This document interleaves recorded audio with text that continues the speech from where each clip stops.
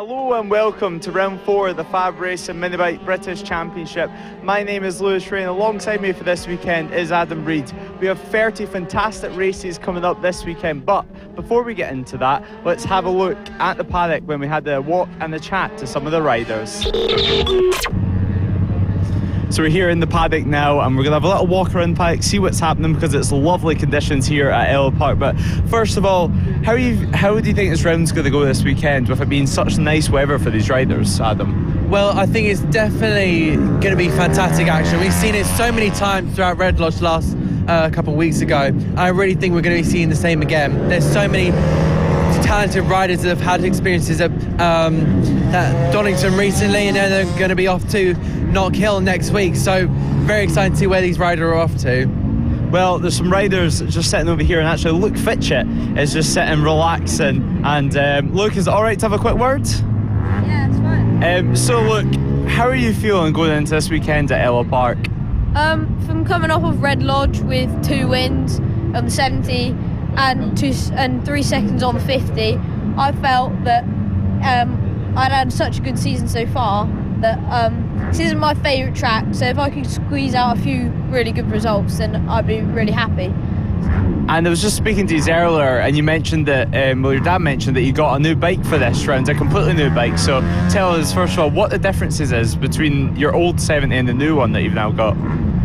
In practice, I was going quite quick, but I wasn't quite comfortable on the bike trying to get it turned in the corners, so we had a new 70 that we hadn't been able to test yet, so we got it out and rode it, and I loved it straight away, so we put the other bodywork on it and we're going to race it. And what's been the biggest difference between the two bikes that you've noticed while riding it on track? Probably it just stays better. When you get into a corner, I got tired because I was trying to wrestle it to turn it, whereas this, it like just turns really not easily. And finally, last round, of course, at Red Lodge, you had a slight mechanical, I believe, and it caused a multiple bike collision. But first of all, tell us what happened in that crash, and are you okay from that? Yeah, I'm fine, and I hope everyone else was. But the base gasket for the water blew out the front of the bike, so all the water went onto my back tyre on the track, and nothing I could do, and I went down, and then everyone else went down on the water as well. So yeah. Well, everyone looks to be okay from that, and it looks to be great weather for this weekend, so good luck. Thank you very much. And just behind Luke is Finley Paul Hill, which just seems to be walking away, and he's getting dragged into it actually. So Finley, how are you this weekend? It looked like you were trying to avoid us there as you almost fell before you even got out on the bike, so how are you? I'm alright. Difficult weekend so far, but I'll try my best in this one. And what's been difficult so far this weekend? Well, I think there's something wrong with the bike. I just have no power down the straights and out the corner. And have you got any idea what could be the issue of that? Any idea what to try before the races later on? So we're changing the gearing, so hopefully that'll help in both of them. And apart from that issue, how are you feeling on the bike? I'm feeling quite comfortable in it. We've made some adjustments to the suspension, but other than that, it feels good. And I believe this is the first time that we've properly spoke to you for this year, so how's your season going so far? Yeah, it's going alright. I had to miss Red Lodge on the Saturday because I had to go to a wedding, but other than that, it's been a good week, good season so far. And at Red Lodge, missing of course the Friday and the Saturday, how difficult was it to make up on that track time that you missed to then go out on Sunday and compete near the front? It was really hard because everyone had already had all the track time, and I came and had nothing at all, so I just had to go for it in the races and start from last. Well, good luck for the rest of the year and good luck this weekend here at Ellough Park. Thanks. So we're going to go a little walk and, well, annoy some of the riders, but yeah, it's been a lovely weekend so far. And Adam, if you want to come back and join me. Yeah, so it's been amazing so far this weekend. It's been consistent weather conditions for everyone here, and they've had loads of good running on track. So how do you think that's going to play for these guys this weekend with it being such consistent track conditions? It's going to be great for them. I think that it's really going to be useful. The track conditions are continuously improving. It's starting to really grip him. There was a lack definitely yesterday with the karting grip, and then they've just kept going over it, and it's really increased the bike grip, so it's more used to these riders. I think it's really going to play out well for them. There's no rain in the air, so they won't have to struggle with that either. I think that's really going to be crucial. I think we've got a couple of riders over here. Yes, we've got a couple of riders over here. Dylan Turin in the back here, in Blake Wilson's on in. So, Dylan, how are you this weekend, and how's this season going for you so far? Good. And you're on a MiniGP 50 now, so how's it been competing with a geared bike? It feels like more changing gears, easy, but I just managed to get my elbow down a lot at a different track, so now I'm getting it down both sides. So yeah. And in the MiniGP 50 class this year, we have over 20 bikes racing on the same bit of tarmac. So how's it been racing in such a big class?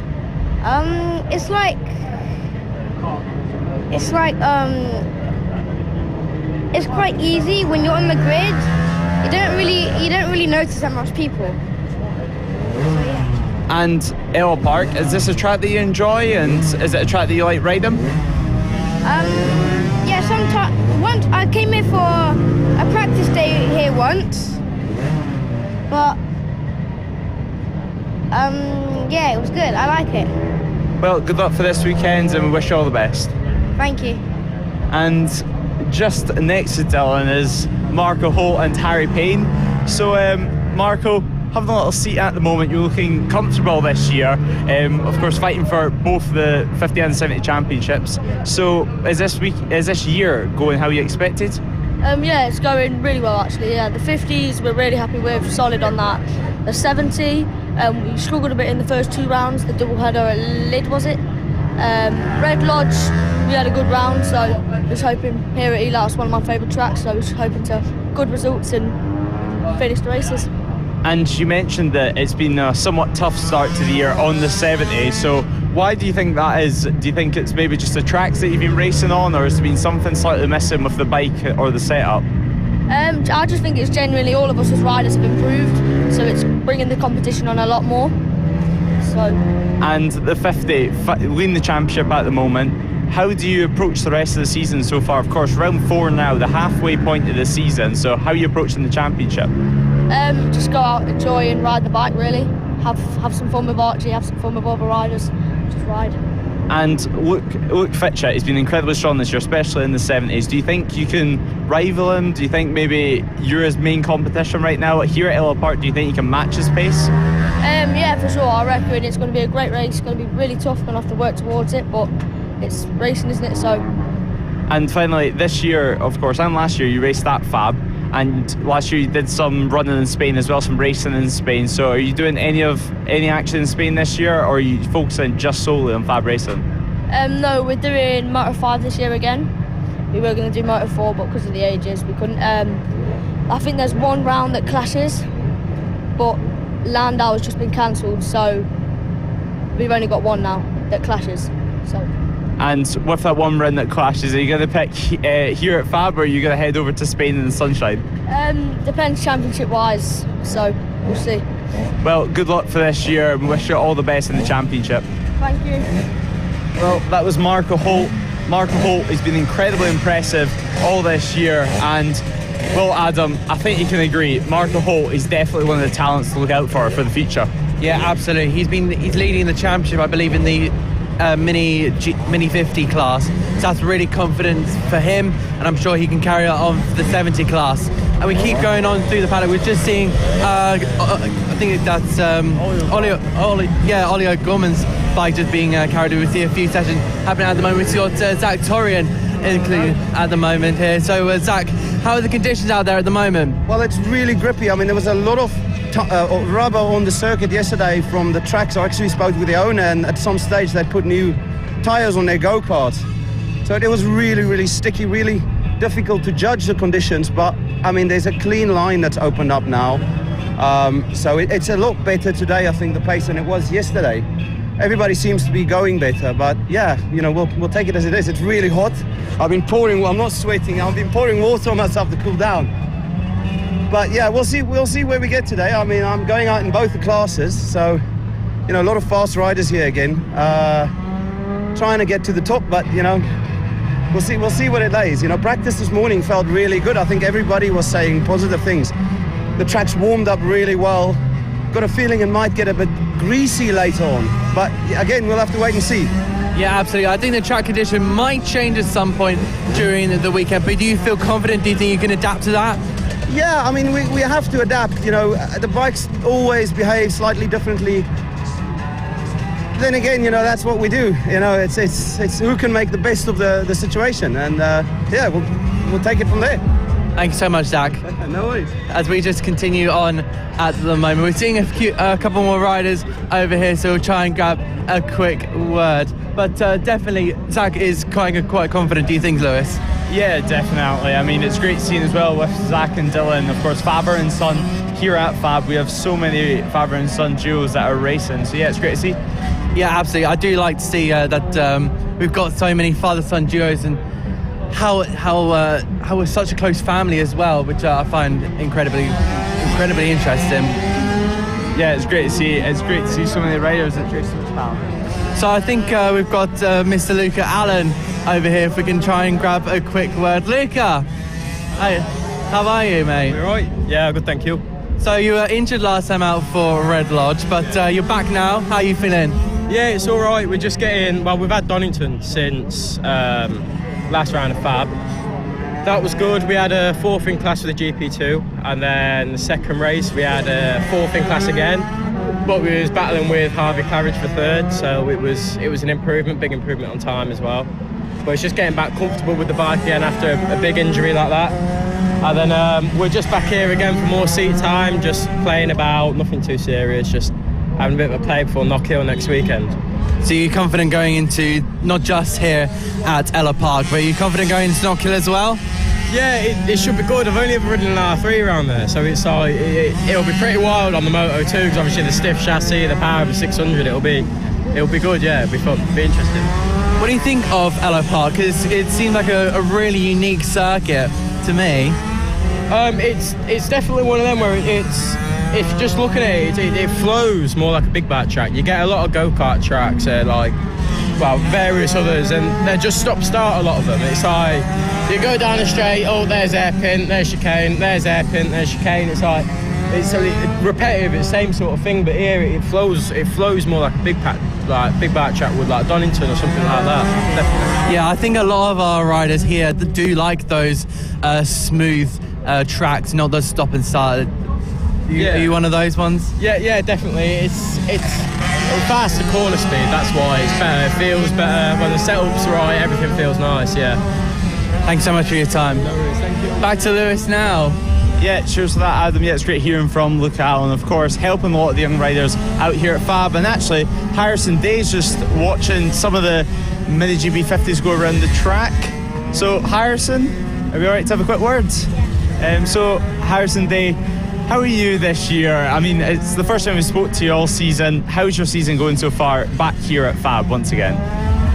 So at Leeds, it was a double weekend, so I didn't do too well. My best result in the Elite was 5th, and then we came to Red Lodge, and I had a bit of a problem in qualifying, and then we qualified, I think it was 9th, and in the first race I got 4th, and then second race I got 8th, and then the fourth race 4th again. And then this weekend we done practice yesterday, and I was really consistent. I was near enough third the whole day, and today we done qualifying, and I just went first. Well, it's really good at the top, at the front consistently. So are you enjoying racing the bike again? Are you enjoying being here on track? Because obviously last year, for example, at Clandau, at second round, you had a big injury to your arm, I think it was. So how are you feeling? Are you 100% all over again? Are you enjoying riding bikes? So this track here was actually my first round back after breaking my arm. So this year we didn't know what to expect coming here. Well, we wish you the best of luck for this weekend, Harrison. It's great seeing you at the track. Thank you. And, well, Ollie Sims is just having a quick chat from Luca Allen. But, we'll see if we can jump in for a quick word. Ollie, is it alright if we have a quick chat?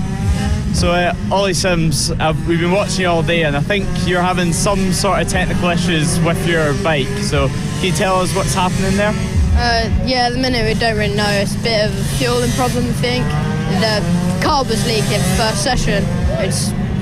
We don't know what's going on at the minute. So is it just whenever you're riding, the bike's just spluttering and dying pretty much, cutting out? Yeah, it keeps like bugging. It will start like bugging and then it will just cut out completely. Well, do you reckon you can get fixed with a race, or is it just going to be a gamble on whether you can find the exact problem to it? Yeah, hopefully we can get it fixed by second qualifying and later.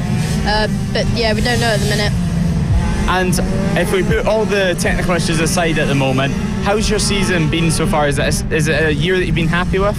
Yeah, it's going really well.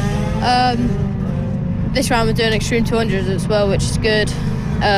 Yeah, but so far, so good. And everyone watching at home, the Extreme 200 class, it's quite an odd class to watch. You know, there's a lot of different styles of bikes. There's pit bikes, there's 2-strokes, there's 4-strokes. So what's it like to ride in the Extreme 200 class? Yeah, it's my first weekend doing it. It's going all right. Yesterday we also had some bike issues, but yeah, it was really good.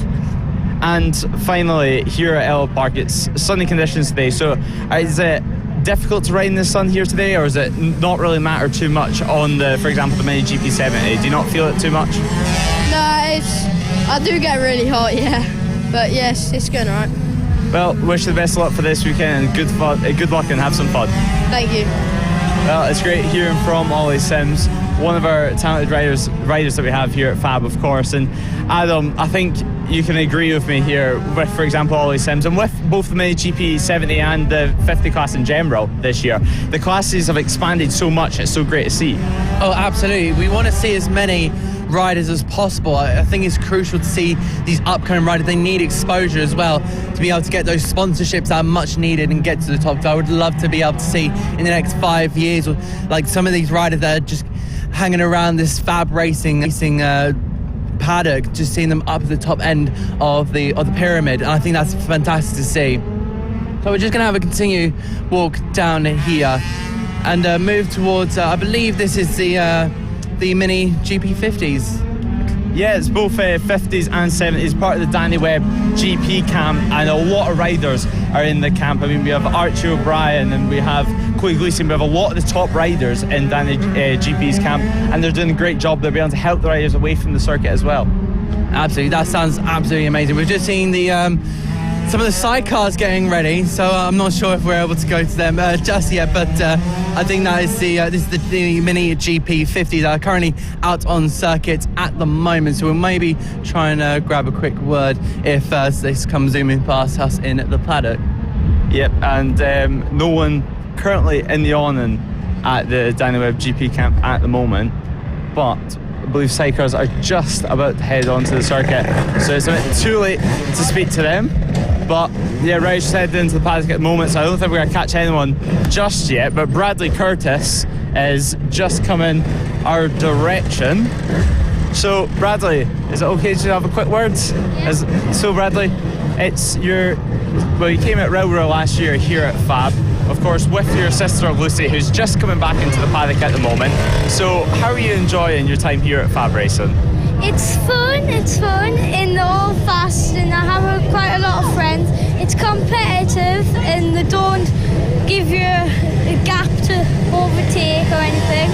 So. And you came here to FAB from the Scottish Championship, from the Scottish MiniMoto Championship.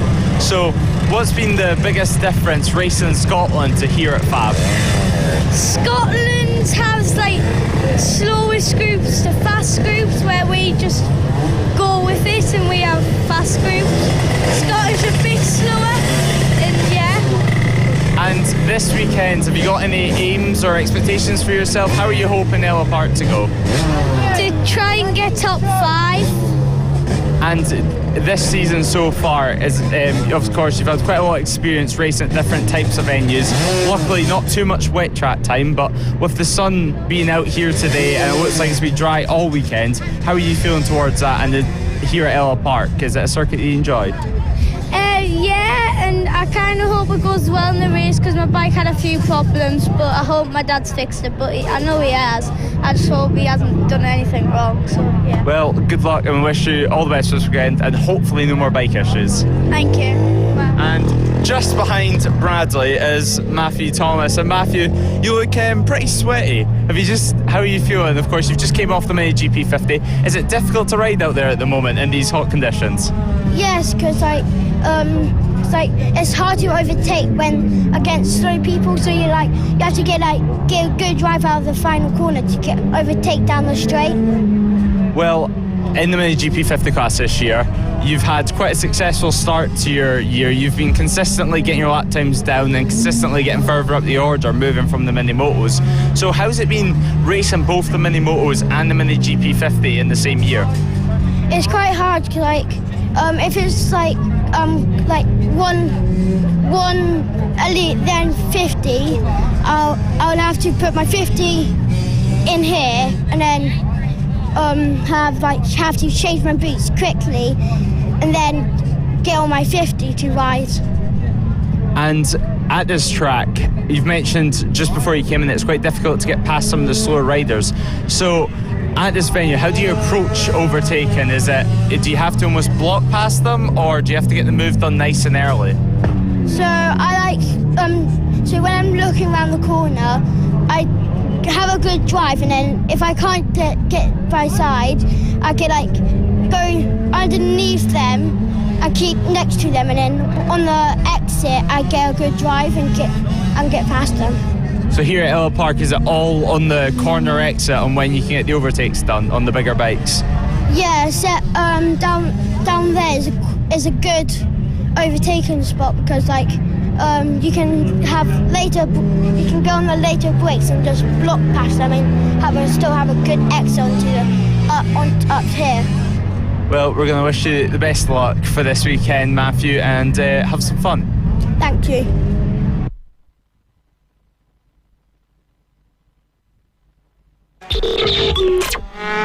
Hello and welcome to Sunday's coverage of the FAB-Racing Mini-Bike British Championship. It is round 4 here at Ellough Park, and we have 20 fantastic races to come up on today's schedule. So hello and welcome. My name is Lewis Ray, and alongside me for this weekend is Adam Reid. So Adam, how are you today? I mean, we've seen yesterday in Saturday's action 10 fantastic races, loads of great battles, and a lot of drama on and off the track. Oh, it's been absolutely brilliant throughout the weekend. The sun is still staying with us, so no risk of rain. That's absolutely great to see. And you can all see the riders making their way around the circuit, doing their final prep and final warm-ups before they head out on track for the actual races. And I'm really looking forward to the race. We saw a lot of action last time out in race 1, and I'm sure we'll be replicating that in the second and third races today. Yeah, we certainly will be. I mean, conditions are very, very similar. It's scorching once again in this session at the moment. There's just over 1 minute and 15 seconds left in this LS2 Helmets Mini GP70 warm-up session, and then we'll get into the first race of the day, which will be the AC40 Pros. So hello and welcome if you're joining us. You're watching round 4 of FAB-Racing Mini-Bike British Championships coverage, and we have 20 great races coming up for you. So like, share, and let us know down below on who you're supporting and who you're watching for today. But as you can see, plenty of people in the paddock this weekend. It's a jam-packed paddock. They're all enjoying the sun. I'm sure everyone has their sun cream on at the moment. Oh, absolutely. Yeah, I've had to try and look for some to put on because it's actually going to be proper hot. Like, we're currently in the commentary box at the moment, and it is boiling. It is proper scorching. So make sure to get your sun cream on, make sure to get your fluids up, and drink lots of water, please, because we don't want any incidents out on track or anywhere in the paddock. But there you can see that is one of our riders making their way round turn number 1, as we've got a couple seconds left to go in this LS2 MK Mini GP 70 warm-up session. And yeah, I think that race went really really interestingly last time out. Yep, so race one, the last race of the day yesterday was really, really dramatic with race leaders crashing out. We had Henry McCartney, Marco Holt and Archie O'Brien all crashing during the race. A lot of front runners going down. It was starting to get to the greasy stage yesterday afternoon, so it's really going to be interesting to see if that's going to happen today. But as you can see, the checker flag is out, getting waved by one of the marshals around the circuit, which do a great job here at FAB at keeping everyone safe. So the final couple of riders will take that checker flag. There is Wilson Dilks coming across the line. He's looking very, very relaxed and very confident, and well, it's quite obvious why, because he was our race one winner yesterday evening. So yeah, very impressive ride from him yesterday, and he'll be wanting to do the double today and turn it into a triple. Absolutely. We were watching him last time out in that race, and he looked so confident. He took the advantage where McCartney and Holt, I believe, fell, and I think that he's going to be going into that second race and third race, bags of confidence. He's on the front row of the grid, and I think that's really going to be nice for him not to see anyone in front of him apart from the pole sitter alongside him. So these riders now heading back into the paddock, and they'll have to make sure they're not riding their bikes through the paddock, otherwise there could be penalties applied for today's races on the grid positions, so they're going to have to be careful about that one. But it's going to be a great day of racing. So coming up now is race 2 of the AC40 Pros. It's a scorcher once again. Track conditions very similar to race 1, and the riders are going to be hoping for similar results, because yesterday it was a very dramatic race with Rex Austin taking the race win. So he's going to be hoping to do the double in race 2, but it's going to be very, very tricky to do it. We've seen Taylor Tomlinson making some mistakes out on the circuit, so he's going to be wanting a more consistent ride here today. But of course the difference in race 2 is that they're actually going to have a warm-up lap before we get started today. Yeah, absolutely. I think it's great that they're getting that warm-up lap. They're really going to need it, especially with the heat. That's going to warm up the tyres a little bit, and I think it's useful for these riders to get used to what they're about to take part in. I'm just having a look at the track now, and there's definitely some bike rubber down there, so they'll be using as much of that as possible, but they do have to be careful of the tyres. They could get pretty warm once we get going and near the end of their life. Yeah, they should be able to heat up pretty quick and then get going on the pace straight away. We've seen some incredible pace throughout yesterday's race. Some lap records getting challenged anyway. It was impressive running from the whole field. And now the riders head out on their warm-up lap with his 12-bike field for the AC40 Pros. It's going to be an interesting one. It's going to be a tracker, and everyone is going to try and challenge our championship leader Taylor Tomlinson, who starts on pole position. Rex Austin will join him in the front row, and on the second row of the grid we're going to have Preston Baker and Nicholas Dunwoody. Sebastian Koslowski and Logan Cousins will start in 5th and 6th in race 2. Of course, your qualifying results, combined qualifying results, counting for all 3 races here today. Taylor Hartley will be starting in 7th, with Seth Hayward alongside him on the 4th row of our grid, with Liam Lindquist, Oliver Hall in 9th and 10th, and Bradley Curtis and Archie Hooper rounding out our 12-bike grid for the AC40 Pros. And it's going to look like it's going to be a dramatic race once again, Adam. Oh, absolutely. This is the first race of Sunday's coverage, so if you're just joining us, welcome. You haven't missed a thing. You are just joining us at the perfect time. The AC40 Pros are about to head round that final corner and head to the grid. The adults are just there on their grids, giving their final pieces of advice, final preparations, having those little intimate chats before having to leave the grid. You see them all departing off to the side, and then it'll be just the riders and their machines. So we now wait. The lights are pointing, the lights are on, and we get ready for race 1. We go racing here at Ellough Park. It's a great start there for Taylor Tomlinson to get away. We're into turn 1, and it's a decent start there from the riders behind. Seems to be all clean going into that first corner, but it's the number 93 of Preston Baker managing to get up into 2nd place. That is a great move there. So he's managed to get a decent side. Now, can he go on and challenge not just the leader, but the championship leader, Taylor Tomlinson. A bit of a move there from, I believe that is Liam Lindquist, who's just trying to make his way up the field there, but heading through this next sequence of corners. And look at that, Taylor Tomlinson and Preston Baker already making their way up the field and into this tight little section there, hairpin into chicane and then into these long second hairpin, really trying to apply the pressure and make their way through, start to build a rhythm into these riders. They need to really start building the rhythm, get to know their strengths and weaknesses, and make their way now round that final corner. Look at the amount of pressure that Taylor Tomlin's on, and Baker is really trying to apply the pressure here in the earlier stages.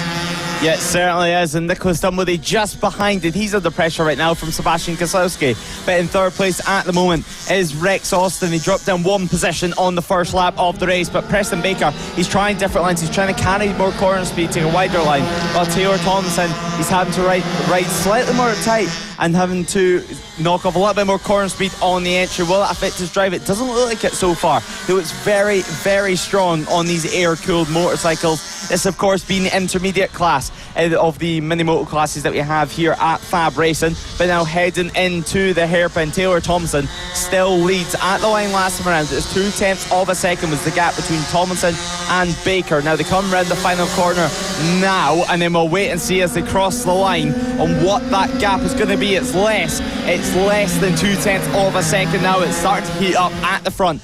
But Rex Austin still in third. He's quite a long race at the moment, and Sebastian Kosowski still not managing to make any moves on Nicholas Dunwoody. But certainly it looks like Preston Baker is planning something big. Oh, absolutely. You can see him moving all over the circuit in a good way. He needs to try and off-put Tomlinson. He knows he wants that race winner. I do think it's coming. He just needs to bide his time, know when that move is coming, they head over the crest and into this tricky section. And I do believe Baker can do this. He's just got to make the right move at the right point. We've seen a couple of late moves in the late stages, and I think that's exactly what Preston Baker is planning. But Tomlinson is such a cool guy under pressure. He really knows what he's doing. This is why he is the championship leader of this of the AC40 Pros. And into turn one they go. Still Tomlinson ahead of Baker, but Tomlinson now starting to build that rhythm as he grabs the fastest lap of the race so far with a 53.1. They head into now the second and third corner. Yep, Nicholas Dunwoody now under massive amount of pressure from Sebastian Kosowski. He's trying to fight any way through, any way past on that 64 machine. But now Sebastian Kosowski in fifth place. He wants more points. He wants to be further up the order. Of course, Taylor Tomlinson and Kosowski had a great battle last year. And Taylor Tomlinson, that fastest lap was actually a new lap record. He broke the lap record which he set yesterday in race one, and now already he's broken it with a 53.127 that time around. Can they beat it? We're going to have to wait and see. But now Sebastian Kosowski, he's going to want to get in that fourth place. He's trying everything. Dunwoody is going to be able to hear his bike going from left to right. It's going to put a lot of pressure on him, but actually it looks like they're catching Rex Austin in third place as well. With just 5 laps remaining in this race, it's going to be a shootout towards the end. And now Tomlinson, a 53.115 at the front, a new lap record once again. So impressive stuff there from him. But now Sebastian Kosowski, he's trying to pile on the pressure. He's trying to do anything he can, and you can clearly see he's pushing. You can't say he's not trying for it. Oh, absolutely. Rex Austin, still a bit of pressure there, but down the inside goes Sebastian Kosowski, the half Polish rider, makes his way now into fourth place. And can he now go on and catch the rock star? That is rockstar Rex Austin. He's already feeling confident in that bike. They now head in towards the hairpin. He's starting to close that gap already. They head in toward the penultimate corner, and there's someone down there. Who is that, Lewis? Yeah, Oliver Hall having some issues at the side of the circuit. Not a crash, just a technical issue. We've seen it actually in warm-up that he had a technical issue, and it keeps continuing for him. So stops at the side of the track at the moment. But now a 53.099 from Preston Baker is the fastest lap of the race and the new lap record. Heading into this weekend, the lap record was held by Archie O'Brien, set in 2021 with a lap time of a 53.541. So half a second has been shaved off that lap record. But now Sebastian Kosowski has got onto the back of Rex Austin already, and it looks like he's going to be able to make a move if he keeps this pace up, because he's catching very, very quick onto the back of Rockstar Rex Austin. But now Nicholas Dunwoody just behind. He's still in that distance where he's able to pick up any pieces if any contact or any mistakes are made. And down the inside there from Sebastian Gosowski. He couldn't have made that one work though. He had to back out of that one very, very quick, because no way was that going to work. No way was that going to stick. But now they head across the line to make it 3 laps to go for these riders. This is going to be the battle for third place. It's the final position on the podium, the position that everyone wants to be in. Oh, absolutely. The battle for third is looking like the one to watch. It's really heating up between third, fourth and fifth, between Austin, Gaslowski and Dunwoody. They make their way now in towards the sweeper. They head over the cambered corner, over the crest, and then heading back down we go. And this battle is really heating up. 3 laps to go, and they head in towards its technical section. Without a bit of a wide moment there from Rex Austin, feeling a bit of the pressure from behind, because you will hear that engine from Gaslowski behind. Gaslowski really on the ball here. He's really nailing every apex. You see how much he's closing up, just about to head over the start-finish line. I'm just having a look at the lap times here, and it does seem like Gaslowski is quicker. A bit of a moment there for the half-Polish rider. Yeah, there certainly is, and now Austin is going to want to do everything he can. Rex Austin is trying to defend. He's trying not to crack under that pressure this time around, but now they're still battling, and they're still going on and having to fight for it. And now Preston Baker, fastest lap of the race, with 52.894. That turned the first ever rider in the AC40 Pro class to get into the 52-second bracket. Actually, the top 2 riders in the 52-second bracket now, so incredible pace. And that was Taylor Thompson there in the background. It looks like he was pulling into the pit lane. So our race leader pulling into the pits. It looks like a potential retirement there from him. But now this will make Rex Austin push even harder. We've seen that out the corner of his eye. And now we head towards the line to go on to the last lap of the race. The last lap of the race now is the battle for second position.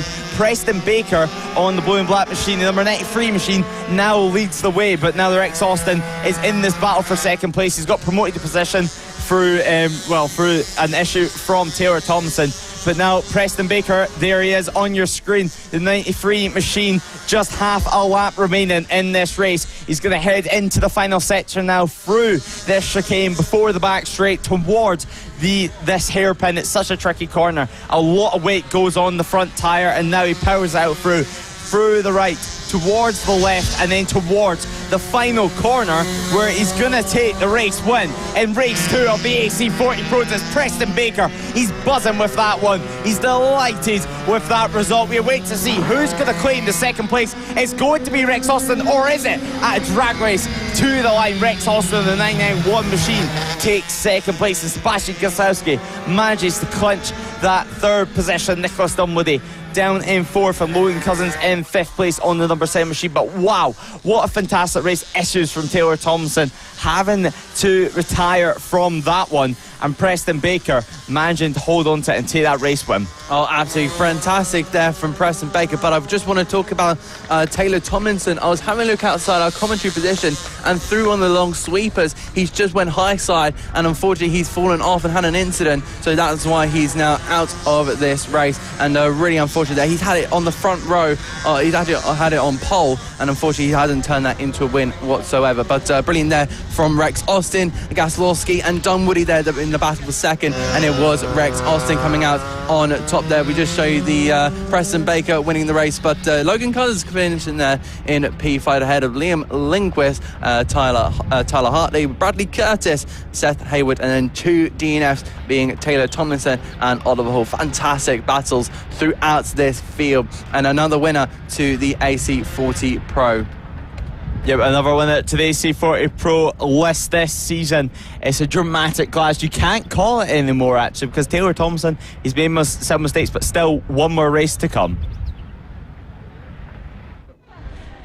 Coming up next is race 2 for the AC40 Rookie class. It's going to be an interesting one, a massive grid, as always, here at FAB for the AC40 Rookies. 21 riders will make the start once again for race 2, and it's going to be an interesting one. Track conditions very similar, which is really going to help these rookie riders with track conditions not changing too much. It means that with a little bit of wind, once again, they should be able to take the same lines, the same braking markers, or very similar braking markers to yesterday. Yeah, absolutely. I'm sure they've just been watching that first race from the AC40 Pro, so they'll be taking a little bit of inspiration, seeing what they can do. They also had that warm-up earlier on, so again, they've just been learning throughout the morning, and we'll see what they can translate into their race pace. Maybe see a good couple of battles as the track continues to heat up, really, and hopefully won't burn too many tires. But I'm expecting some great stuff out there. I'm sure there'll be a lot of battles. They all head out now from the paddock and on towards the racetrack and towards the grid. But Lewis, what are you expecting from the translation between race 1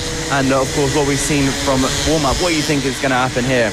I think we're going to see something very unpredictable. I mean, yesterday we seen Caelan Ratcliffe taking the race win in race 1, and yeah, the race lap record also going to Ratcliffe with a 58.183 in race 1. But the top 4 all weekend have been inseparable. I mean, you can't call this podium. One mistake and you can be off the podium. We've seen Max Johnson making some mistakes yesterday as well. Jensen Ansel is going to be hoping for an even better ride here today. He's been consistent all season. A weaker race yesterday compared to what we've seen in previous rounds, but now he's going to hope to take the win on the 22 machine. But also our pole position man, Kai Hawken, he's on pole position, clearly showing he has the pace, but he just struggled at the start yesterday.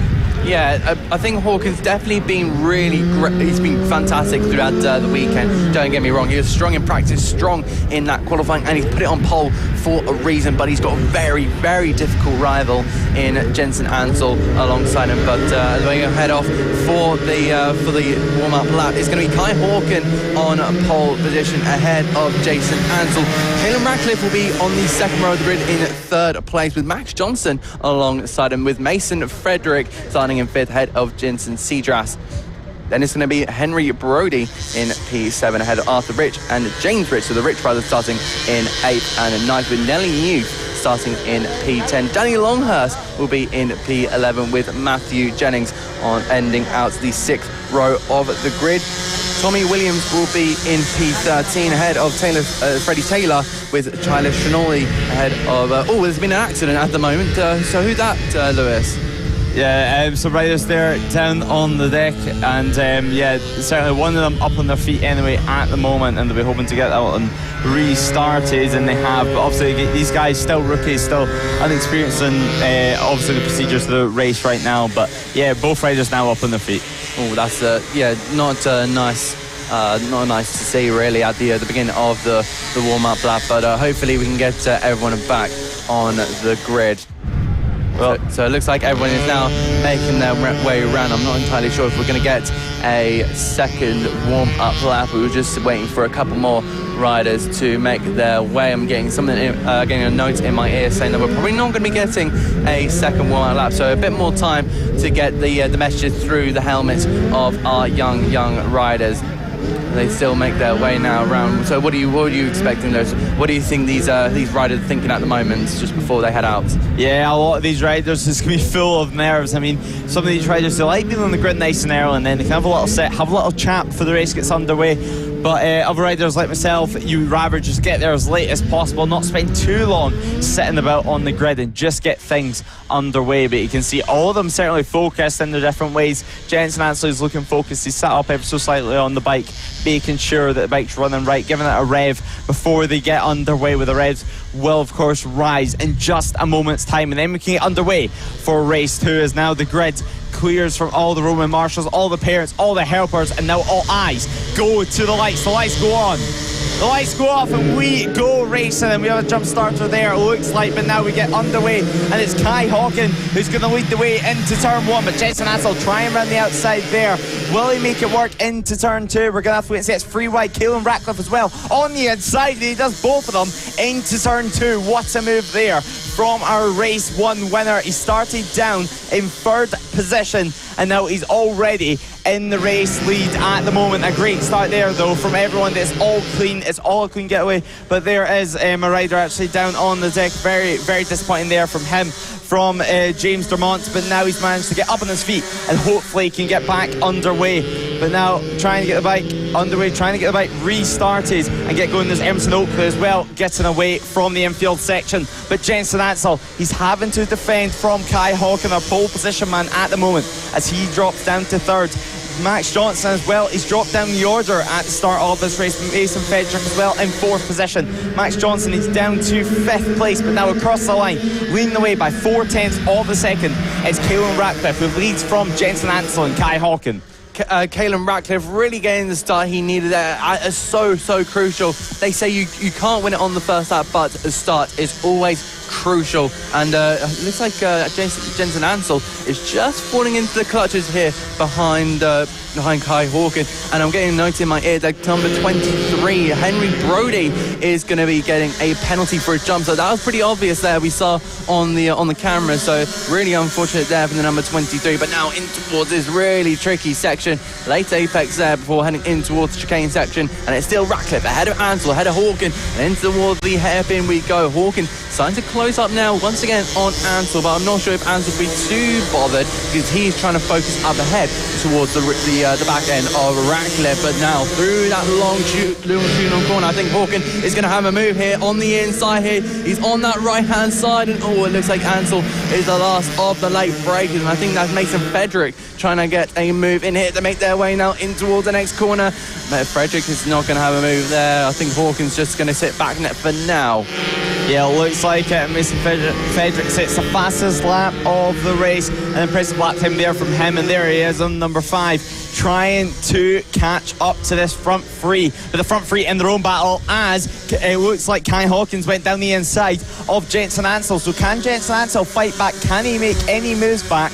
Or is he going to sit there and wait? It looks like already he's trying to find any way through, trying to push Kai Hawken wide, but it's not going to work through the entry to that chicane. Now they head down towards the hairpin. Max Johnson sitting comfortably at 5th right now. He needs to start making moves very, very soon though, because only 6 laps to go in this race. They go by very, very quick in the AC40 Rookie class. The laps tick by so quick. These riders on the pace all weekend. It's been such a close field. So far this season we've seen some domination runs from Jensen Ansel, but none of the such this weekend at Ellough Park. It's such an exciting race. I mean, look at these guys. There's 6 riders in this elite group.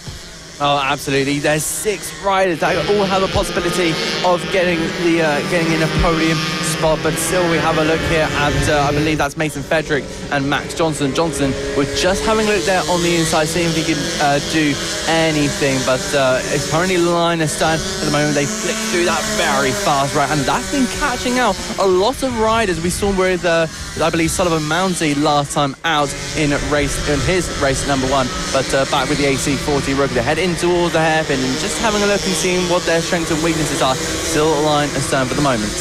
Still everyone staying in line with each other. No one's making moves just yet. It seems to be that point in the race where you try plying your attack for the later stages. Although these guys are quite inexperienced and quite young, they're still so smart on the motorcycle. Their racecraft is constantly developing, and I'm sure they have some sort of a plan in their heads on how they can catch up. They might even spot some points where they're stronger than the rider in front, that they're going to make that move in a couple of laps time. We're going to have to wait and see. But now back markers as well starting to get into play. Caelan Ratcliffe trying to go around the outside. Around the inside though is going to be Kai Hawken. Has Kai Hawken caught up? It looks like he's caught up ever so slightly through that back marker, so great job there. And now we're going to have to wait and see what's going to happen. 4 laps remaining in this race. It's going to be a duke out at the front. It looks like Jensen actually got caught out ever so slightly there. Lost some time on these front 2s. The front 2 right now inches away from each other, but now more back markers coming into play. He's been held up there. So Kai Hawken's been held up. Is this going to help the run onto the straight for Kai Hawken? Of course, no blue flags here. You have to get past sensibly, and it's the rider behind who has to get the work done, as they're getting the work done very early, as Kai Hawken managing to get through. And now it looks like Kai Hawken's been held up this time through the back marker. Jensen Ansel is definitely caught up, and Max Johnson in 4th place now, managing to get ahead of Mason Frederick, it looks like, in this lap. So very, very interesting stuff at the front at the moment. Just 3 laps remaining in the AC40 Rookie Race 2. Oh, it's starting to really tighten up now. Hawken, I thought it was a little bit, it wasn't that stable, the bike. It was making a couple of adjustments through especially this sequence, and we're just having a look now at Jason Ansell just trying to find a way back through that second place. We now look at Max Johnson and Mason Frederick, I believe, making their way now in towards the hairpin. No moves yet. Still with 3 laps to go. No fastest laps or personal best on the last time round, but these riders are doing absolutely phenomenal at the moment. Yep, phenomenal pace. A 58.002 was the fastest lap set by Jenson Ansell earlier on in this race. An incredible lap time, 1/10 faster than the previous lap record, which was set in race 1. But Kai Hawken, it looks like the gap's grown ever so slightly, actually, with just 2 laps remaining. Just under 2 laps remaining, probably 1.5 at the moment. So if he's going to have to make a move, he's going to have to make up ground very, very soon. But maybe even some more back markers getting into play can completely change the format of this race, completely change the outlook of this race on who is going to be on the top step of the podium as Caelan Ratcliffe ran the outside, and now it looks like it's been held up there as Kai Hawken. This is going to allow Jenson Ansell to catch up and get the drive onto this back straight. So Caelan Ratcliffe going on to his last lap very, very soon, has a comfortable lap, a comfortable lead of the race at the moment. So there we go. Mason Frederick also finding his way through. Max Johnson, there is a rider down. He's having to run to the motorcycle, and there he is picking up the bikes. Caelan Ratcliffe, he was sitting in second position. He's falling out the race. That's going to promote Max Johnson and Mason Frederick into second and third place. So now going on to the last lap, your race leader number 96, Caelan Ratcliffe, leads the way from Jenson Ansell and these men here. Max Johnson as well in third place. Can they do anything? Look how confident, look how much gap Caelan Ratcliffe has at the moment. It looks like he's going to take this race win if he can keep it on for just half a lap. Oh, absolutely. Caelan Ratcliffe looks the absolute master in control at the moment. Jason Ansell still a little bit all over the place. He's really trying to overdrive the bike, and it's not that great at the moment, but Caelan Ratcliffe looks cool as a cucumber at the moment. It's absolutely brilliant. But now, through the final couple of corners, Caelan Ratcliffe is going to come through the final corner and across the checkered flag. The timing line is there, and it's going to be Caelan Ratcliffe who wins yet another race here in the AC40 Rookies. Incredible stuff there. Jason Ansell just finishing short. You may have to blame a back marker for that, and a little bit of overriding near the end of the race, but a brilliant one. And it's going to be Max Johnson to round at the podium. Whew. Wow, fantastic stuff there from all of our riders. Yep, fantastic stuff. Drama on the final couple of laps of Caelan Ratcliffe managing to take that race win from Jenson Ansell and Max Johnson. But Mason Frederick as well having some issues there with Kai Hawken. He dropped into 6th in the finish up after that crash. So not what he would be wanting at all. Quite disappointing there from him, just managing to tuck the front, heading into the penultimate corner. But Caelan Ratcliffe, what a result that was there from him, taking the race win by 1.1 seconds from Jenson Ansell on the 22 machine. Max Johnson getting into that podium position with Mason Frederick and Jenson Cedras just behind.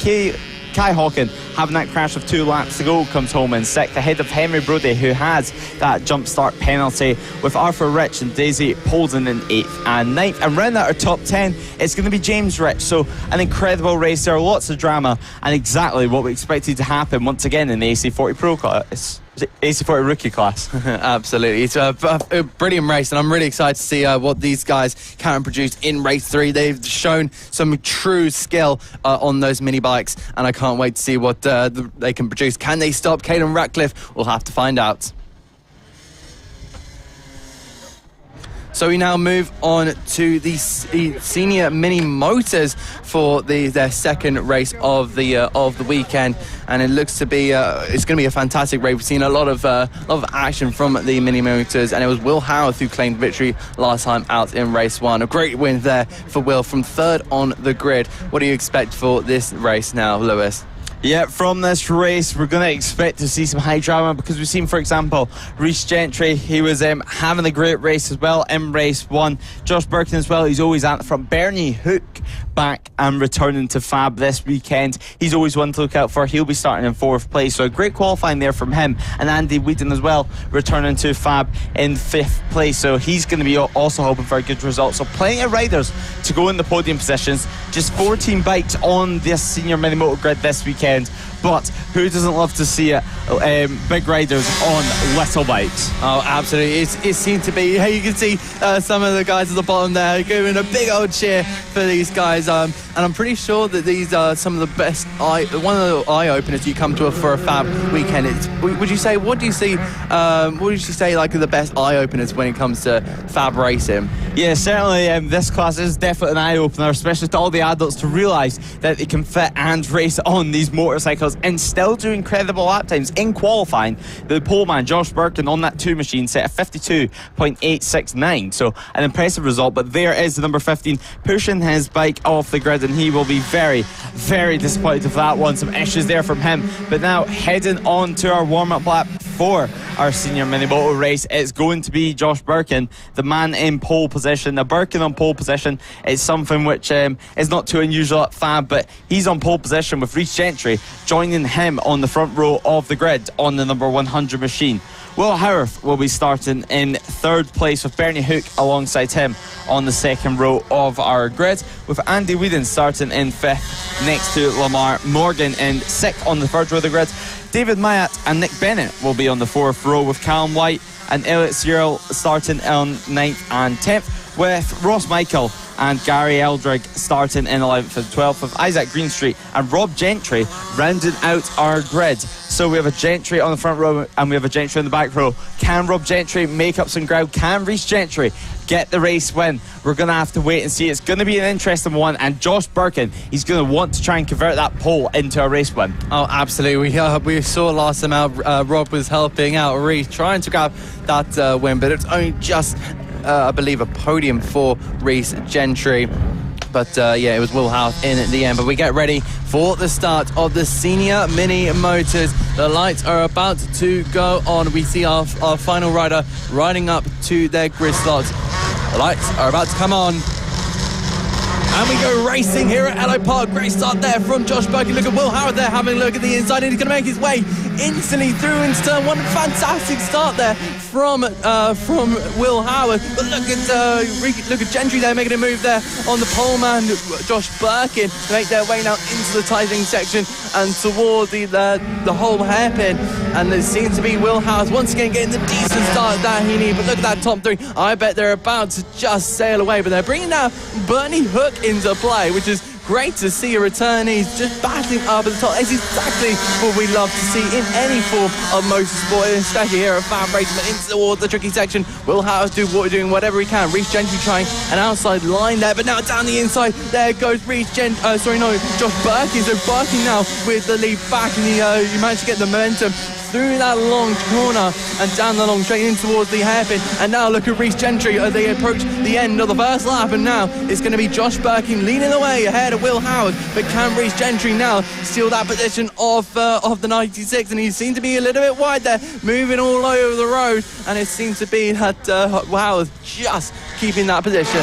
Yeah, Rhys Gentry, a massive high side there from him on the infield section. Bernie Hook as well stopped at the side of the circuit. He did lucky there not to run into that bike and go down himself. So Rhys Gentry, a massive high side there from him. He'll be feeling that one for days to come, because that was a rough landing for him. He flipped over the front as he lost grip, and it re-gripped on the rear tyres. So the number 100 out of the race and pushing his bike off of the circuit. Great to see him though back up on his feet straight away, although he will be feeling that, although he will be a bit winded from that, he is up on his feet, and that is great to see. So Rhys Gentry, he's out of the race, out of the running, but Josh Birkin, what a gap he has at the front right now in the number 2 machine, a 54.919. That time around. Will Howarth now in second place, 2.8 seconds behind on the 96 machine. And Andy Whedon on the podium positions at the moment on the number 7. He's going to be hoping to try and catch up to keep the pace with Will Howarth and try and make a move later on. Of course, 7 laps remaining in this race, but Josh Birkin having a great race. But Bernie Hook, he's had some issues. He's had to stop. He had to stop briefly, of course, whenever Rhys Gentry had that crash, and he might not even have a transponder on his motorcycle, so disappointing there from him. But Will Harif, he's still going on. Looking to the left, there was Andy Whedon as he overtook him. That was great stuff there from him, and I'm sure Will Harif is going to go and want to give him one back. Oh, absolutely. Howarth will not be happy about that one. Being overtaken by our number 7 machine of Andy Whedon. Whedon doing whatever he can to keep that lead now, but Josh Birkin still out in the lead, and he has the fastest lap to go with a 54.0, and a massive lead. Having a look at the time screen, just under 5 seconds. But this is the main battle out on track there. Whedon just moving a little bit wide there, going to that left-hand side, and in toward the hairpin we go. And Whedon doing whatever he can. Howarth having a look there at the inside, and he's actually got the position. Howarth now getting one back, like you said. He's got one on Andy Whedon now. Can Whedon just build a little bit of momentum and try and re-overtake Howarth? This is going to be a battle of the race, I think.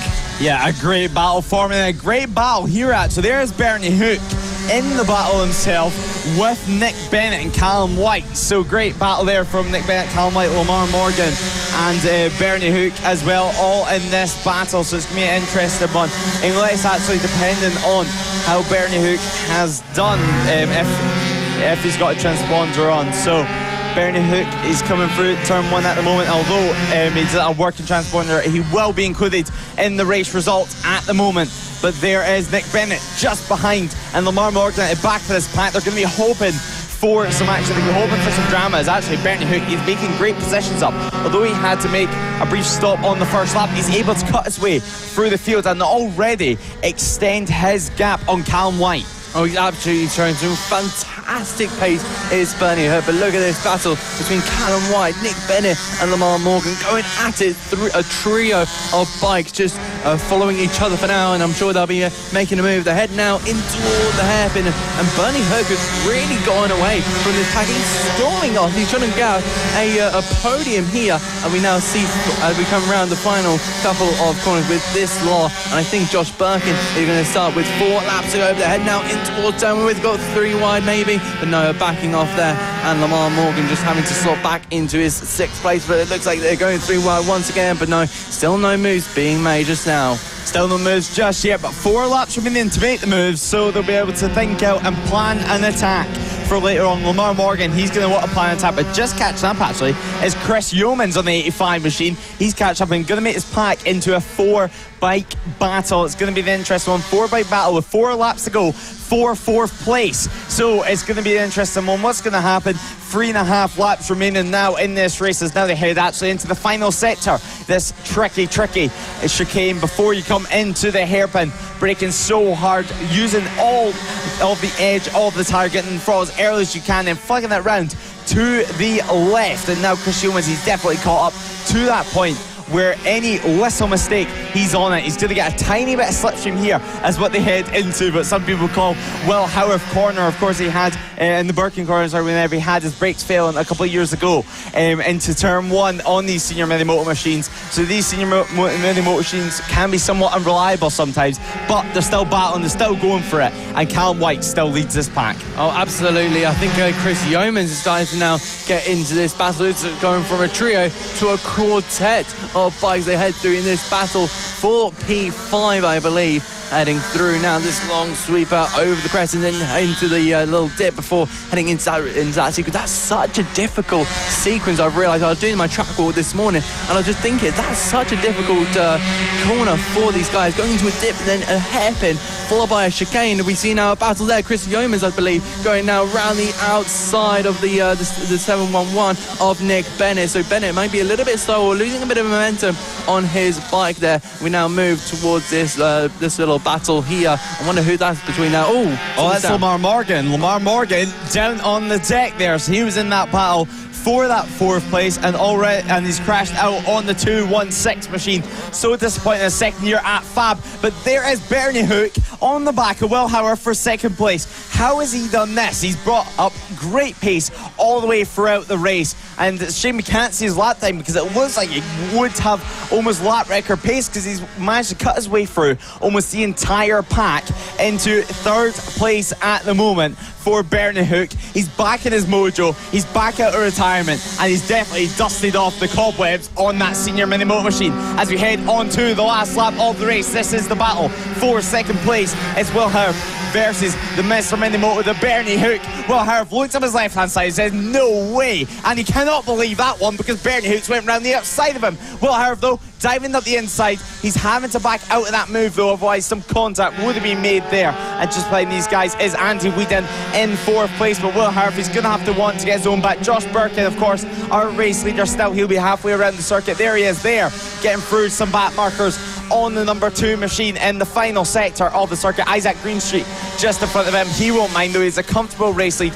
13.5 seconds at the line last time around, and once again it's a Birkin on the front of the top step of the podium. No Matt this weekend, but Josh doing the business for the Birkin household, and look at that, a dominant race there from him. There is a battle further back, and Bernie Hook taking 2nd place. Bernie Hook, a great ride for an awesome return here at FAB. Will Howard in 3rd place. There is Chris Yeomans having a battle as well. Callum White just in front of these guys across the line now.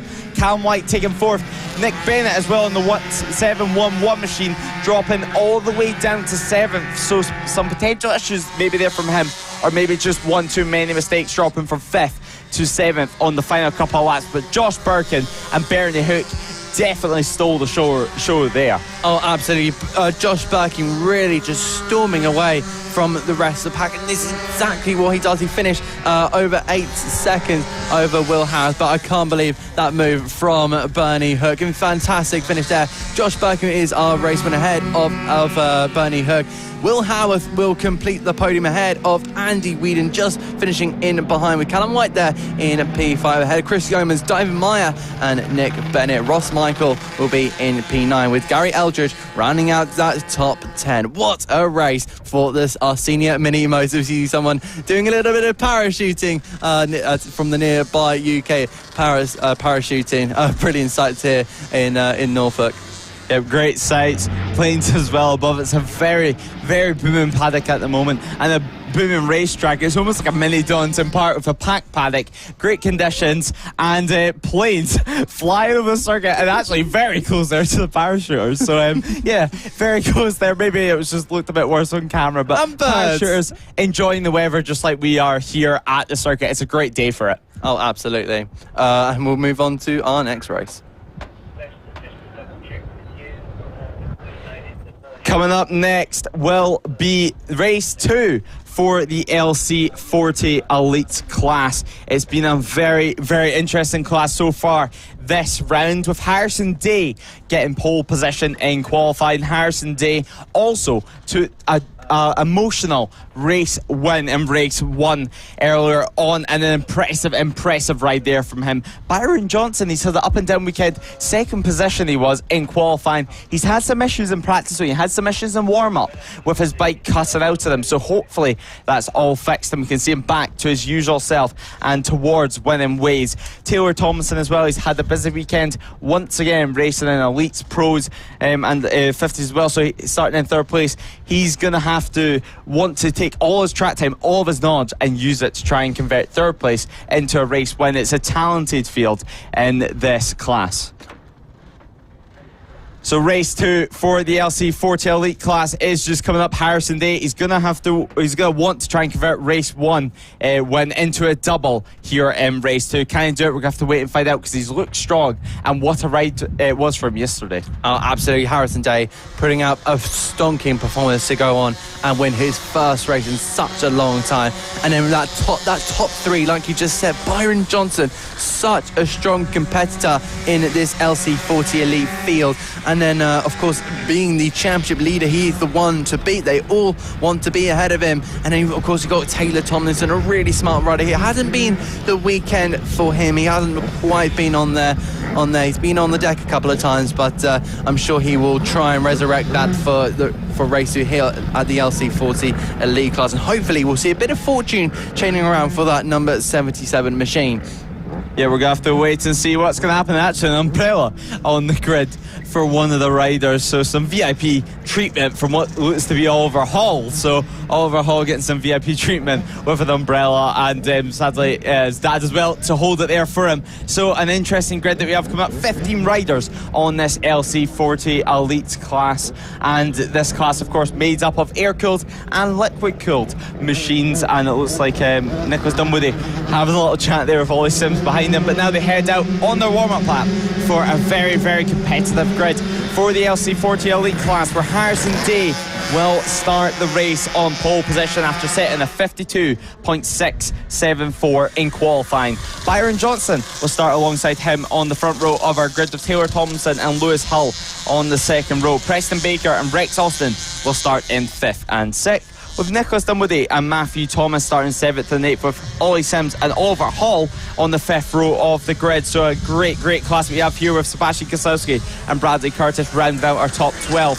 And Liam Lindquist having a good weekend so far in 13th, with Logan Cousins alongside him on the 7th row, and Archie Hooper rounding out our very competitive grid. They're doing 52-second lap times. It's incredible pace. Oh, absolutely. It's fantastic seeing all these riders making their way now round towards the grid, and I'm really excited to see what these riders are up to. We've seen them fantastic racing in Lead at Red Lodge, and now here once again at Ellough Park, and I'm sure this circuit and this class can really produce the good. I think a couple of people have actually missed out on starting this race, so really unfortunate for them, so that's why we're slightly short on this grid, but some fantastic racing just ahead of us. So it looks like all our supporters are now moving their way, and we'll get our way and we'll get started here. Point to the lights, and the lights will now come on. We now wait the ride, and we go racing here at Ellough Park. It's a good start there from Harrison Day, trying to cut off here from Byron Johnson, but Johnson now round the outside, and they've already made a massive lead, and I think that's Taylor Tomlinson just trying to start into 3rd place, but now it's going to be Byron Johnson now. Harrison Day looks to have got back into the lead though, so these two swapping already. They've swapped a couple of times, but in towards the hairpin we go, and it's still Harrison Day out in front ahead of Byron Johnson and Taylor Tomlinson just in there, and there's a rider down, that's Liam Lindquist, so the Swedish rider already down on the deck. Unfortunate for him, it's not looking good there, but someone it is looking good for is Harrison Day. We continue to focus here. Matthew Thomas now having a look there at Taylor Tomlinson, still just looking at the rear end of that bike. They're heading towards the penultimate corner, late apex there, and a bit of a move there from one of the riders. But they head now towards the end of lap 1, and it is going to be Harrison Day making his way across the line to be first, ahead of Byron Johnson, and I believe that's Taylor Tomlinson, is that right? Yes, Lewis Hull there just ahead of Matthew Thomas. It doesn't look like Taylor Thompson has made his way out for the LC40 Elite class this time around, but Lewis Hull is having a great race. He's having a great battle right now with Matthew Thomas on the 47 machine. What's going to happen? Nicholas Dunwoody and Sebastian Kosowski just behind these guys, and further down as well, Bradley Curtis having a good battle, but there's Matthew Thomas. Down the inside he goes and makes that move work. He makes that move stick. Can Lewis Hull fight back? We seen him struggle yesterday in race 1. He had a tough race 1 and he dropped down the order, but now he's back fighting at the front in the 4th place at the moment, so close to the podium positions. Nicholas Dunwoody though just behind, and Sebastian Kosowski, a late move there from him. That was so near contact, inches away from contact, but everyone gets away unscathed as now Ollie Sims has been put behind Bradley Curtis as well, just behind these guys. So Sebastian Kosowski, he's going to want to make a move. Has he made it work? Yes, he has. Nicholas Dunwoody, he's been pushed back a position, so it's not too long for Sebastian Kosowski to make that move stick, as actually Byron Johnson's getting closed in now by Matthew Thomas. And Matthew Thomas, does he have the pace for the race win? Well, he might do actually, because he's already pressuring Johnson. There's still a lot of time left to go in this race, and I'm sure that Thomas has had that pace. I do think he has that belief in him, but there's still time to try and overtake. That's one thing. You have to catch them. It's another thing to pass them, because I'm sure Johnson will be aware of that 47, right behind him. And look at that move, making his way to that inside. Is he going to make that move now? No, it's going to be backing off there from Matthew Thomas, but there's still so many more opportunities. We head on to 6 laps left of the race, and again, Thomas, having looked down the inside, really putting the pressure now on Byron Johnson, on the championship leader, and I'm pretty sure he's going to be really wanting to make that second place and make this pace count. He had a high side last time out to here at the same circuit. I don't think he'll want to replicate that again. Hopefully he can come back with a podium. He looks to be really good in terms of pace-wise, but again, making that move is going to be so difficult. There's not many overtaking spots here in terms of straights. There's about 2 straights, and one of them being here down into all the hairpin, but he's just not close enough. He's going to have to etch a little bit more, dig deeper, right deep, if he wants to try and get into that into Byron Johnson, get that second place, and then hopefully he'll be on his way to go and catch Harrison Day out in front. But a fantastic little battle here. Yeah, Harrison Day at the front. A 4-second lead at the moment is Matthew Thomas. He tries to make that move once again into turn 2. He backs out of it though once again on the 47 machine, but it's 37 versus 47 for that second place. What's going to happen? This battling as well is going to allow Harrison Day to edge away that gap more and more as the race progresses. The gap's already over 4 seconds, 5 laps remaining. It's been a dominant ride so far of Harrison Day, but this is the battle to watch. This is the battle for second place. Lewis Hull in 4th, just behind these guys, kind of in the no man's land at the moment, although he is defending from Sebastian Gosowski. But 5 laps remain in this race, and Byron Johnson, he's in a position which he's not used to. He's getting put under pressure from the 3rd place man. Oh, absolutely. It's really a bit of pressure here. This is, I believe, Sebastian Gosowski, who's trying to make a move there on Lewis Hull, but switching now, focusing back with this gap, with this battle for second place. Johnson doing the best he can to defend from Matthew Thomas, but Thomas is still doing whatever he can, having a look at that outside lane, but he just can't seem to do something. He needs a bit more momentum, a bit more of a push to try and get a pass. He maybe needs to slip it down the inside, maybe a bit of a later break on the inside of a corner, but we'll just have to see how he plays that one out. Maybe he's leaving it too late. He might know that Harrison Day is a bit further down the road, and so he might have to make do with second place. I believe has that Gosowski passed Dunwoody, or am I bugging? Yeah, so there is Sebastian Gosowski managing to get past Nicholas Dunwoody, and now he's setting his sights on Lewis Hull. So Lewis Hull is going to be put under immense amount of pressure at the moment. Sebastian Gosowski and Nicholas Dunwoody have been battling for a couple of laps now, but Matthew Thomas, he's also been battling Byron Johnson since basically the start of the race, and yet he's not managed to find any way through. Byron Johnson, although he's not used to having this close of a battle because he's been used to dominating so much in this class, but one thing he is good at is defending, and he's doing a great job of it at the moment. 3 laps remaining in this race. Harrison Day, the fastest lap of the race, with 53.0. The fastest lap of all time in this class was set by Archie Gibbs at 51.8.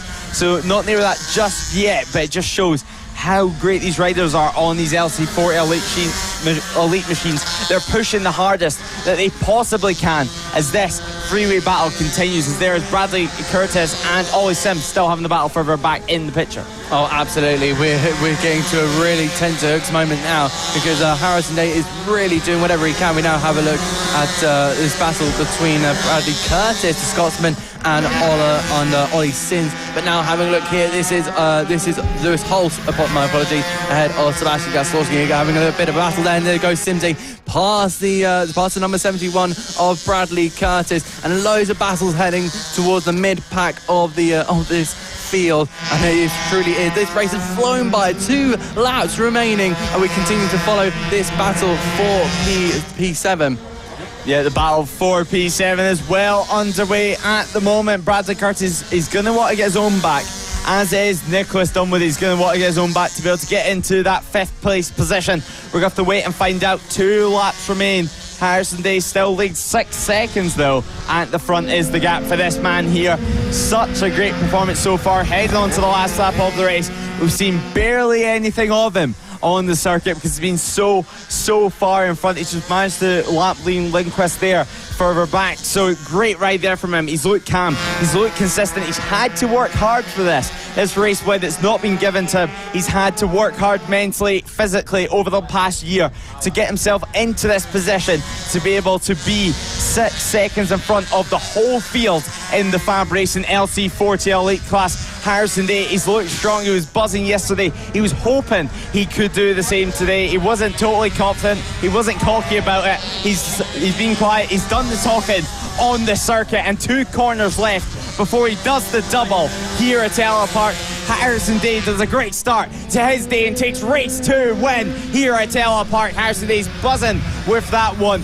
What a ride there from him. The fastest lap of the race on the final lap, and Byron Johnson just managing to take Matthew Thomas in 3rd place. So a great ride there from him. Harrison Day taking the race win, the fastest lap of a 52.8 on the final lap of the race. What a race that was there from him. A consistent ride. No mistakes were made. He won on Saturday, he wins on Sunday. Harrison Day is the man of the moment. A little high five there from, I'm pretty sure that is his dad, Josh Day. But that battle between Byron Johnson and Matthew Thomas, I think maybe the tyres started heating up a little bit too much, and Matthew Thomas just didn't quite have that starting pace that he had at the beginning. But he'll be really happy, and a personal best there at the end with just finishing in 3rd behind Byron Johnson. But Lewis Hull there finishing in 4th ahead of Sebastian Gaslowski in 5th place there. Nicholas Dunwoody finishing in P6 there with Ollie Sims and the Scotsman Bradley Curtis. Oliver Hall in P9, and a tip early on for Liam Lindquist. Unfortunately, he is a lap down and P10, but really good race there from everyone. There's a lot of midfield battles going right at it, right into each other, and it's so good to see on this Ellough Park circuit. It's really made for these mini bikes, aren't they, Lewis? Yeah, they certainly are. It's a great circuit. It's a great venue, perfect for these MiniMotos. Some great overtaking opportunities. Perfect width for them as well. It's tight. It's tight, but it's not too tight for them to make clean passes. But great conditions, and still one more race for the LC40 Elites. Next up will be race 2 for the Extreme 200 class. It was an interesting race one where Sullivan Mincy hit the deck after starting in pole position, and it allowed an incredible battle for the race win between Richard Holmes-Williams and Blake Wilson in 2nd and 3rd. So an incredible race that we've seen yesterday. Will we see much of the same today? Will we see Sullivan Mincy finish the race, and will we see him be able to break away from the likes of Richard Holmes-Williams and Blake Wilson? Oh, it's going to be an interesting race. Of course, Richard Holmes-Williams really strong. We saw that last time out at Red Lodge, and of course he's showing it here today at Ellough Park. He won race 1. And of course, Sullivan Mincy, you can see that he is on the front row of the grid. He is also one of our riders that is going up the north to Scotland, Knockhill. So hopefully he will have a good time there. Wish him well for that round of the championship. But as you know, Lewis, he's a very strong rider, and hopefully he wants to put the wrongs right. Yeah, he's he's very good at just putting any incidents that is in his mind at the moment straight to the back of it and straight to getting on with the business, because Sullivan Mincy will be starting this race from pole position after setting a time of 47.657 in combined qualifying earlier on. Richard Holmes-Williams, our race 1 winner, starts alongside him in the front row of the grid. Blake Wilson and Bailey Stewart Campbell on the 2nd row. Charlie Hunterford and Luca Allen will be starting in 5th and 6th, with Ollie Sims and Zach Turin in 7th and 8th, with Mark Evans and Harrison McKay having a great qualifying in 9th and 10th, with Lee Thompson and Will Howarth rounding out our grid in 11th and 12th, as Will Howarth continues to get used to that Extreme 200 machine. But now the riders heading onto the grid for what is going to be an exciting race, what's going to be a thrilling race. We can see Lee Klaus and one of our marshals here at FAB have been doing a great job at keeping the event running smoothly and keeping everyone safe this weekend, doing a great job. And now they wait for the riders to take their places on the grid. Just a 12 bike grid, but so much talent, such good racing that we've seen in race 1. These are some of the names for the future. Sullivan Mincy is looking strong. Charlie Huntingford has looked incredibly strong. Some mini GP70s, some 85 195cc's, some bushy 190s. What's going to happen? The lights go on. And the lights go off and we go racing. Sullivan Manson gets a great start. Richard Holmes-Williams slotting into second place, staying in second place, but it's Charlie Huntingford who manages to claim that third place on the opening start. But now it's going to have to wait and see everyone through cleanly at the moment. What a great start there from Blake Wilson in fourth place. A consistent start ahead of Luca Allen at the moment. Luca Allen, bright clean levers there from him. Very, very easy to spot. But Sullivan Manson trying to extend his gap. We've seen, for example, at Red Bull, Sullivan Manson and Richard Holmes-Williams having a great battle. Can we see it again on the circuit? We're going to have to wait and find out between the 4 and the 126 machine. Two completely different machines. 2-stroke versus 4-stroke. There is Blake Wilson trying to get past Charlie Huntingford. But Charlie Huntingford, he's had a great start to this race. He's had a great start to his weekend so far. Harrison McKay there going for your shot as well. As we complete lap 1, the gap between the leaders, 1.5 seconds between Richard Holmes-Williams and Sullivan Manson. So a great start there at the start of the race. Actually, it's 0.3 of a second only. So what's going to happen? Great track conditions and only 11 laps to go in an extremely, extremely quick class. Oh, absolutely. We're going to see some frantic battling. You're already seeing that battle forming between Blake Wilson just being the meet in the middle of this sound right on the back of one of our riders. Heading now through this sequence over the grass and on into the dip now into all this tricky section. It looks like Luca Allen there in the background trying to take advantage. I believe this is Charlie Huntingford. He's having a look at trying to make a move on here. They have a look now around at the hairpin in this late apex penultimate corner. Blake Wilson having a look there on the outside there, but cannot overtake Huntingford. Oh, and a big accident there. That's Luca Allen. That's Luca Allen down on the deck, and unfortunately he has had an incident there. He's on his feet luckily, but that's really unfortunate. He's having to now sit down. He might be a little bit winded from that one. That was a really hard hit, and especially on that floor, it must be very difficult as he limps away. Yeah, Luca Allen, he just came back actually after a leg injury, so that's not what he'd be wanting at all. But Dave Bolland, our photographer here at FAB, did a great job at getting his bike pushed off the circuit. I'm sure he'll check that he's okay. He just got in the throttle and the rear lost grip and he just slid away, and that front end also got a little bit light. He was very, very lucky to have re-grip and send him over the high side, but he is a bit winded and over the side circuit. He can only watch Sullivan Manson there at the front. 2.2 seconds is the gap between himself and an actual rather relaxed looking Richard Holmes-Williams, but there is Blake Wilson just ahead of the 161 machine of Mark Evans, and Zach Turin having a battle further back with Ollie Sims just behind this lot as well. So a great battle forming at the moment for 5th position. So battles forming all the way down the field. An extremely talented and extremely close Extreme 200 class. It's great seeing the numbers this weekend. Oh, absolutely. They've been absolutely fantastic. We're just currently watching this battle between Zach Turin, and he is shaking down Mark Evans in that 161 bike, and they're going over the crest and into the dip and making their way now. Really got to get that tightened up before straightening out this little chicane section, and it seems like Zach Turin's still trying to find a rhythm here around this Ellough Park circuit. Turin doing really well. We spoke to him earlier on in the stream, and he felt quite confident going into this round, but hopefully that can translate as he tries to make a move here on Evans. Yeah, he's trying to make a move. Can he make it work? How long will it take for him to show his front wheel? 8 laps remaining in this race. At the gap last time around between them, it was 0.2 of a second, so nothing between the two riders at the moment. That's where he's going to want to try and make that move. He's going to want to try and make it work. Ollie Sims, though, he's in that perfect position where he's not getting held up by anyone. He can take his own lines. He's not under pressure from anyone behind, but he's still at a pretty good distance that if these guys do run into issues or start making mistakes, then they great work. But there's Charlie Huntingford getting past Richard Holmes-Williams. So I did see Richard Holmes-Williams looking very, very relaxed, but maybe that's because he has an issue. He's trying to sort it, and he certainly is. Look at that. He's looking back behind him. He's looking down at the dash as well. Richard Holmes-Williams has an issue with that motorcycle. It looks like looking down at the dash once again, and look at that gap rapidly extending. Last time around, a 51-second lap time from Richard Holmes-Williams. That's not the times we know that he can do. We know that he can do incredible lap times, 48-second lap times. So 3 seconds slower last time around, as Charlie Huntingford now gets promoted into second position. This may allow Blake Wilson to get onto the podium if he can manage to catch up, because there's still 7 laps remaining in this race.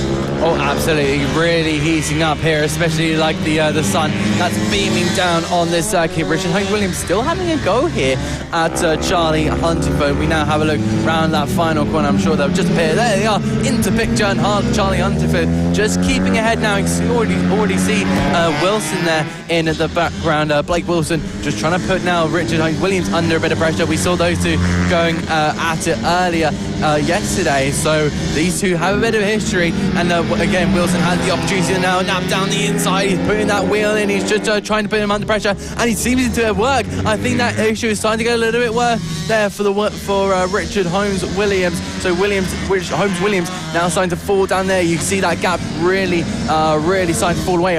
Wilson is already under pressure here from Huntingford. He's really putting that 75 now under a bit of pressure.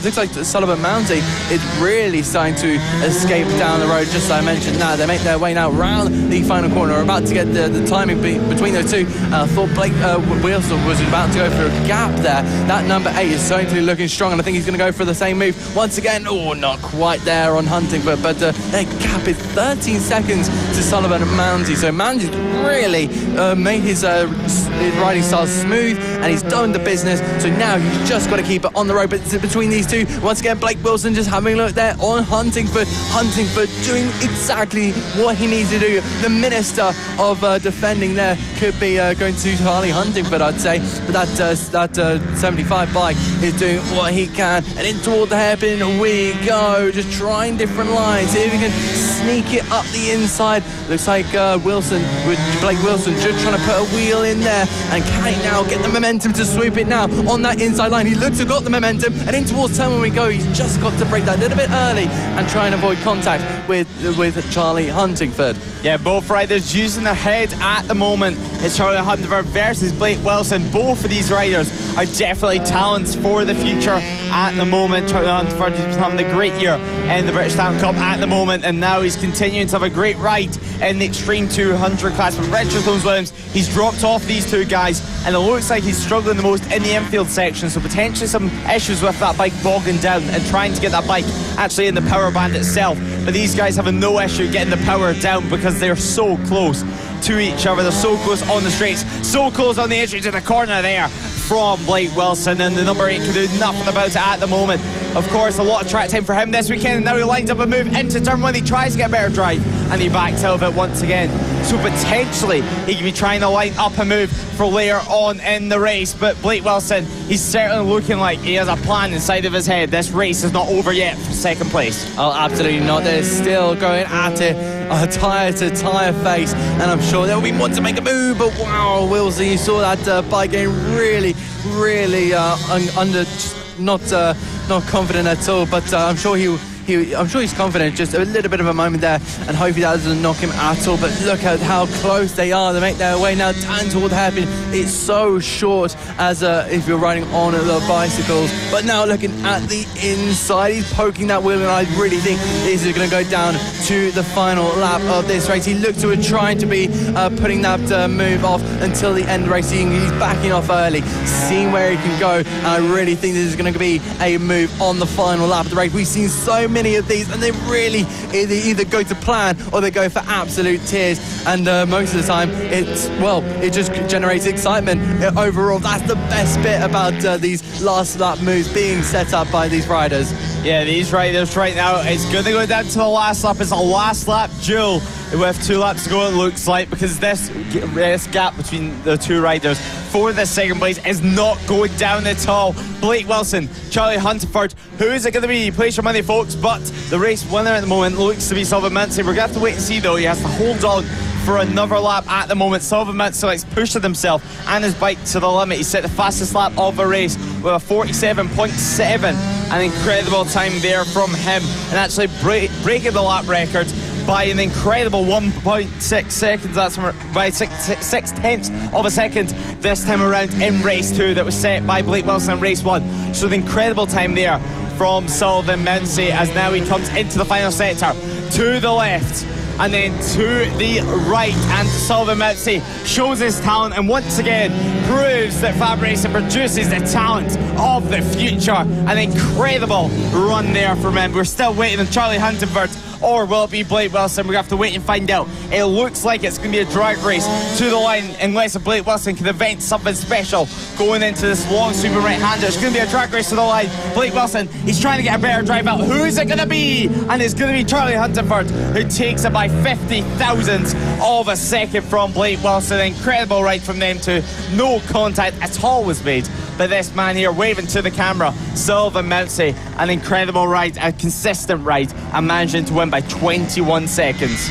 That's a proper margin there from Sullivan Mounsey, but really big stuff there from Mounsey. That will really, really build his confidence going into the weekend in Knock Hill. I really think he's going to do really well there. But yeah, talent is always being produced here at FAB-Racing Mini Bikes British Championship, and that number 4 will take his third win of the season. But it's going to be Charlie Huntingford and Blake Wilson completing the podium, with Zach Turin managing to take 4th place there ahead of Bailey Stewart Campbell on his return to FAB-Racing. 6th place goes to Richard Holm-Williams. That issue was very, very apparent come later on in the race. Ollie Sims, Mark Evans, Harrison McKay taking 7th, 8th, 9th, with Luca Allen managing to remount on his bike, and he will take P10 and the final on the final place. Lee Thompson being the only did not finish in the field. But yeah, fantastic race there from everyone in the Extreme 200 field, and wow, you'll have to see what happens in that final race. Who will be winning that one? Will it be Holmes Williams? Will it be Mounsey? Or will it be someone completely different as we head into the third race very soon? So the next race will be the Moto team. So of course a lot of excitement around this race. So of course team racing is happening here at FAB-Racing, and we've got a fantastic, not entirely packed lineup, but good enough to get a really good race on. And once again we'll be seeing the appearance of our returnee Bernie Hook. If we just have a look and see, I think he's in there in the background making his way to the grid. So not many riders, but Lewis, incredible grid here, full of talented riders. And how are you feeling towards this one? Yeah, it's going to be an incredible race. Will Harf winning race 1, it's what we expected, but for this race he will be starting in pole position on board the 96 machine. Alongside him there will be Team Acme Racing, with Team Pinky and the Brain starting in 3rd. Team Italia will join them on the 2nd row of the grid, starting in 4th position, with Team Dis and Scott Jewett in 5th and 6th. Team Ernie the Badger and Team Keats Racing will be starting in 7th and 8th position on the 4th row of the grid, with Bernie Hook returning to the championship in 9th position. It's great for them, and it's great conditions for these guys once again. Will we see lap records go? We're going to have to wait and see. The lap record is still held by Will Howarth in 2022 whenever he set a time of a 52.8. So what's going to happen in this one? It's going to be an interesting one. Can Will Howarth win the overall race and do the double here? Oh, absolutely. It's definitely, I think Howarth definitely had that pace. He's been showing it all weekend, and he's such a strong rider in this class. With 5 wins, make that 6 under his belt, and of course with 7 podiums to his name this season, he does seem unstoppable. But I can assure you there are still some great challenge there, as we just see, I believe that's Bernie Hook just rejoining there at the back. So maybe he has a bit of an issue, but hopefully there's not too many issues. But now pointing to the lights, and the lights will come on, the revs will rise, and we go racing here at Ellough Park. It's a great start there from Will Howard, defending from the Team Acme Racing. They head now into towards turn 1. I think that Team Italia getting pushed very, very wide there, and he will lose a couple of positions, lose a bit of momentum. But look at Howard already making the dream getaway and pulling a great lead there between him and P2 of Acme Racing. But now looking around the outside, oh, I think that's Acme Racing now with an issue. Acme Racing, unfortunate there, it's only lasted a good couple of corners, but unfortunately there's a big issue on that blue and white bike, and that is not the way you want to be starting race 2. Howarth will be now in a much comfortable lead, but now, and I think is that the same bike? That's certainly the Badger as well, and they have a chain off their bike as well. There you can just see it hanging off at the back, so he will not be bothering anyone at the moment. He'll not be making any more ground in this race, because while Howarth, he's made up all the ground on the first lap. 2.3 seconds of ground between Team Pinky and the Brain. Of course though, Team Pinky and the Brain in the standard class, while Will Howarth's in the open class, so these guys both leading their classes. Look at that, Bernie Hook up the inside of Team Italia. He's looking so much better than race 1. He's looking like he's on the pace. It's looking like he's comfortable on that bike slightly. Some more work still to do on that, of course, though. It's still a completely new motorcycle. It was first seen at Red Lodge with Will Howarth, and Will Howarth, he struggled a bit on it, and now it looks like it's starting to get dialed in as Team Italia drops back ever so slightly. We did see them get pushed wide at turn 1, almost into the wall actually. It was really wide there from him, but nothing they could do. They had to set up the bike. The first turn lunges once again coming into play with that one. But 11 laps remaining in this moto team race. Just 5 bikes remaining in this race as well. It's a very dramatic start at the moment. It's been a dramatic race so far. Team Keeks at the back of the running bikes at the moment, so we're gonna have to wait and see. Who knows, maybe even Team Acne could get the bike restarted to try score some points in this race. We're gonna have to wait and see, because that didn't look good for them on the opening laps. No, absolutely not. But you talk about Bernie Hook's pace in the race. What is it going to be like in qualifying if you turned up? That would have been very scary. But it's Howarth. Howarth has actually had a gap decreasing massively, I've just noticed, and Team Pinky and the Brain seem to be on him already. That 55.7 last amount, almost a second slower than Team Pinky and the Brain's fastest lap. So there's a bit of a problem there on Howarth's bike, and that's going to be really concerning for the number 96. He's got a win to his name already here at Ellough Park in race 1, but he's now looking behind him. He knows the pressure. There goes Bernie Hook looking down the inside of Team Pinky and the Brain. Oh, a bit of a moment there on that bike, but he's managing to get past these guys with absolute ease. Can Bernie Hook now go on and take the race lead? Howarth doesn't look too strong. He doesn't look confident on that bike. There seems to be an evidential issue on there. I'm not entirely sure where it's coming from, but Bernie Hook seems to be all over it, making their way now through the sweep. Is he going to have a look here on the inside? No, he's just going to back off. He's going to think smart now and just decide to back off in towards the tricky section. We going to cut that little corner, getting so close to that tyre barrier, but now in toward the hairpin we go. Really get the bike, lean in and try and get as much turning as possible. That number 96 starting to feel the pressure. I'm not sure if Will is starting to look behind quite a lot, but Howarth really feeling the pressure now. Hook, can he go and get the lead with 8 laps remaining? Yeah, Bernie Hook 1 lap ago made the move. It either cut the curb of the inside or he momentarily lost the front. He had a huge moment there trying to trail brake into turn 1, but now Howarth also having a slight moment coming out of the infield section, and now Bernie is trying his best to catch up, but Bernie Hook, will he make it work? Will we see Bernie back on the top step of the podium? We're going to have to wait and see. We're going to have to wait and watch, and it's going to be an interesting one, although at the moment he's not showing on our timing screen, but potentially just some transponder issues there for him. Will Howarth leading this race though? Will he have issues playing for the rest of the race, or has he got it sorted? Has he got it dialed in? Has the slightly different temperatures, slightly hotter today, affected his jet and his carburetor, causing his bike to bog ever so slightly? We're going to have to wait and see, because right now he's definitely back on the pace. A 53.4 that time around, 1 second quicker than Team Italia in 3rd place. So starting to pull away, and he's hoping to do the double at the moment. So Will Howarth, he's extending the gap. You can see though, Bernie Hook, he will be very happy if he can finish in 2nd position.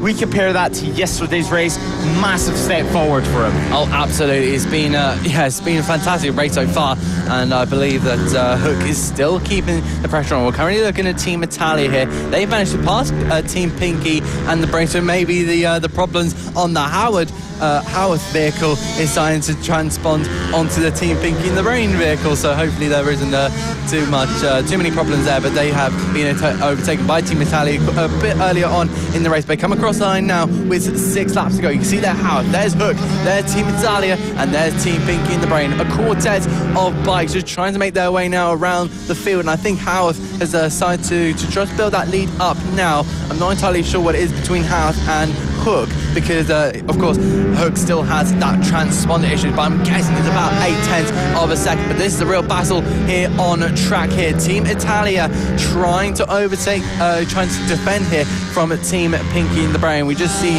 that number 70 machine trying to cut its way round the circuit and just doing a bit of defensive when it can. Don't use it. Don't be defending too much, because then it could be off-putting in the line. So if you try to put it into the middle here, that'll be really affecting all the way through to probably T1 actually. But now in towards the penultimate corner, late apex there. You're already getting on that cracked curve. That might affect the bike quite a bit now. But again, Howarth extending that lead over Hook, and I think Hook now has to start looking behind him with 5 laps to go. Team Italia are starting to go on the prowl here for that for Hook's bike.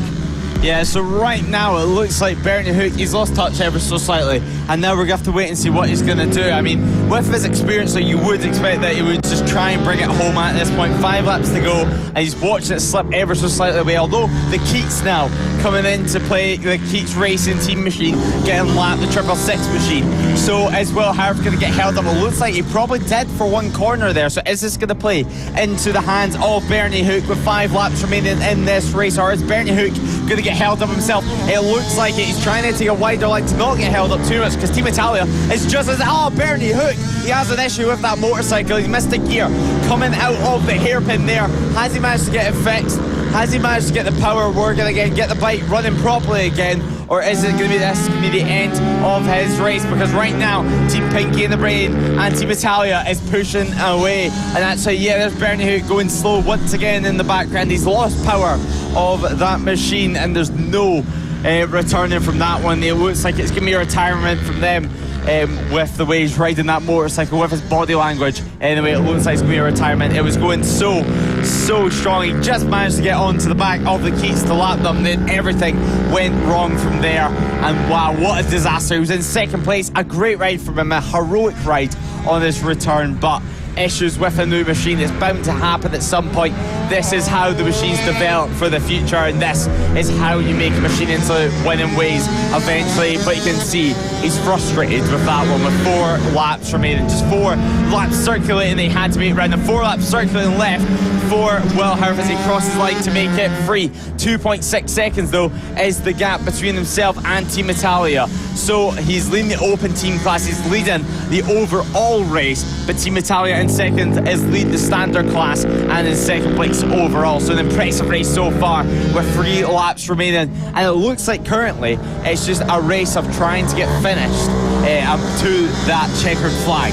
Absolutely, it's been a class race so far. There's been a lot of action between Howarth, feeling that pressure. Of course, Bernie, who unfortunately had that issue, really cost him. That is such an unfortunate way to go. But there's still one more race, so hopefully Hook can get that fixed, and we'll be able to see him get back on the podium. But already, Will Howarth having a bit of a wheel there, so having a little bit of fun with crossing the line and making it with 2 laps to go. Team Italia look to be still out in front in the standard class. Was still feeling the pressure there from Team Pinky the Brain. We're just having a look at the timing here. Half a second is separating the 2 standard teams, as Team Italia is still just cruising there, and there they are in the picture looking down the inside. Goes Team Pinky in the Brain, and they've got it, that number 1 bike, that 01 actually, in fact, making its way now into the standard class lead. And now can Team Italia have a reply here to head into the tricky section of the circuit, and Team Italia will be wanting to try and get it back in towards the hairpin. They go late on the brakes, they go, and maybe start to build a little bit of momentum. But Will Howarth is currently out front at the moment, and I'm pretty sure he's enjoying every single moment. Yeah, we join every single moment of this final lap of the race. Well, this is the battle for the standard class win in the Moto Team race. It's Pinky in the Brain versus Team Italia, who's going to get the standard class race win. Obviously, the overall race win seems to be going the way of Will Howard, 2.8 seconds at the line last time around. But Team Italia, he's going to have to find something very, very special to catch up to Pinky in the Brain with just half a lap remaining of this Moto Team race 2. Will Howard, though, what a race it's been. He's had some slight issues at the start, struggling to get that bike going, struggling to get that bike into the rhythm, but now he's in his groove. He's back to winning ways, he's back to winning form, he's back to dominated at the front in the last half of this race. Just 2 corners remain for Will Howard to go around the 96 machine. Well, it should be changed to number 1 because he is on top here in race 2 in the Moto Team class, taking his 2nd race win of the weekend. What an impressive result there from him. And it's Team Pinky in the Brain who manages to clinch the standard class win there from him. So Team Italia rounded off the podium, but 2nd place in their class, and actually coming across the line, Will Howard will win his class actually with only 1 open bike making it to the line. So the open team class causing havoc with some reliability there. Oh, absolutely. But Will Howard coming out on top there. His 7th win of this season, and he's really putting dominance into effect here. And I do think it's fantastic to see. He does a little wheelie for the crowd here at Ellough Park. But Team Pinky in the Brain making that late move there on Team Italia, just snatch away the standard class win, and hopefully we'll see some more of that action later on in race 3. We saw, of course, Team Acme and Team earning the badge, and of course Bernie Hook going out of the race, which are very unfortunate. But a full race rundown. Will Howard is your winner ahead of Team Pinky and the Brain in 2nd place in the standard class winner, with Team Italia ahead of Team Dis, with the Keats coming home in 5th place, and then it's going to be Bernie Hook out of this race, Team Acme and Team Ernie in the Badger. So hopefully they'll be able to get their bikes fixed, and hopefully we will see them up at the top end come race 3 later on. Yep, later on today will be race 3, and it's going to be an interesting one. Will Howard be able to do the triple? It's going to be interesting. It's going to be high drama. That standard class, though, in the Moto Team looks to be very, very strong. I mean, we've seen Pinky and the Brain and Italia battle in the last lap. It looks like they're going to duke it out in race 3 as well to try and get the honours of the standard class. Although you want to win overall, winning in your own class is always a bonus, because that's where they're going to get the championship points. So it's going to be an interesting one, and it's going to be a great race. So we're going to be heading for a lunch break at the moment, and we're going to be heading back on track at 1:25 for the run-in of this afternoon's racing, where we're going to have some of the race 2s and then all of the race 3s coming up. So we're going to give you a little walk around the paddock, which we recorded earlier on in still sunny conditions. So we'll head over straight to the paddock. So we're here in the paddock now, and we're going to have a little walk around the paddock, see what's happening, because it's lovely conditions here at Ellough Park. But first of all, how do you think this round's going to go this weekend, with it being such nice weather for these riders, Adam? Well, I think it's definitely going to be fantastic action. We've seen it so many times throughout Red Lodge last couple of weeks ago. I really think we're going to be seeing the same again. There's so many talented riders that have had experiences at Donington recently, and then they're going to be off to Knock Hill next week. So very excited to see where these riders are off to. Well, there's some riders just sitting over here, and actually Luke Fletcher is just sitting relaxing. And Luke, is it all right to have a quick word? Yeah, it's fine. So Luke, how are you feeling going into this weekend at Ellough Park? From coming off of Red Lodge with 2 wins on the 70 and 3 seconds on the 50, I felt that I'd had such a good season so far that this isn't my favourite track, so if I could squeeze out a few really good results, then I'd be really happy. And I was just speaking to you earlier, and you mentioned that, well, your dad mentioned that you got a new bike for this round, a completely new bike. So tell us, first of all, what the differences is between your old 70 and the new one that you've now got. In practice, I was going quite quick, but I wasn't quite comfortable on the bike trying to get it turned in the corners, so we had a new 70 that we hadn't been able to test yet, so we got it out and rode it, and I loved it straight away. So we put the other bodywork on it, and we're going to race it. And what's been the biggest difference between the two bikes that you've noticed while riding it on track? Probably it just steers better. When you get into a corner, I got tired because I was trying to wrestle it to turn it, whereas this, it like just turns really not easily. And finally, last round, of course, at Red Lodge, you had a slight mechanical, I believe, and it caused a multiple bike collision. But first of all, tell us what happened in that crash, and are you okay from that? Yeah, I'm fine, and I hope everyone else was. But the base gasket for the water blew out the front of the bike, so all the water went onto my back tyre on the track, and nothing I could do, and I went down, and then everyone else went down on the water as well. So yeah. Well, everyone looks to be okay from that, and it looks to be great weather for this weekend, so good luck. Thank you very much. And just behind Luke is Finley Paul, which seems to be walking away, and he's getting dragged into it actually.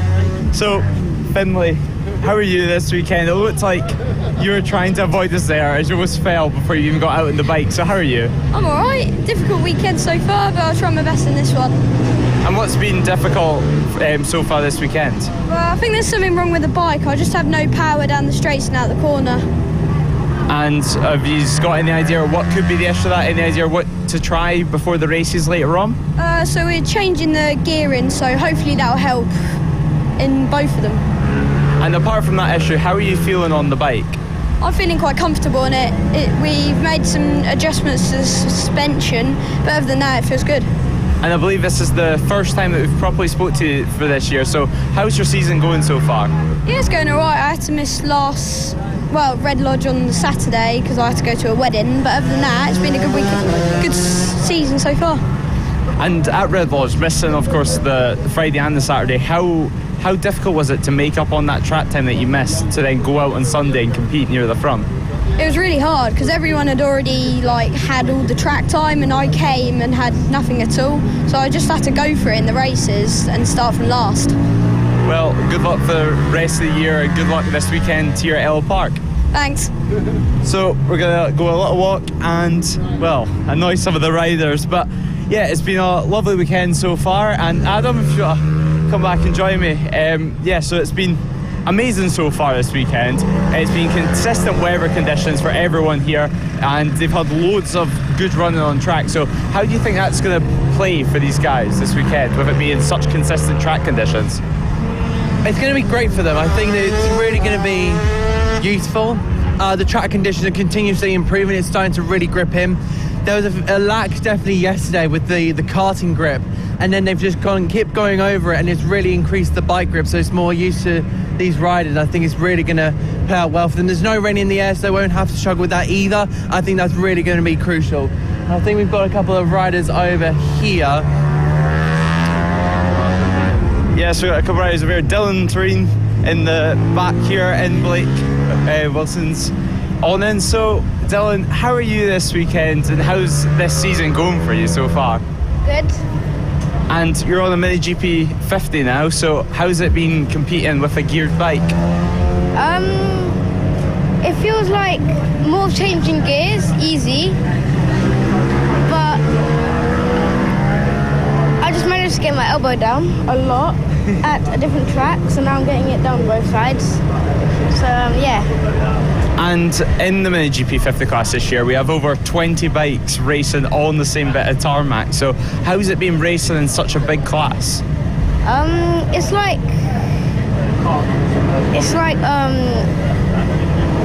It's quite easy when you're on the grid. You don't really notice that much people. So yeah. And Ellough Park, is this a track that you enjoy, and is it a track that you like riding? Yeah, sometimes. Once I came here for a practice day here once, but yeah, it was good. I like it. Well, good luck for this weekend, and we wish you all the best. Thank you. And just next to Dylan is Marco Holt and Harry Payne.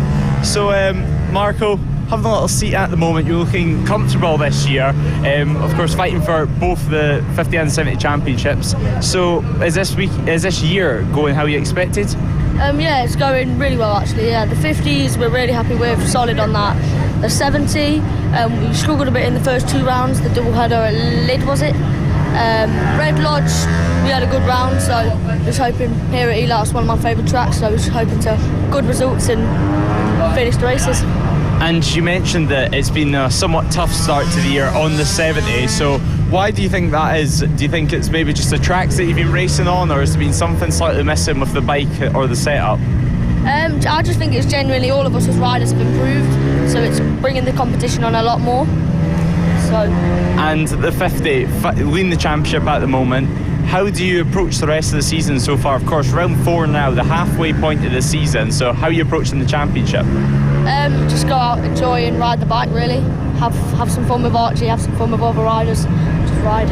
And Luke Fletcher has been incredibly strong this year, especially in the 70s. Do you think you can rival him? Do you think maybe you're his main competition right now? Here at Ellough Park, do you think you can match his pace?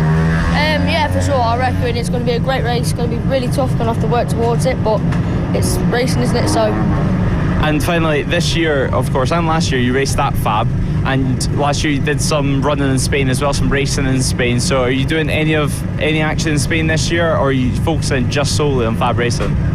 No, we're doing Moto 5 this year again. We were going to do Moto 4, but because of the ages, we couldn't. I think there's one round that clashes, but Landau has just been cancelled, so we've only got one now that clashes. So.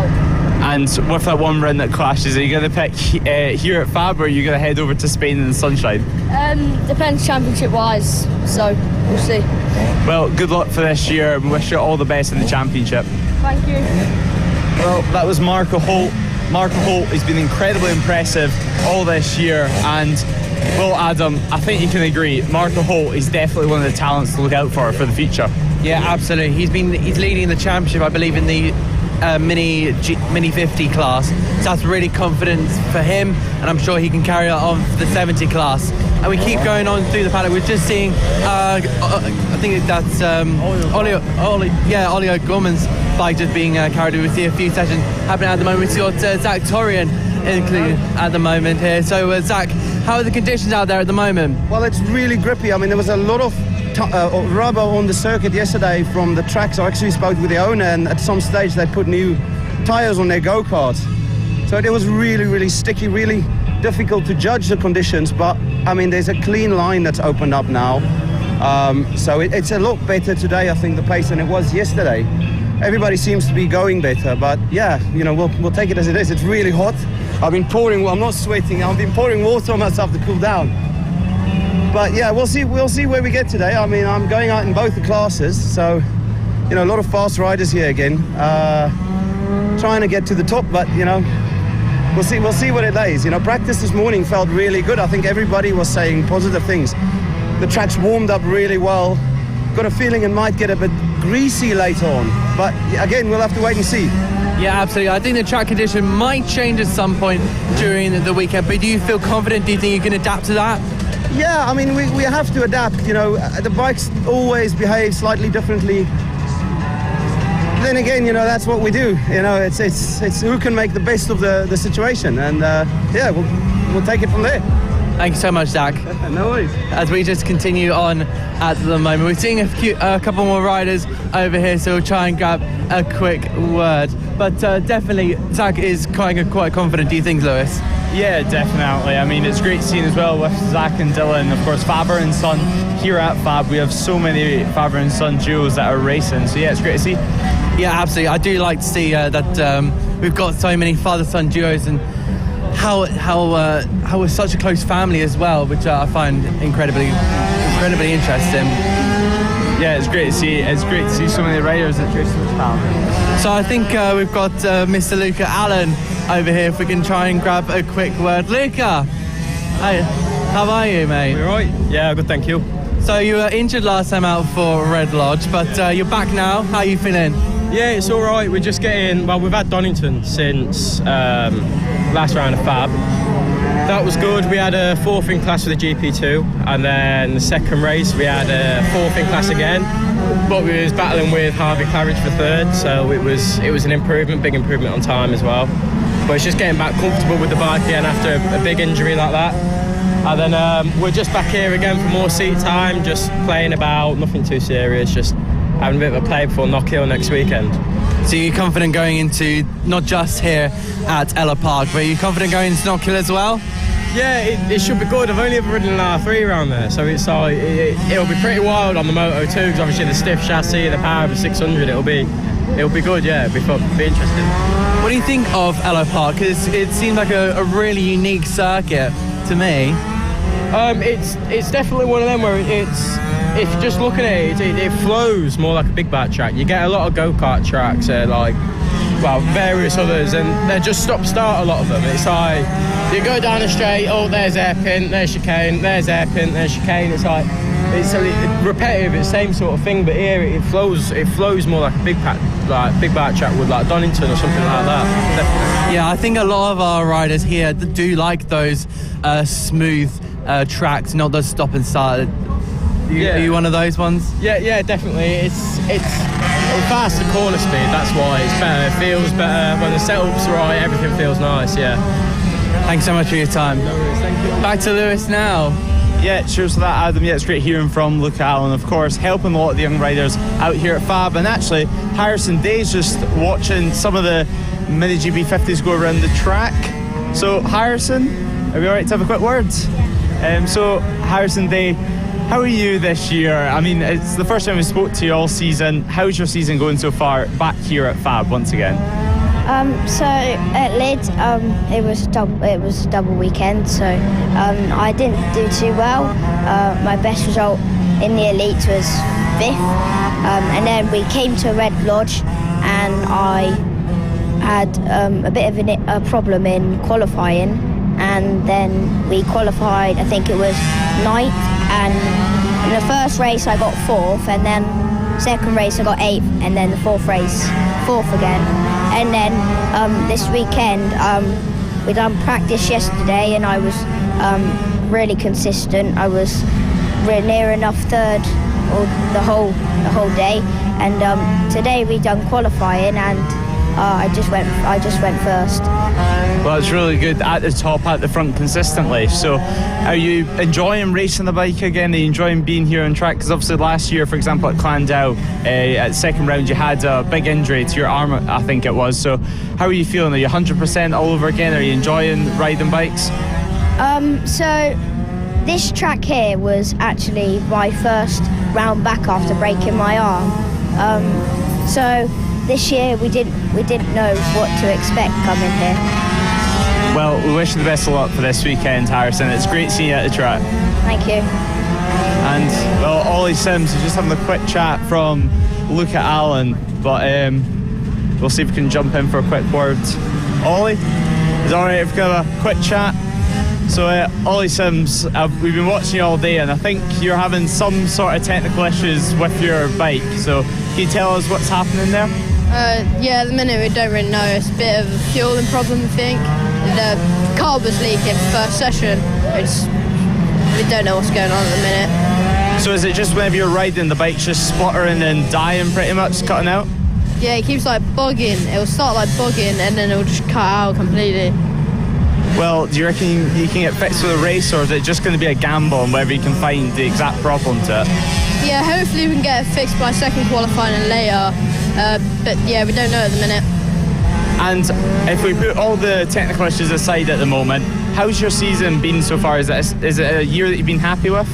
Yeah, it's going really well. This round we're doing Extreme 200s as well, which is good. Yeah, but so far, so good. And everyone watching at home, the Extreme 200 class, it's quite an odd class to watch. You know, there's a lot of different styles of bikes. There's pit bikes, there's 2-strokes, there's 4-strokes. So what's it like to ride in the Extreme 200 class? Yeah, it's my first weekend doing it, and it's going all right. Yesterday we also had some bike issues, but yeah, it was really good. And finally, here at Ellough Park, it's sunny conditions today. So is it difficult to ride in the sun here today, or does it not really matter too much on the, for example, the Mini GP70? Do you not feel it too much? No, I do get really hot, yeah. But yes, it's going all right. Well, wish you the best of luck for this weekend, and good luck and have some fun. Thank you. Well, it's great hearing from Ollie Sims. one of our talented riders that we have here at FAB, of course. And Adam, I think you can agree with me here with, for example, Ollie Sims, and with both the Mini GP 70 and the 50 class in general this year. The classes have expanded so much, it's so great to see. Oh, absolutely. We want to see as many riders as possible. I think it's crucial to see these upcoming riders. They need exposure as well to be able to get those sponsorships that are much needed and get to the top. So I would love to be able to see in the next 5 years, like some of these riders that are just hanging around this FAB-Racing paddock, just seeing them up at the top end of the pyramid. And I think that's fantastic to see. So we're just going to have a continued walk down here and move towards, I believe this is the Mini GP50s. Yeah, it's both 50s and 70s, part of the Danny Webb GP camp, and a lot of riders are in the camp. I mean, we have Archie O'Brien and we have Chloe Gleason. We have a lot of the top riders in Danny GP's camp, and they're doing a great job. They're being able to help the riders away from the circuit as well. Absolutely, that sounds absolutely amazing. We've just seen the some of the sidecars getting ready, so I'm not sure if we're able to go to them just yet, but I think that is this is the Mini GP50 that are currently out on circuit at the moment, so we'll maybe try and grab a quick word if this comes zooming past us in the paddock. Yep, and no one currently in the awning at the Danny Webb GP camp at the moment, but I believe Sidecars are just about to head onto the circuit, so it's a bit too late to speak to them. But yeah, Riders just headed into the paddock at the moment, so I don't think we're going to catch anyone just yet. But Bradley Curtis is just coming our direction. So Bradley, is it okay to have a quick word? Yeah. So Bradley, it's you came at Railroad last year here at FAB, of course, with your sister Lucy, who's just coming back into the paddock at the moment. So how are you enjoying your time here at FAB-Racing? It's fun and they're all fast and I have quite a lot of friends. It's competitive and they don't give you a gap to overtake or anything. So And you came here to FAB from the Scottish Championship, from the Scottish MiniMoto Championship. So what's been the biggest difference racing in Scotland to here at FAB? Scotland has like slowest groups to fast groups where we just go with it, and we have fast groups. Scottish a bit slower, and yeah. And this weekend, have you got any aims or expectations for yourself? How are you hoping Ellough Park to go? To try and get top 5. And this season so far is, of course, you've had quite a lot of experience racing at different types of venues. Luckily, not too much wet track time, but with the sun being out here today and it looks like it's going to be dry all weekend, how are you feeling towards that and here at Ellough Park? Is it a circuit you enjoy? Yeah, and I kind of hope it goes well in the race because my bike had a few problems, but I hope my dad's fixed it, but I know he has. I just hope he hasn't done anything wrong, so yeah. Well, good luck and we wish you all the best this weekend and hopefully no more bike issues. Thank you. Wow. And just behind Bradley is Matthew Thomas, and Matthew, you look pretty sweaty. How are you feeling? Of course, you've just came off the Mini GP50. Is it difficult to ride out there at the moment in these hot conditions? Yes, because it's hard to overtake when against slow people. So you have to get a good drive out of the final corner to overtake down the straight. Well, in the Mini GP50 class this year, you've had quite a successful start to your year. You've been consistently getting your lap times down and consistently getting further up the order, moving from the MiniMotos. So how's it been racing both the MiniMotos and the Mini GP50 in the same year? It's quite hard, if it's one elite then 50, I'll have to put my 50 in here and then have to change my boots quickly and then get on my 50 to ride. And at this track, you've mentioned just before you came in, it's quite difficult to get past some of the slower riders. So at this venue, how do you approach overtaking? Do you have to almost block past them, or do you have to get the move done nice and early? So so when I'm looking around the corner, I have a good drive, and then if I can't get by side, I get go underneath them and keep next to them, and then on the exit I get a good drive and get past them. So So here at Ellough Park, is it all on the corner exit on when you can get the overtakes done on the bigger bikes? Yeah, so down there is a good overtaking spot because you can go on the later brakes and just block past them and still have a good exit up here. Well, we're going to wish you the best of luck for this weekend, Matthew, and have some fun. Thank you. And I could just spot as well Henry back here. So I believe that you missed last round anyway. So why don't you tell us why you missed it and where you were instead of here at FAB? We did go to Spain.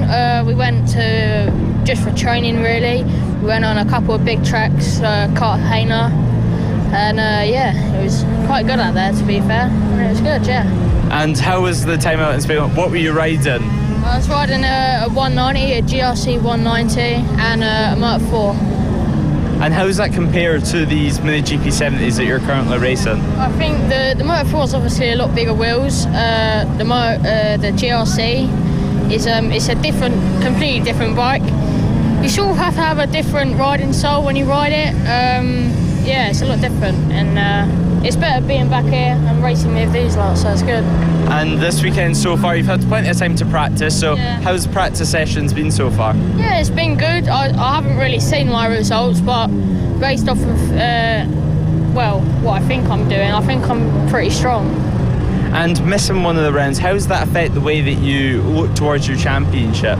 I think this year is maybe just a practice year, trying to get ready for maybe Spain next year, Moto 4. So we're just using it as track time and racecraft. Well, we wish you the best of luck for the rest of the season, and we hope that you enjoy yourself this weekend out in the sun. You don't have to be in Spain to enjoy the sun at the moment. I know. Yeah, thank you. Right, and I believe let's just go walk down here. Of course, Adam, it's near an airport here, so there's airplanes coming across loads of times. So it's not just the bikes making a ruckus around here, but as I was mentioning, Spain is becoming ever increasingly popular with riders. Many riders heading over, having some fun out there. So how much do you reckon it's going to benefit them heading out to Spain rather than just staying in the UK? Definitely, for someone who's not really into bikes, I have heard that Spain pretty much seems to be the place to be. But there's definitely a load of circuits out there in Spain that can get that are great circuits, especially like Jerez, I know Aragon, and maybe Barcelona. We see a couple of the, I believe it's the pit bike 140 class. So if we want to, not entirely sure if they're all getting ready. So it looks like they're not ready to get interviewed just yet. But let's have a look down here at some of the smaller classes. And but as I was saying, in Spain, they've got a great amount of circuits, and there's definitely a few places where you can get the testing and the mileage in, and it will be benefiting them, especially if they want to progress forwards. And we'll speak to some of our younger riders here at FAB. Of course, many different classes, and people starting from as young as 5 and 6 years old. So first of all, why don't you tell everyone what your name is and what class you're racing in this weekend? My name is Emerson Oakley and I ride in the Rookies. And Emerson, how are you enjoying the Rookies this year? Of course, you're just starting your racing journey, your racing career, so how are you enjoying it here at FAB? I am quite enjoying it here at FAB. And Ellough is quite a good track. And how's the racing been so far this year? Has it been close battles in the Rookies? Yeah, it's been quite a few close battles in the Rookies. And with you just starting riding these MiniMoto machines, what have you had to learn to be able to go quick on it? So I've had to learn that you if you're not on the throttle, you're on the brake, but if you're not on the brake, you're on the throttle. No time wasted in the Rookies, it's a competitive class. So what are you working on at the moment with yourself or with the bike? I'm working on my turning, because every time I turn, I slow down. I don't use the throttle. I slow down. When I get to the right bit, then I use the throttle. Well, we wish you the best of luck this weekend, Emerson, and we hope you enjoy it. Thank you. So riders of all ages here at FAB enjoying the sun and enjoying the racing, but there is a rare sight actually of Mick Williams, of course, leading the championship. So we'll have a quick walker talk. He doesn't like interviews too much, so we're going to have to force him. But Mick Williams, is it okay if we have a quick chat while you bring the bike back to the paddock? Yeah, quick one, yeah. So how's this year going so far? You're continuing your dominance. How does it feel? Yeah, it seems to be getting harder and harder every year, though, I must admit. It's all good, yeah. And with your dominance for so many years, what do you think it is that's separating you from everyone else on the grid at the moment? I just think I've been doing it the longest out of everybody. I've just got more experience. I think that's it, really. Yeah, nothing special about me. I mean, just the experience. So that's all, really. And Ellough Park, is it a track that you enjoy in the sidecars? What's it like for trying to make an overtake here? It's not too bad, to be fair. There is places where you've got opportunity to overtake, but it's a nice track.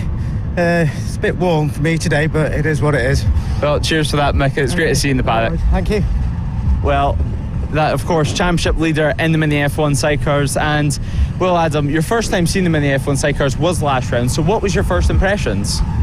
They were definitely new. I didn't expect them to be so good. We saw a lot of carnage as well, which entirely impressed me. They're a neat piece of kit as well. It's so incredible to see them leaning over and trying to get the turn in as well. The technique in those sidecars are second to none, and I really enjoy watching them out on track. It's a joy to see something different, not just the one like the single seaters bikes, but seeing a bit of partnership in them, which I find really interesting.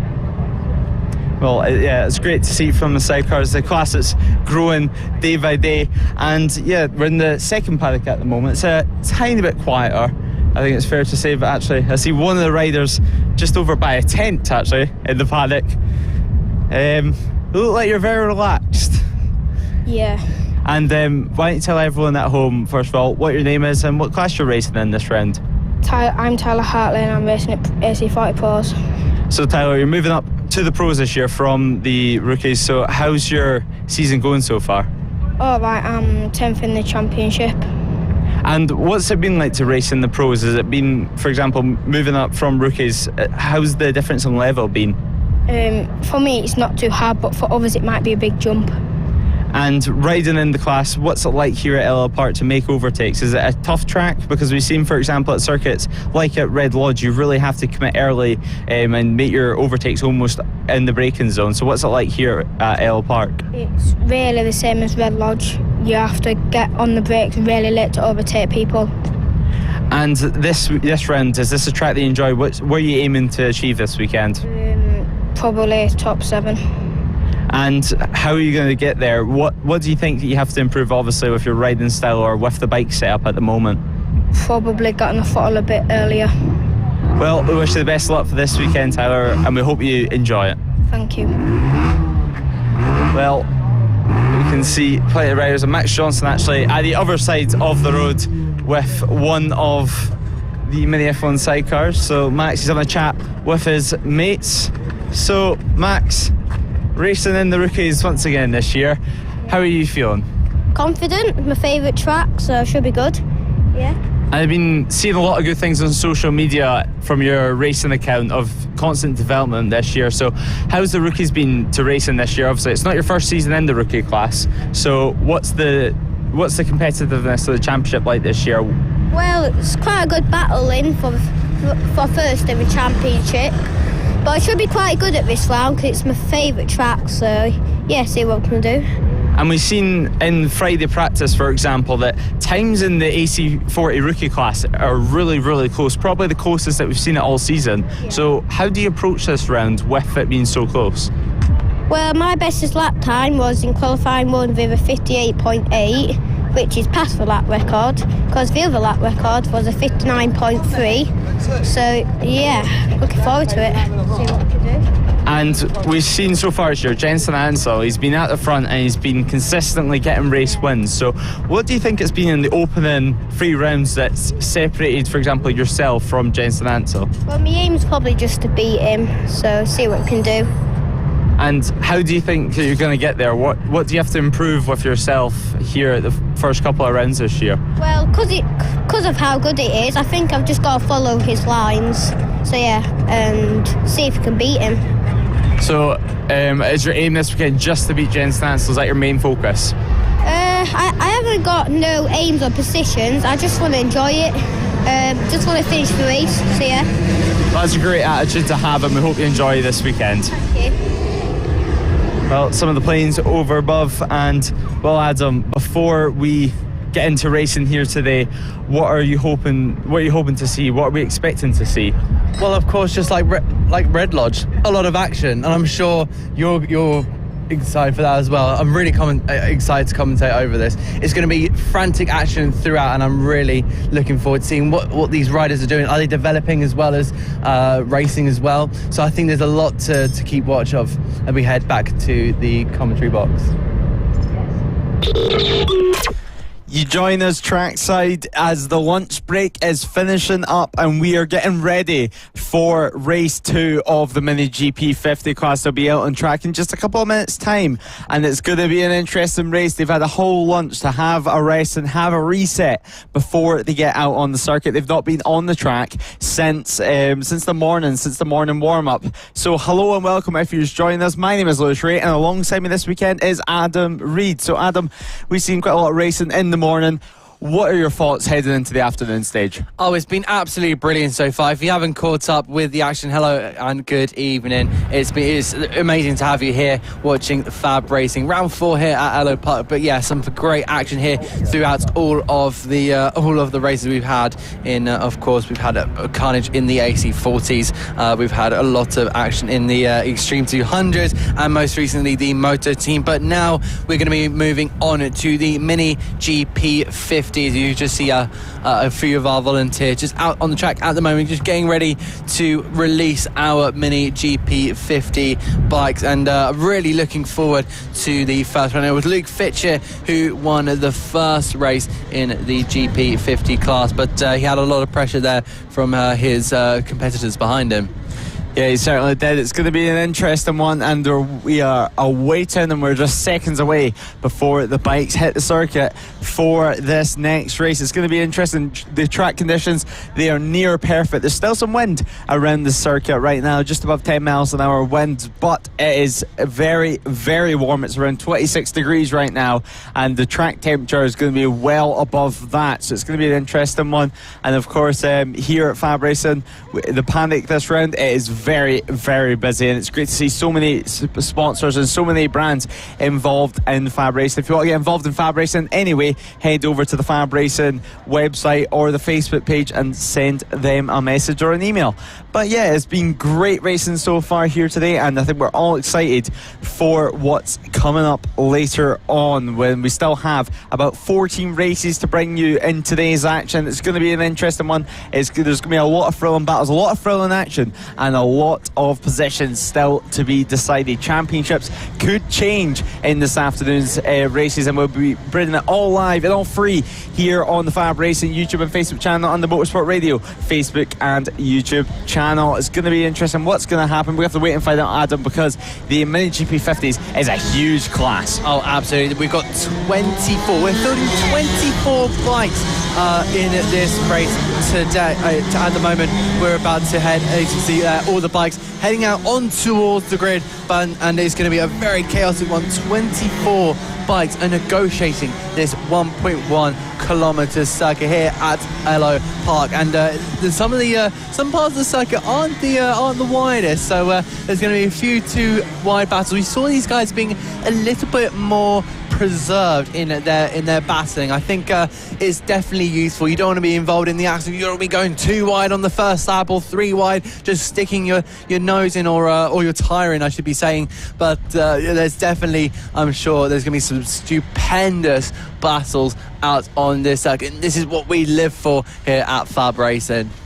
Coming up now then will be the Mini GP 50 Race 2. It's going to be a cracker. It's going to be a great one, and all the riders are lined up on the grid to get underway with their warm-up lap here today for Race 2. It's a huge, huge field, and many bikes are on the grid, with 24 riders making up the grid in this huge class. It's being expanding year on year, and this is the biggest we've seen it. Oh, absolutely. It's fantastic to see that we're getting more and more of these young, talented, hungry riders that are wanting to make it to the top. We now look through the grid. It's going to be Marco Holt lining up on pole position ahead of the number 7, Flat Cap Fitcher. He'll be lining up on the second row with Frankie Watson in P3, his best qualifying to date, with Wilson and Dilt in 4th place, with Archie O'Brien and Byron Johnson rounding out the 3rd row of the grid. Austin Johnson will be in P7 ahead of Finley Polhill in his KTM liveried bike, with Matthew Thomas and Sam Gardner rounding out the top 10. Jensen Bishop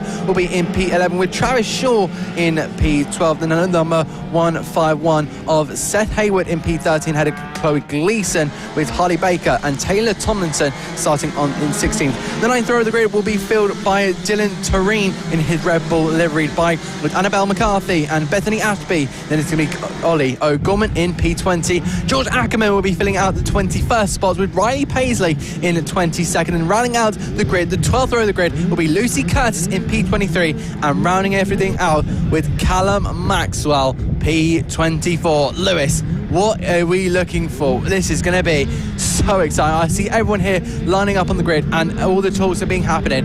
How are we looking?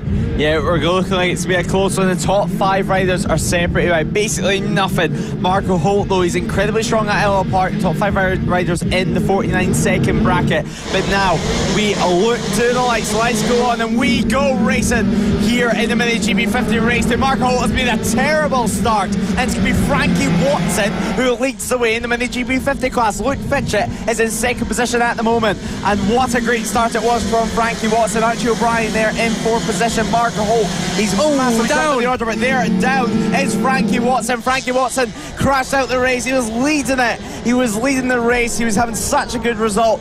The best start to the race probably ever had. Crew track in front of him, and he's down on the deck, and he is out. So disappointing there from our races. There were even more disappointed as well from Marco Holt's side. He's down the order, but that will present him. And now we're being told that the 37 bike has been given a jump start penalty, so very, very disappointing from him. But now we carry on, and Archie O'Brien carries on his form, but it's Byron Johnson who's been given a 3-second jump start penalty. There's Austin Johnson just behind the 3 riders in 4th place. Byron's in around 6th place right now, but Wilson Doubt leads the way from Archie O'Brien, and Luke Fletcher dropping down to 3rd. So now Archie O'Brien in 2nd position. Will we see him take the race win? Will we see him battle for the race lead?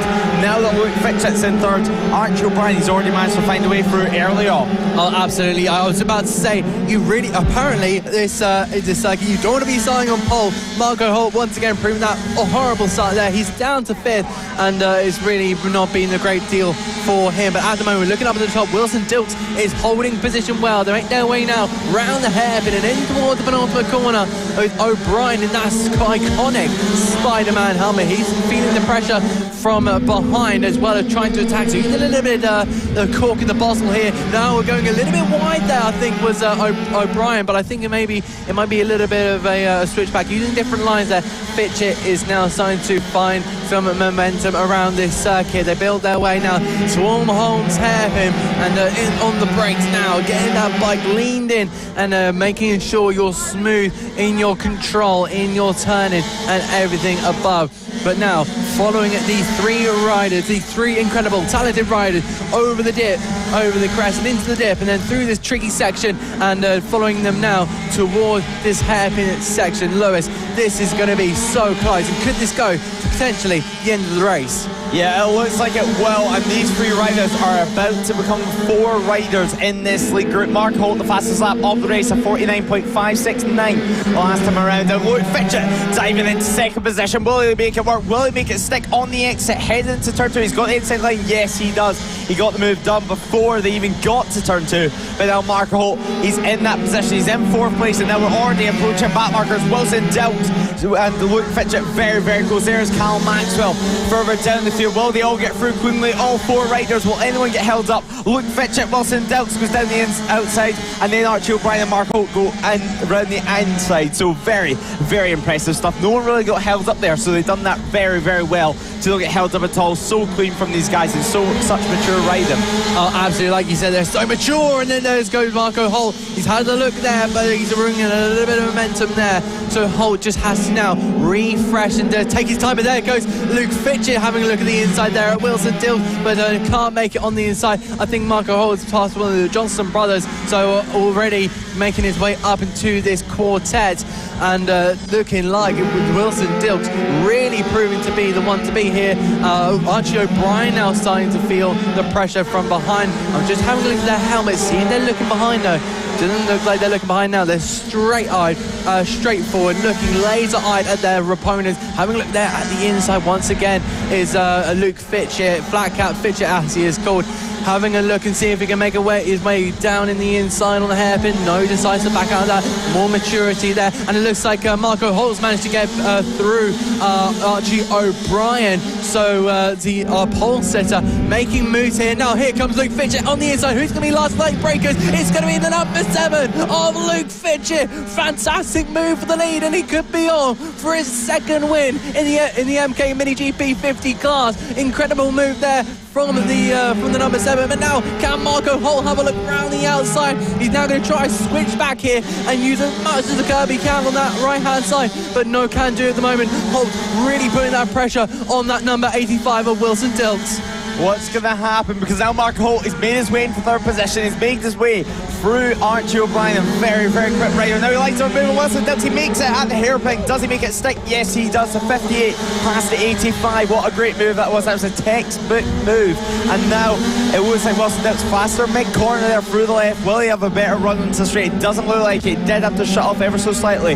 But now Marco Holt already catching on to the back of Luke Fletcher. So that time around, 0.3 of a second was the gap between Fletcher and Holt. It looks like this is going to go right to the end. Three riders in the lead group at the moment, but Mark Holt and Luke Fletcher ever so slightly edge of the way from Wilson Dilks. But Wilson Dilks and Archie O'Brien, are they just potentially holding something into the tank for the end of the race? Oh, I'm not sure about that. I think Holt is going to just try and leave it towards the end. He looked to be so on the attack here, and they make their way now in toward the hairpin. Now looking down the inside, he poked his tyre in there, letting Fitcher know that he's there, but he's not quite making the move just yet. So he knows what he's doing. He knows exactly what he needs to do. He needs to put these guys under pressure. But here we go. The back marks coming into play there. It's Ollie O'Gorman there moving to that outside lane, and one of the number 17s there. I'm not entirely sure who that is, but looks like Fitcher has got past smoothly. Looks like Holt is following him through. So the gap hasn't quite extended, but around about 0.3 of a second between the two. These guys are going right at it towards the finish line, and look how close Holt is trying to maneuver his way around this mini circuit, and then having a look at the outside. He's doing so well to just try and get in the head here of Luke Fletcher, but Fletcher is a tough cookie to crack here. Yeah, he certainly has nothing he can do at the moment. There is Cal Maxwell once again. Luke Fletcher managed to get past, pushed himself so slightly wide, but through. So that last time around, they managed to get through Riley Paisley, Lucy Curtis, and Ollie O'Gorman all in one without really getting held up too much. So very, very impressive stuff from the front runners. They're used to this, though. They're used to being able to fight at the front. They used to be able to find their way through the pack and through back markers whenever they come up and approach them. So it's the number 7 versus the 58. What's going to happen? We are waiting to see Mark Holt. It looks like he's lining something up. It looks like he's awaiting to make this move work. At the line last round, still 0.3 of a second, nothing separating them. But Mark Holt, I can tell you, he's building up a move right now. Is he going to try into the hairpin? We're going to have to wait and see. It's all on the drive. He looks towards the inside and he makes it. He tries to make the move work. He pushes Luke Fletcher wide. He has to set him up ever so slightly. Luke Fletcher, though, he tries the inside on the left-hander. He has to back out of it, and Marco Holt takes the advantage and takes the race lead. So just as I said, Mark Holt, he started winding up that move from 3 corners beforehand. Oh, absolutely bold stuff there from the number 58 of Marco Holt. He did exactly what he needs to do. We know he was building that up so much. You could tell he was poking his tyre in there. He was doing whatever he can to distract Fletcher.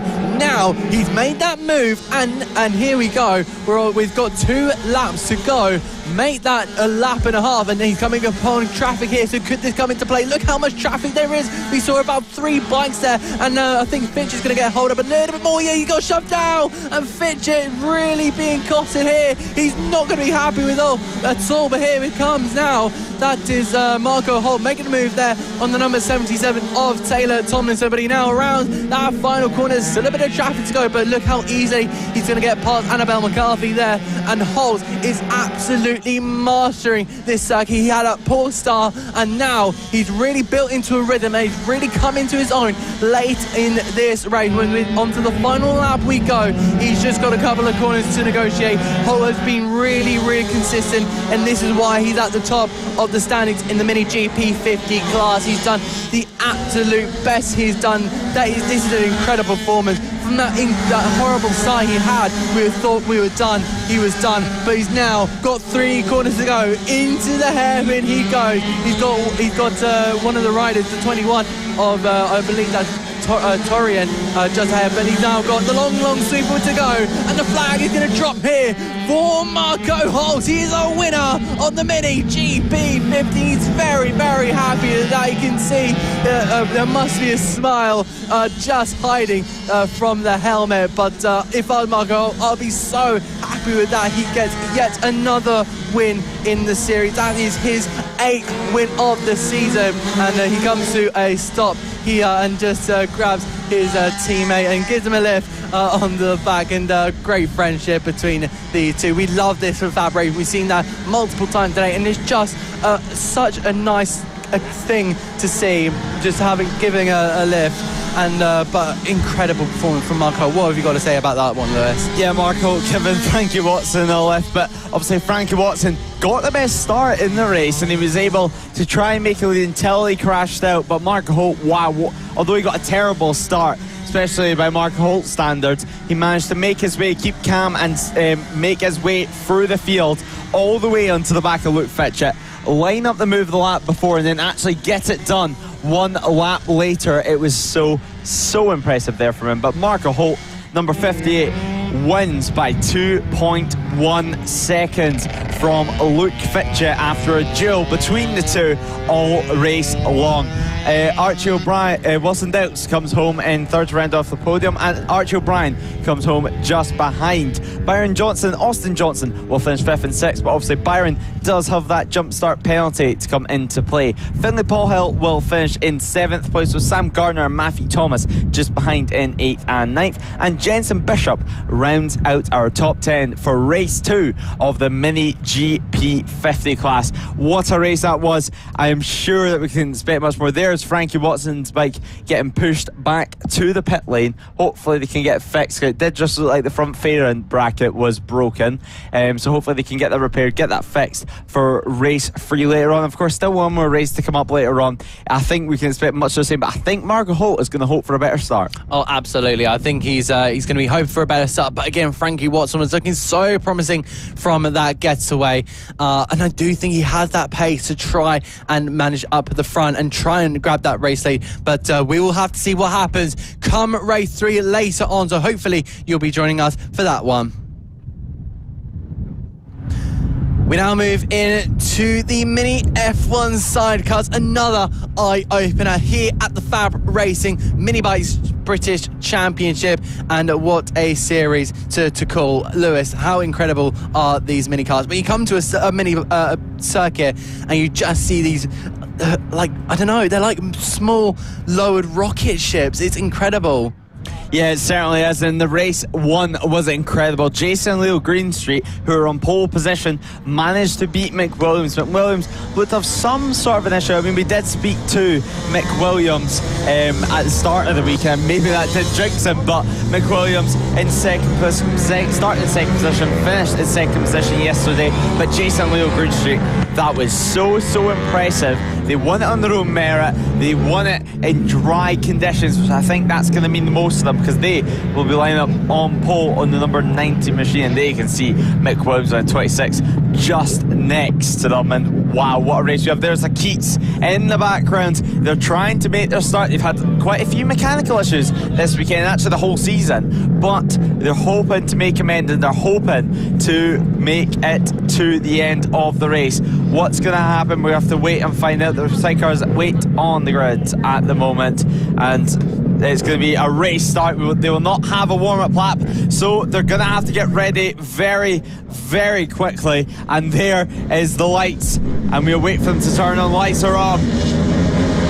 And the lights are up in pole position, men. Jason Leo Greenstreet get a great start ahead of McWilliams. And there you can see the MPs just behind in third place at the moment on the 457 machine. Vince Bailey and Amy Tilbrook in fourth place at the moment as well. But at the front, no change to the start, because it's Jason Leo Greenstreet who lead the way from McWilliams. So they'll be hoping to try and repeat race one success. It was so impressive to see. But McWilliams, they will not like this. They will not like someone eating into their win tally, eating into their points, taking 5 points away from their championship lead. Although they still have a comfortable lead, they will not want it. They will want every single point, every single race win that is possible, because that is what Michael Elms and McWilliams have been used to for the past couple of years. But Jason and Leo Greenstreet on the 90 machine, they've been looking so strong that you can see, though, they're riding that bike to the knife edge limit. You can hear tires squealing, you can see the sidecar rocking under the brakes, but there you go, a little look behind from Leo Greenstreet to see McWilliams is on their tail. Nothing of the such this time around. There's no way that they're going to be able to break away. So what's going to happen? This is going to be a close one, because 0.3 of a second at the line last time around between McWilliams and the Greenstreets. Oh, absolutely. The Greenstreets really getting a fantastic start. Is Mick Williams having a look at an overtake here? I don't think it's going to be suitable here in this very cambered corner. They head through now over the crest and then in toward the dip. They all go. It's such a difficult section, like I explained, but I think that win will really build the confidence for Jason and Leo Greenstreet. However, looking at the timings here so far, Mick Williams and Michael Elms with that fastest lap in the Red Bull livery sidecar, and they look so strong here. Both of them looking so strong. They're miles already ahead of the pack. They head now around that final corner. Look at the number 90 there in the lead of the race, ahead of the number 26, with the number 90, Jason Leo Greenstreet already with the fast lap. And that's the Keats car, I believe. Is that the Keats sidecar? Yeah, Keats running into issues. Once again, it seems mechanical issues there from him. They're down looking at the sidecar, but of course, earlier on in the season, their sidecar actually caught fire, so still some issues plaguing the Keats Racing team machine. But now, number 90 of Jason Leo Greenstreet sets the fastest lap of the race, a 56.776, 1/10 faster than McWilliams last time around. It's this section here, this corner here, that McWilliams is gaining quite a lot in the braking zone, it seems, at the moment.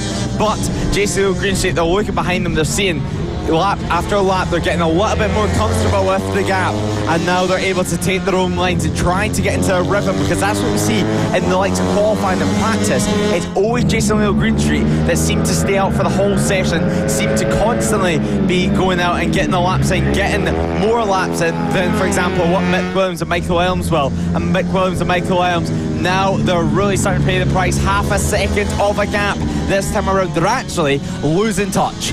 Oh, and the fastest lap coming in for the Greenstreet, a 56.6, 2/10 of a second faster than Mick Williams' machine, and it's really starting to build confidence here for the Greenstreet. Could we see another win on the table here for the number 90? And I'm really looking forward to this. Can Mick Williams do anything about it? He's trying his hardest, and he's saying the experience is going to be the reason why he's always up at the top here. But maybe you've cursed him a little bit, Lewis, with your interview earlier on in the show.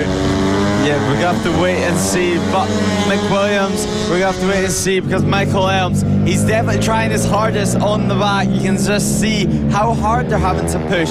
Two completely different riding styles, though. It seems that, for example, Leo Greenstreet, the sidecar of the Greenstreet machine, number 9 machine, he gets his helmet as low to the ground as possible, while Michael Elms, he likes to use more of his upper body and uses his shoulders and his arms to stick out a bit more. So two completely different riding styles from the passengers. It's great to see on two completely different style of machines. It's showing that a 4-stroke sidecar engine can clearly work and can clearly win races. It's not always about that 2-stroke power, because it's one thing having the power, but it's another thing being able to get that power to the ground, get the sidecar in the power bands, because McWilliams there struggling to get out of that corner and get the power down. So is this going to be the end of their domination? We're going to have to wait and see.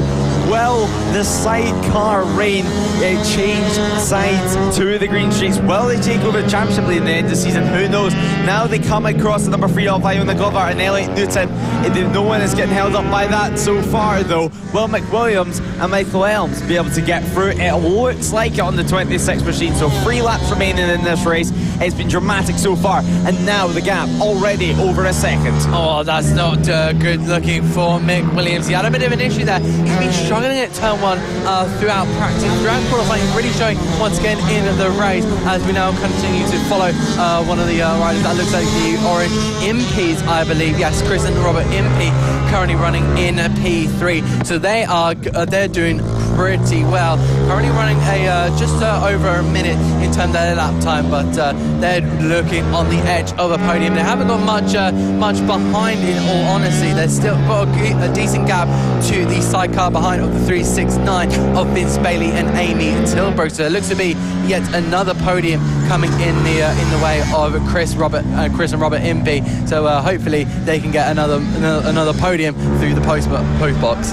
We'll have to wait and see. We're going to have to wait 2 laps to find out what's going to happen, because last time around, actually, Jason Leo Greenstreet half a second faster than McWilliams. So very, very interesting stuff. Is McWilliams and Michael Elms just trying to get to home at this point, or is it great race pace, late race pace from Jason Leo Greenstreet? But the MPs having a great ride at the moment, in 3rd position, in the podium position.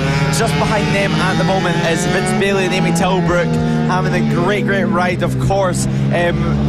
Husband and wife duo on 4th place at the moment. They're 8 seconds behind, though, and Mark Parker and Ems just behind them in 5th place. So a great sidecar race so far, a great sidecar weekend so far, racing and positions that we would not expect to see people in. We, at the start of the weekend, would not expect to see McWilliams 4.1 seconds behind Jason and Leo Greenstreet.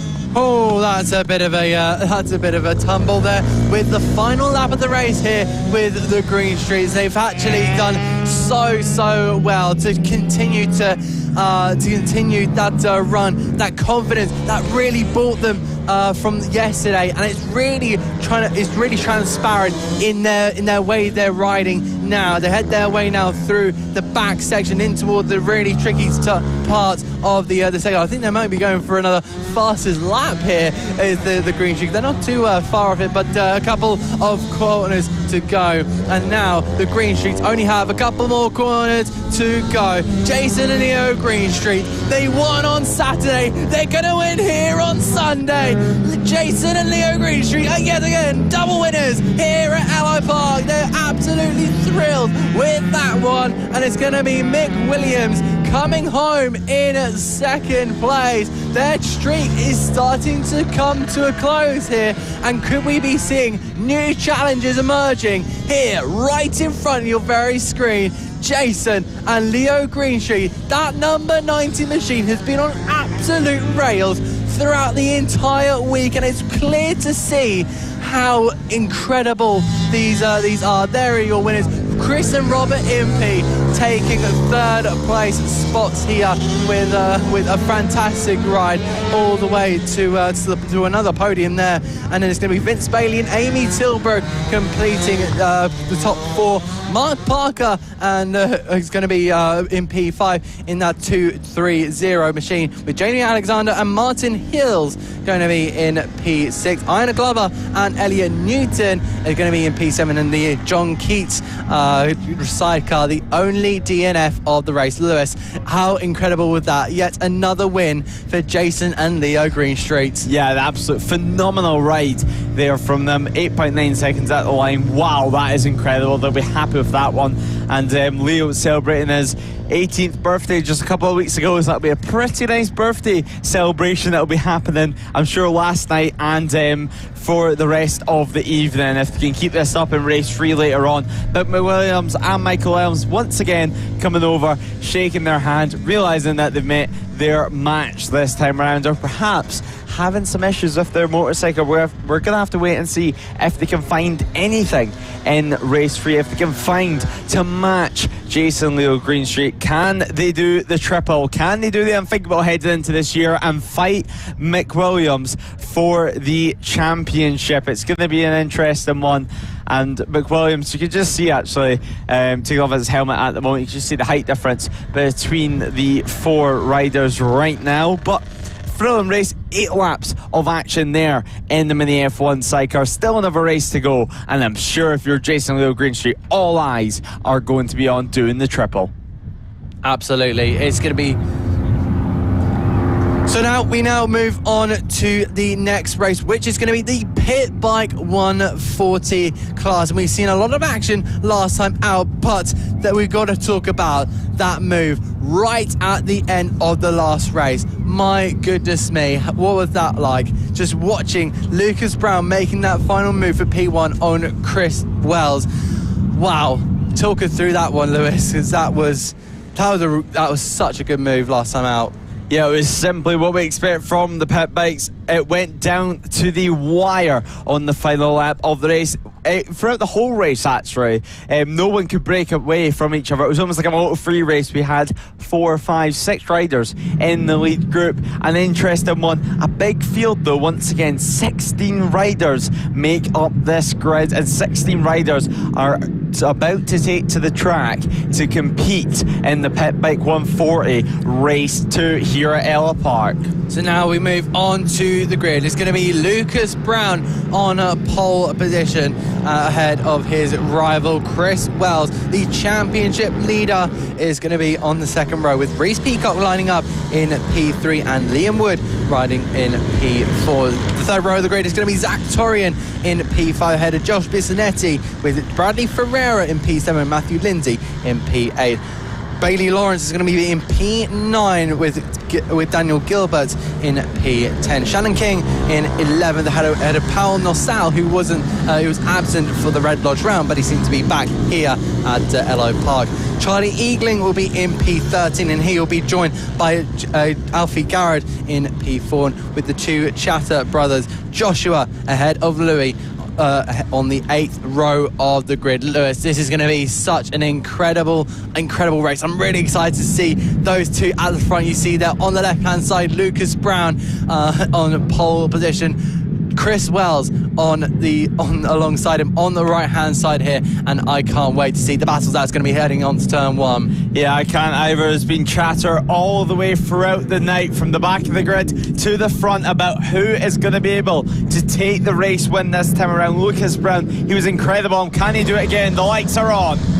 And the lights are up, and we go racing here for Pit Bike 140 race 2. It's going to be Lucas Brown and Chris Wells drag racing to turn 1, and Lucas Brown managed to take the lead heading out of turn 1. Liam Wood very, very wide there, almost into the wall actually, coming out of turn 1, while there is Reece Peacock and Zach Green in 4th and 5th position, but everyone clean through right now. Zatri goes down the inside there, very, very late there on Reece Peacock. No contact was made, and Reece Peacock slams the door shut. It's a massive field here, so much talent, such spectacular racing in this class. All the bikes are so equal. There's not too much difference in the straight line. It's all about your exit, as we see here with Liam Wood diving down the inside. Bad talent though, headed into the hairpin as Chris Wells started to lean in. He was not going to sit up for that one on the first lap. This race 12 laps long. It's going to be a 12 lap shootout, where Lucas Brown actually already has a pretty decent lead at the moment over Chris Wells and Liam Wood. Liam Wood,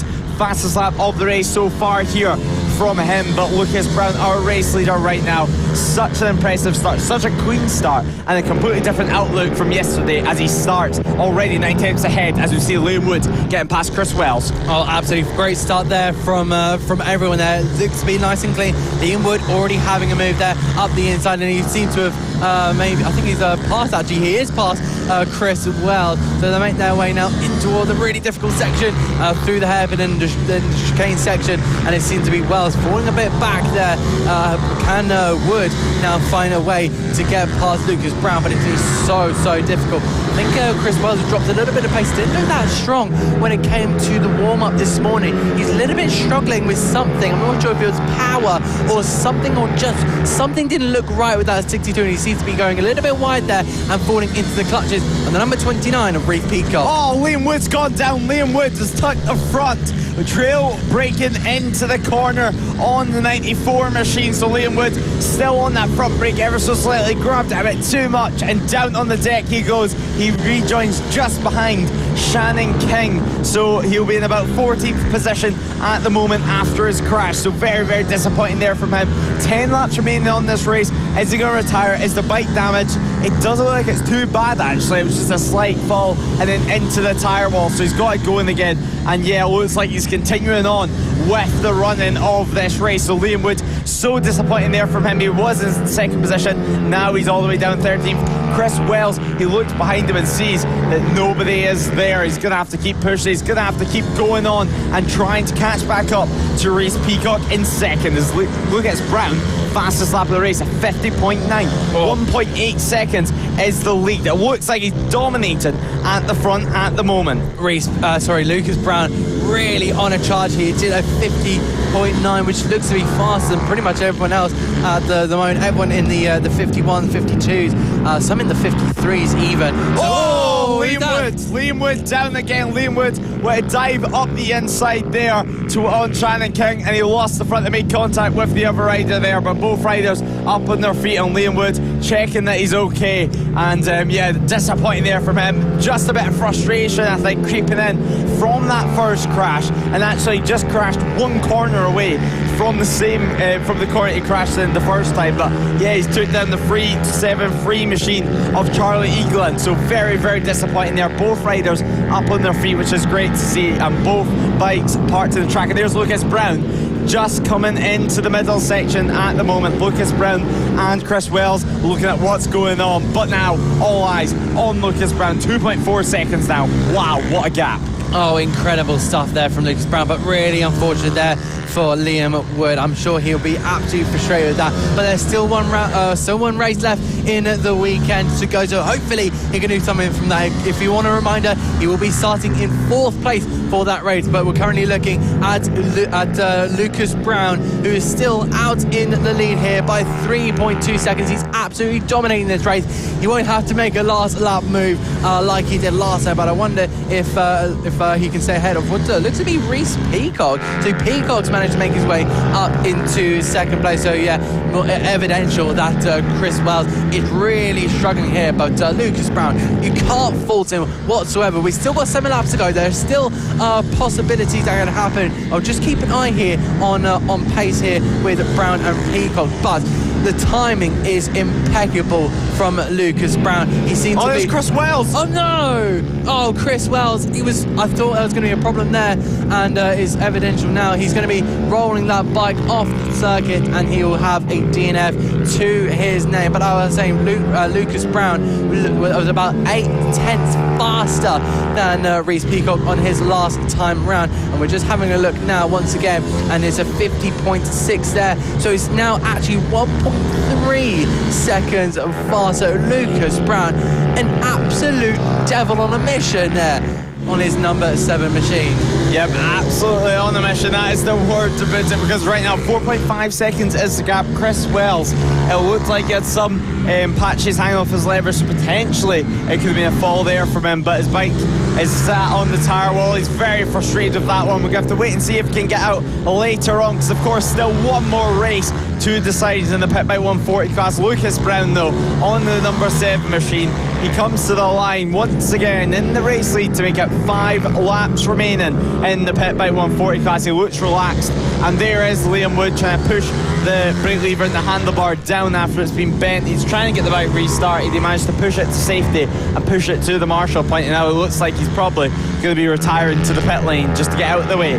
As Lucas Brown at the front, 5.5 seconds. No one's getting in his way as he sets an incredible lap once again, although the pace certainly is starting to drop off as they're about half a second off the fastest lap at the moment. Lucas Brown, he's still around a second faster than everyone else out there, so potentially we're getting to that point where the track's starting to get very, very hot. It's hotter than it was yesterday, air temperatures. Potentially the track is just starting to get near that tipping point and near that point where it starts to become greasy. Oh, absolutely, I think so. The tyres basically is going to start heating up so much that it's just going to start sliding a little bit more, so there's more chance of riders falling off, and that's probably what we saw with Chris Wells when he had that incident, or that now put him in retirement. But we've currently got now 4 laps to go. Lucas Brown still leading the way. He's got a 6.4 second advantage over Reese Peacock, and looking at the lap times, he's a second faster than the number 27 of Reese Peacock, and it's incredible seeing how Lucas Brown tackles the circuit. He's passing back markers like they're absolutely nothing. I've just seen him go down the inside there of 2 back markers at the hairpin. It's incredible stuff. I'm watching a magician at work. Yeah, Lucas Brown doing the magic on the track. He's hoping to have another magical race win here at Ellough Park. We're currently in race 2 of the Pit Bike 140s. There is Reese Peacock. So Reese Peacock still in that second place. Zach Turin in third in that podium places, in that podium positions with Josh Bissonnetti just behind in fourth. So he'll be happy with that one as well. Bradley Ferreira also having a good ride in 5th place. So a lot of riders up in places where maybe we wouldn't expect to be. Obviously, there has been some retirements, but this race, it seems to be a race of attrition, and right now, Reese Peacock and Lucas Brown are certainly on the pace and certainly continuing to move on forward. Oh, absolutely. There's some. We've had a few falls from some riders, but they're still going the mile with 3 laps to go, and we continue to follow with Reese Peacock at the moment, going through the penultimate corner. 2 laps to go. So Reese Peacock following and trying to get past these back markers. We've seen Lucas Brown pass him just a couple of laps ago. Obviously, this will be a very, very great podium for them because Lucas Brown and Reese Peacock, they're so close with each other. Reese Peacock comes to every single British Talent Cup round to help Reese Peacock and to help Lucas Brown and to be his mechanic for the Honda British Talent Cup. So it's so great to see such a great relationship between the two of them, and on the circuit they're still battling, although this race it is very clear that Lucas Brown has the upper hand. 8.5 seconds at the line last time around. 2 laps remaining in this race, and we await to see. There is Zach Turin though coming into the final sector, coming in to fly through into the hairpin. Now the leader Lucas Brown has came across the start finish line to start his final lap. Zach Turin, he'll be coming to do that in just a second. There is Lucas Brown. There is our race leader on the final lap of his race, the final lap of the Pit Bike 140 race 2. Beautiful conditions here at Ellough Park, beautiful conditions here for motorcycle racing.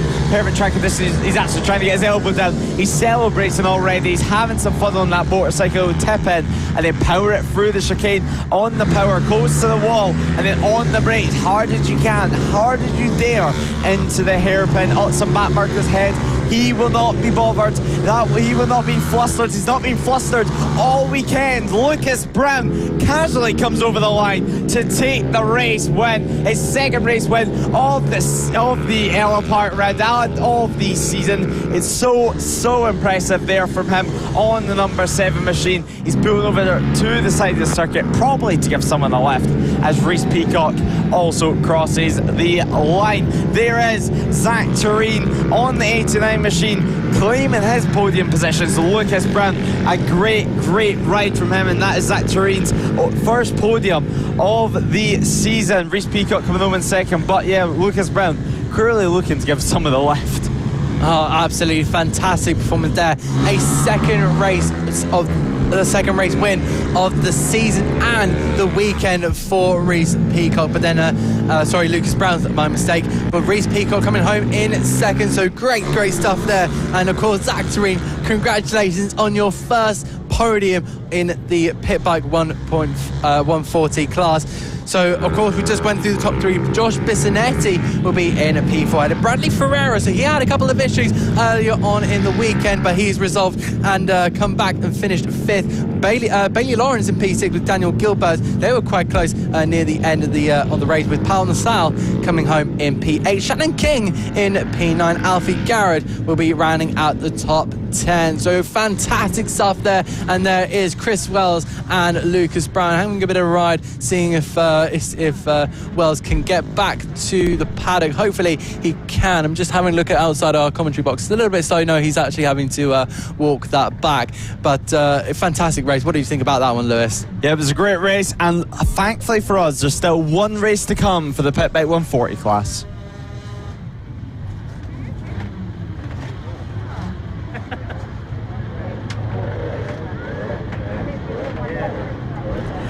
Coming up next is race 2 for the FAB-Racing Premier Class Championship. It is the LS2 Helmets Mini GP70 British Championship. It's the one the riders all want to win. You can see the riders now entering out the pit lane at the moment. It's going to be so impressive for race 2 of the LS2 Helmets Mini GP70 British Championship.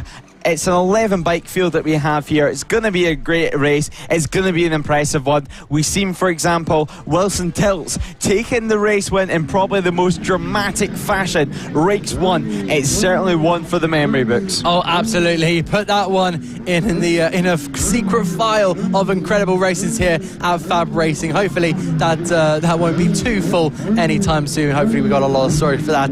But a really exciting race. You just see there Marco Holt rolling up to pole position to take his spot. I'm sure we'll be getting a warm-up lap.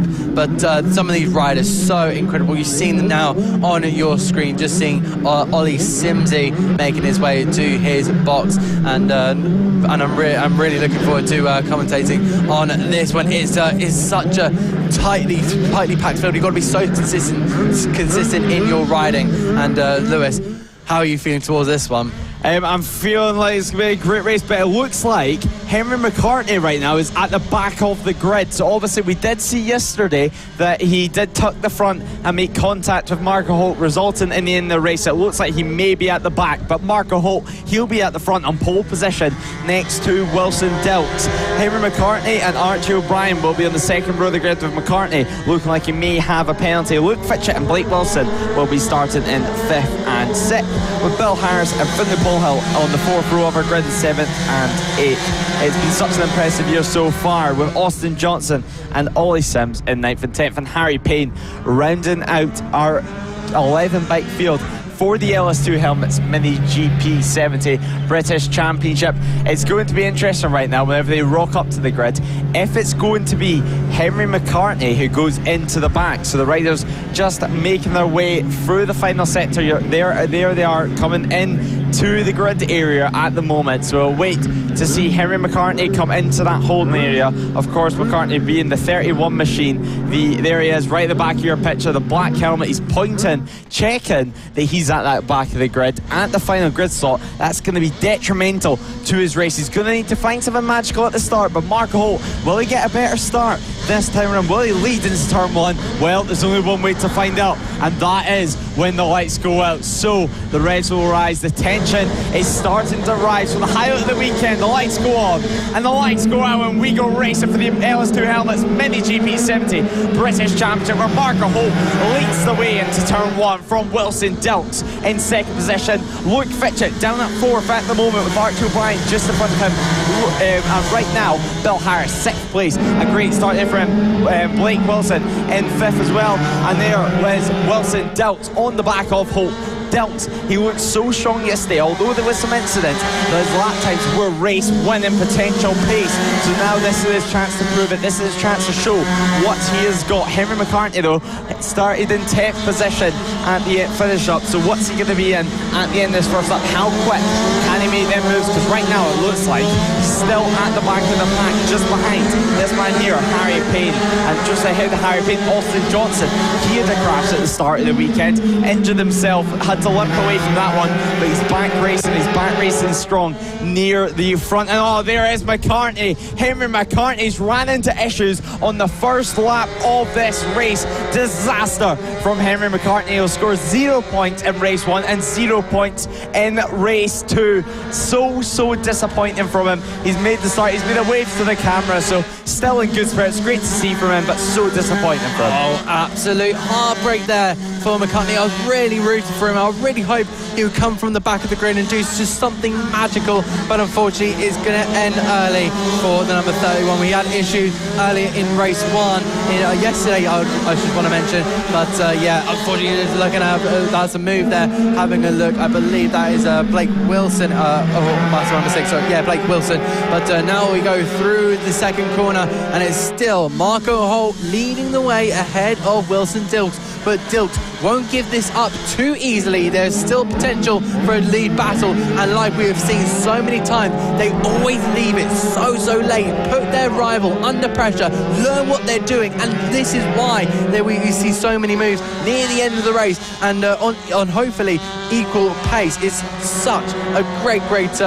to see. This is one of the eye-openers and really the ones to catch the attention of our viewers. We have a look now at Luke Fletcher, currently running in P7, fourth at the moment, getting confused there with his number, but now in toward the first corner. Can Wilson Dilks do anything? He has done the fastest lap of the race, a 48.8, and he is actually 15 thousandths of a second faster than Marco Holt last time out. Look how close they are now, heading in towards whole hairpin, and that 85 just really doing the business, working away nice and smoothly through the sweeper and into the cambered section of the circuit, and then flicking it through where a lot of riders have gone over, and they're keeping it nice and clean for now through the little tricky section, and there's still Dilks doing whatever he can to put them under pressure. We have a look outside our commentary box window and seeing a few moves there. At the moment, still line astern, but it's still so fiery in the veins of these riders. Yeah, the fire is heating up in this race. Just 8 laps remaining, and it's Marco Holt who leads the way from Wilson Dilks. And Wilson Dilks, he's still wanting to try and do the double at the moment, and then who knows, maybe he'll even aim for the triple, but he has to get the work done first in race 2. He's had a great season so far, has Dilks. Dilks heading into this round hasn't had a race win so far this season, and now look at him fighting at the front with Marco Holt. Marco Holt, he's had an impressive weekend so far. He holds the lap record around this circuit, a 47.3 lap time, and Marco Holt is going to want to keep on pushing because the fast lap of the race is Wilson Dilks with 47.8. But there's Luke Fletcher. Luke Fletcher down in 4th place at the moment, so he'll be wanting to try and get up further up the order as the race progresses, and potentially might have more late race pace because Blake Wilson is just behind him. Marco Holt using all the curb there. You can see how aggressive some of the curbs are around this circuit. Very bouncy for these riders whenever they head over, but now Wilson Dilks, he looks like he's starting to think about making the move. He looks like he's starting to get a bit impatient. He must think that he can have better pace as he can push on the pace at the front and try and edge away from Holt. So 7 laps remain in this race 2 of the LS2 helmets Mini GP70 British Championship. Oh, absolutely. Wilson Dilks still feeling the pressure here. They're still trying to build. You say he's getting impatient. I think he's waiting toward the end. We catch this trio of bikes with O'Brien, Fletcher and Wilson still involved in that battle for the 3rd place and another podium to their names, which will be so useful in the championship. We currently have a look here at O'Brien and Fletcher making their way now in towards this long sweeping right-handed, almost like a double section, and twitching back here to the leader before looking at this show. I think Wilson's dropped.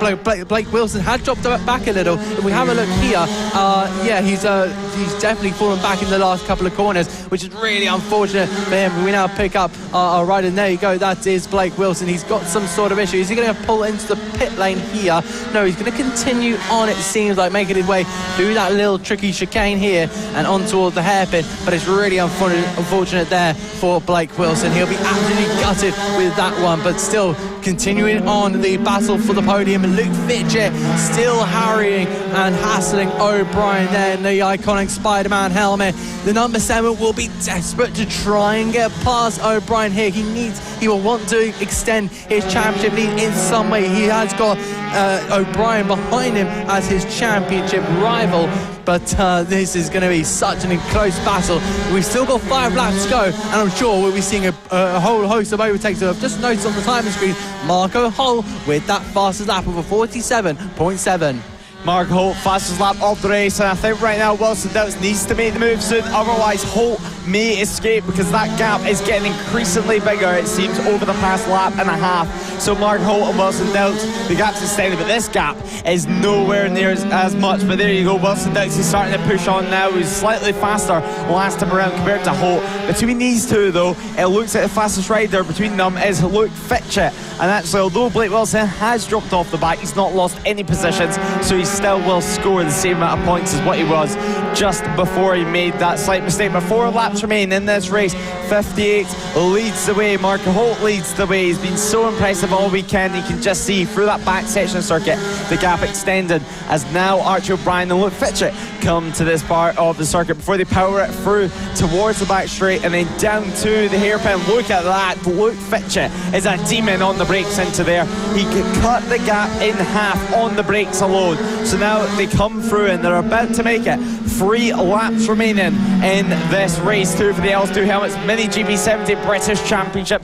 Wilson Doubts, he's pushing on now. You can just see by his body language that these guys are trying their hardest. They're trying to position these bikes even when the bikes don't want to listen to them. You have to just be aggressive right now. It's going to be a shootout in the last 3 laps. Oh, absolutely. Look at Dilks. He's all over the back of Hull, just trying to find an advantage somewhere on the track, just having a look and seeing what he can do. Knowing your strengths and weaknesses is so important to a rider, and he's really showing that now. They make their way now through the hairpin we go and in towards this late apex penultimate corner. Just you've got to aim for that tyre barrier now.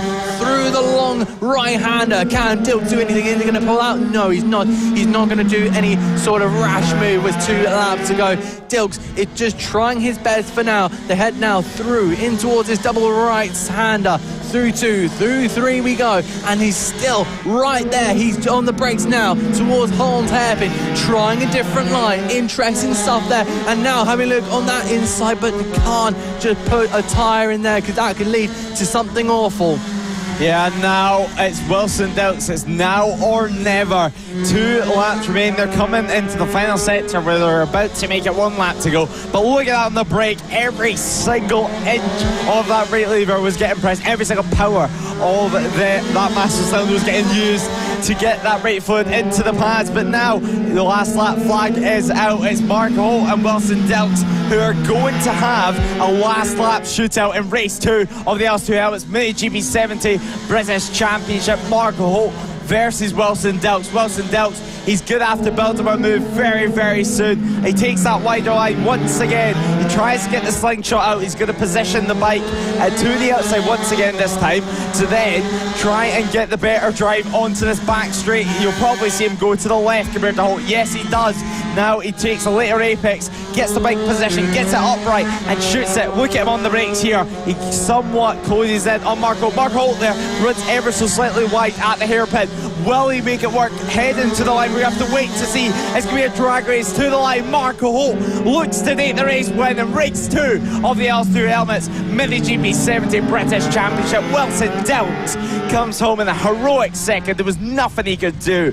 Archie O'Brien finishes the race, rounding out our podium with Luke Fletcher just behind, not able to make that move in the final couple of laps. Blake Wilson does come home in 5th with Bill Harris just behind him. So an incredible race there, and Wilson Deltsy just couldn't find that opportunity to make the pass on our race winner, Marco Holt. Oh, absolutely fantastic stuff there from Marco Holt. His second win of the season ahead of Wilson Dilt. Incredible stuff there from both riders. So intelligent in their riding at such a young age. You won't believe that these guys are literally still just approaching their teenage years. But of course, Archie O'Brien just finishing out the podium there. He'll eat into the lead of Luke Fletcher, but that win for Fletcher was very crucial to extending that championship lead. Blake Wilson finishes home in 5th place ahead of Bill Harris, and Finley Polehill will finish in P7 with Ollie Sims there in P8. Harry Payne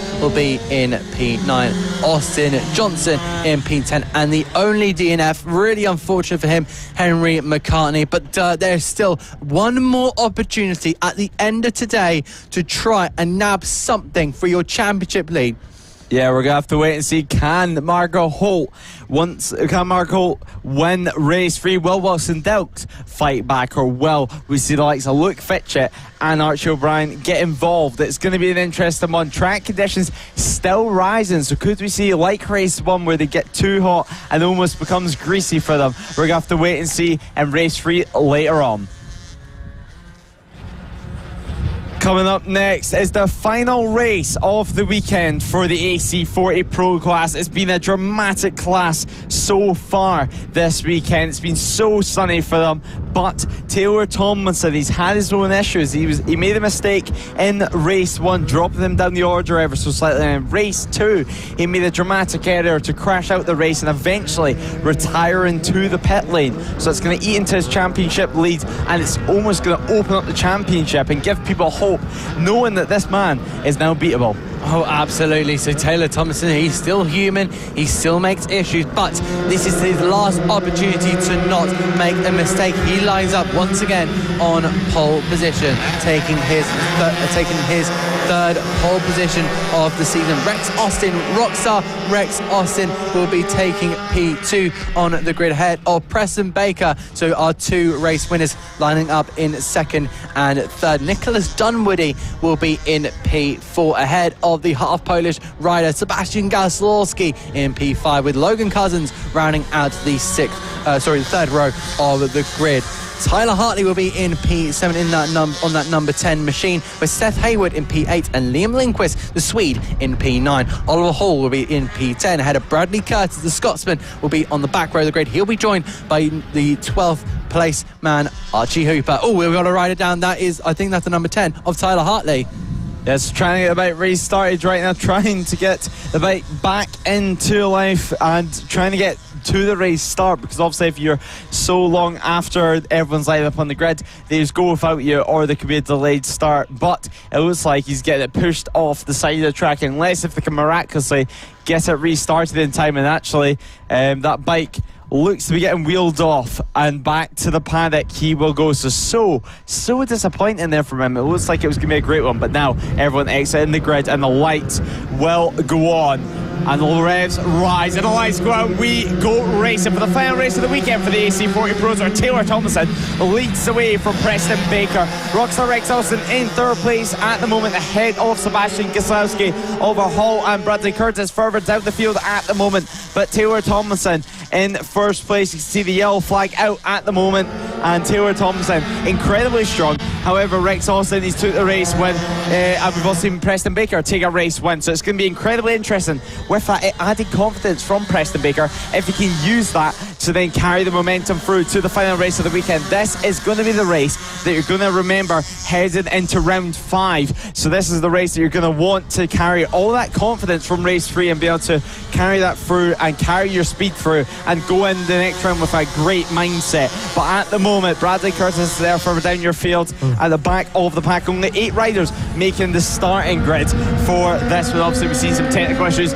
on the warm-up lap, but Preston Baker, he already is looking at the back of Tomlinson and already looking at any way through. So if these guys continue to fight, could we see Gaslowski through? As we see, there we have it. Preston Baker, he's through into the race lead. The 93 leads away, has Tomlinson Tomlinson got a response, or will Tomlinson start to think about the championship and just bring it home for some points? Obviously, these guys are racers, they're going to want to win, but Tomlinson has made a couple of mistakes this weekend, and I think it's going to be very important to get some points on the board. Oh, absolutely, you're right. You need some points on the board for that championship. That has been decreased throughout these past 2 races, but he seemed to be back on the anchors now, in towards the hairpin we go, and he's trying to rebuild that confidence. Having a look at the inside here for that penultimate corner, and he will already be trying to find a way to get past our leader Preston Baker, and head now in towards turn number 1. That 93 seems to be confident, maybe not on rails. We'll just have a look and see how they do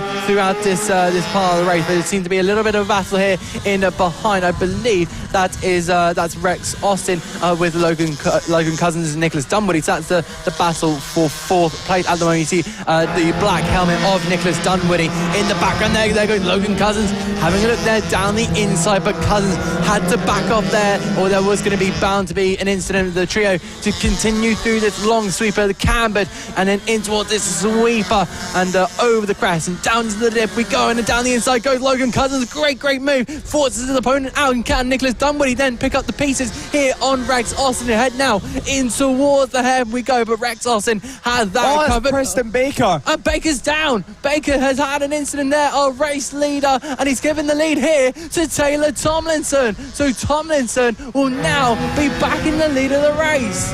Yeah, that was a disaster there from Preston Baker. That's not what you're wanting if you're in the race lead.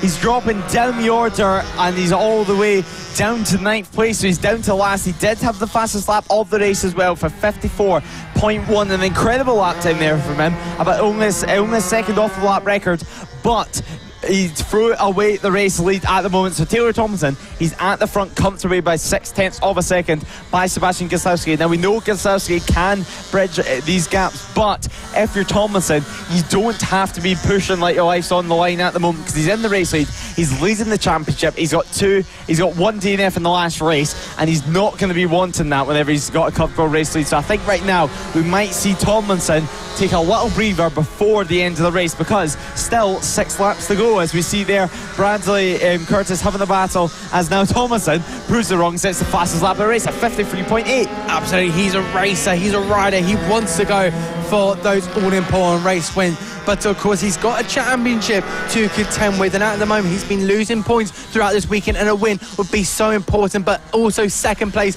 would be so important too. You're grabbing points, which is exactly what you need, and also Sebastian Gieslowski, who's running in behind, will be pretty much on the charge. We have a look here at our Scotsman Bradley Curtis, and I think there was someone down just then. I'm not entirely sure, and there was someone down. Rex Austin. Rex Austin. So he's gone down there from 5th place, and that's really unfortunate. But he's managed to get going there, and he'll run down in the last place. Very unfortunate there.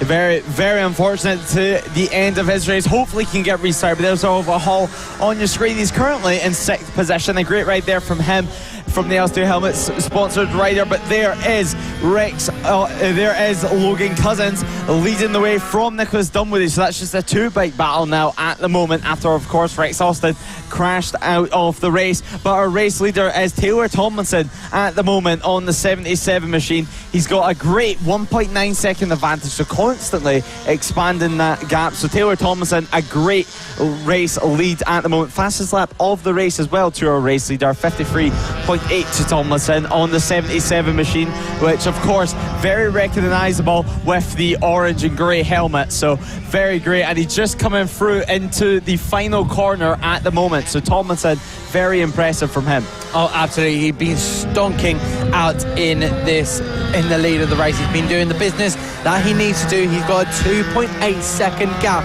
over Sebastian Gieslowski, and he's a second faster than him as well. So Tomlinson seems to be on a charge, but you also need to kind of back off with 3 laps to go. Just bring it home, just bag in those points. You've got a good lead to Gieslowski, but I don't know if he'll be looking behind and just thinking, is he behind me? Is somebody behind me? But hopefully the pressure is off. He just needs to relax in the brain of his, and hopefully he can go and pick up those all-important points and 25 points for the number 77 machine.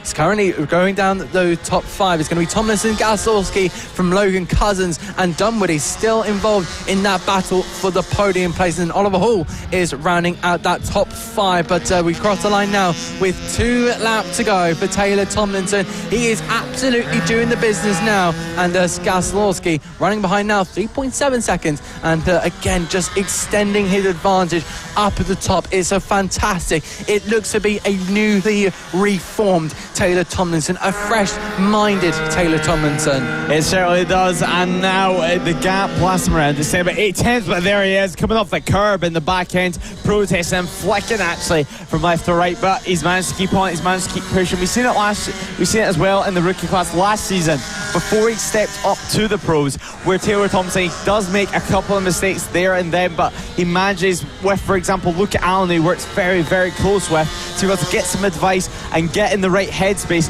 before the race. So he's able to then come to the next race, come to race 3 with a whole new attitude, a fresh attitude, and now he enters the last lap, where I'm sure his attitude's about to get a lot better once he crosses the line one more time, as Taylor Tomlinson 3.7 seconds of a gap still this time around. Logan Cousins still in that 3rd place position, but Taylor Tomlinson, he's just placed it on his knee. He looks so confident. He trusts that bike, he trusts that frame, he knows it'll turn, he trusts them tyres to stick whenever he heads on the throttle. He's been so strong all season at all rounds, but we've seen hiccups a couple of times in a couple of sessions this weekend, but yet once again puts it to the back of his mind, brings it home, but brings it home in the top step of the podium. He's already celebrating. Will we see a dance this time around from Taylor Tomlinson?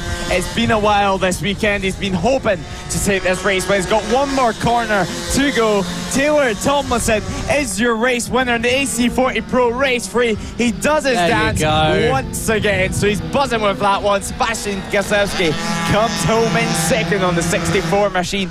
3rd place, Logan Cousins, but Taylor Tomlinson, he's chilled, he's relaxed, and he's done the business. He's done the talking on the track. Absolutely fantastic there for Tomlinson. He really needed that. It was so needed to grab those 25 points, and he's probably going to be staring down our camera, but a little congratulations there, a little fist bump there from Sebastian Gasolski, who came home and finished in P2 and managed to get his 3rd podium of the season. Well deserved there from Gasolski. But what about that dominant performance from Taylor Tomlinson? You really cannot fault that, Lewis. Yeah, you can't fault that performance from the 77 rider. I mean, he's so happy. He loves a bit of showboating as well, does Taylor Tomlinson. And fair enough, he's such a quick rider from the outset. Since he started racing here at FAB, he's definitely one of the talents to look out for the future. He's already starting to get experience on bigger motorcycles, and now he's already starting to fight for championships in his 1st year in the AC40 Pro class. So impressive from Taylor Tomlinson. But of course, Sebastian Gaselski,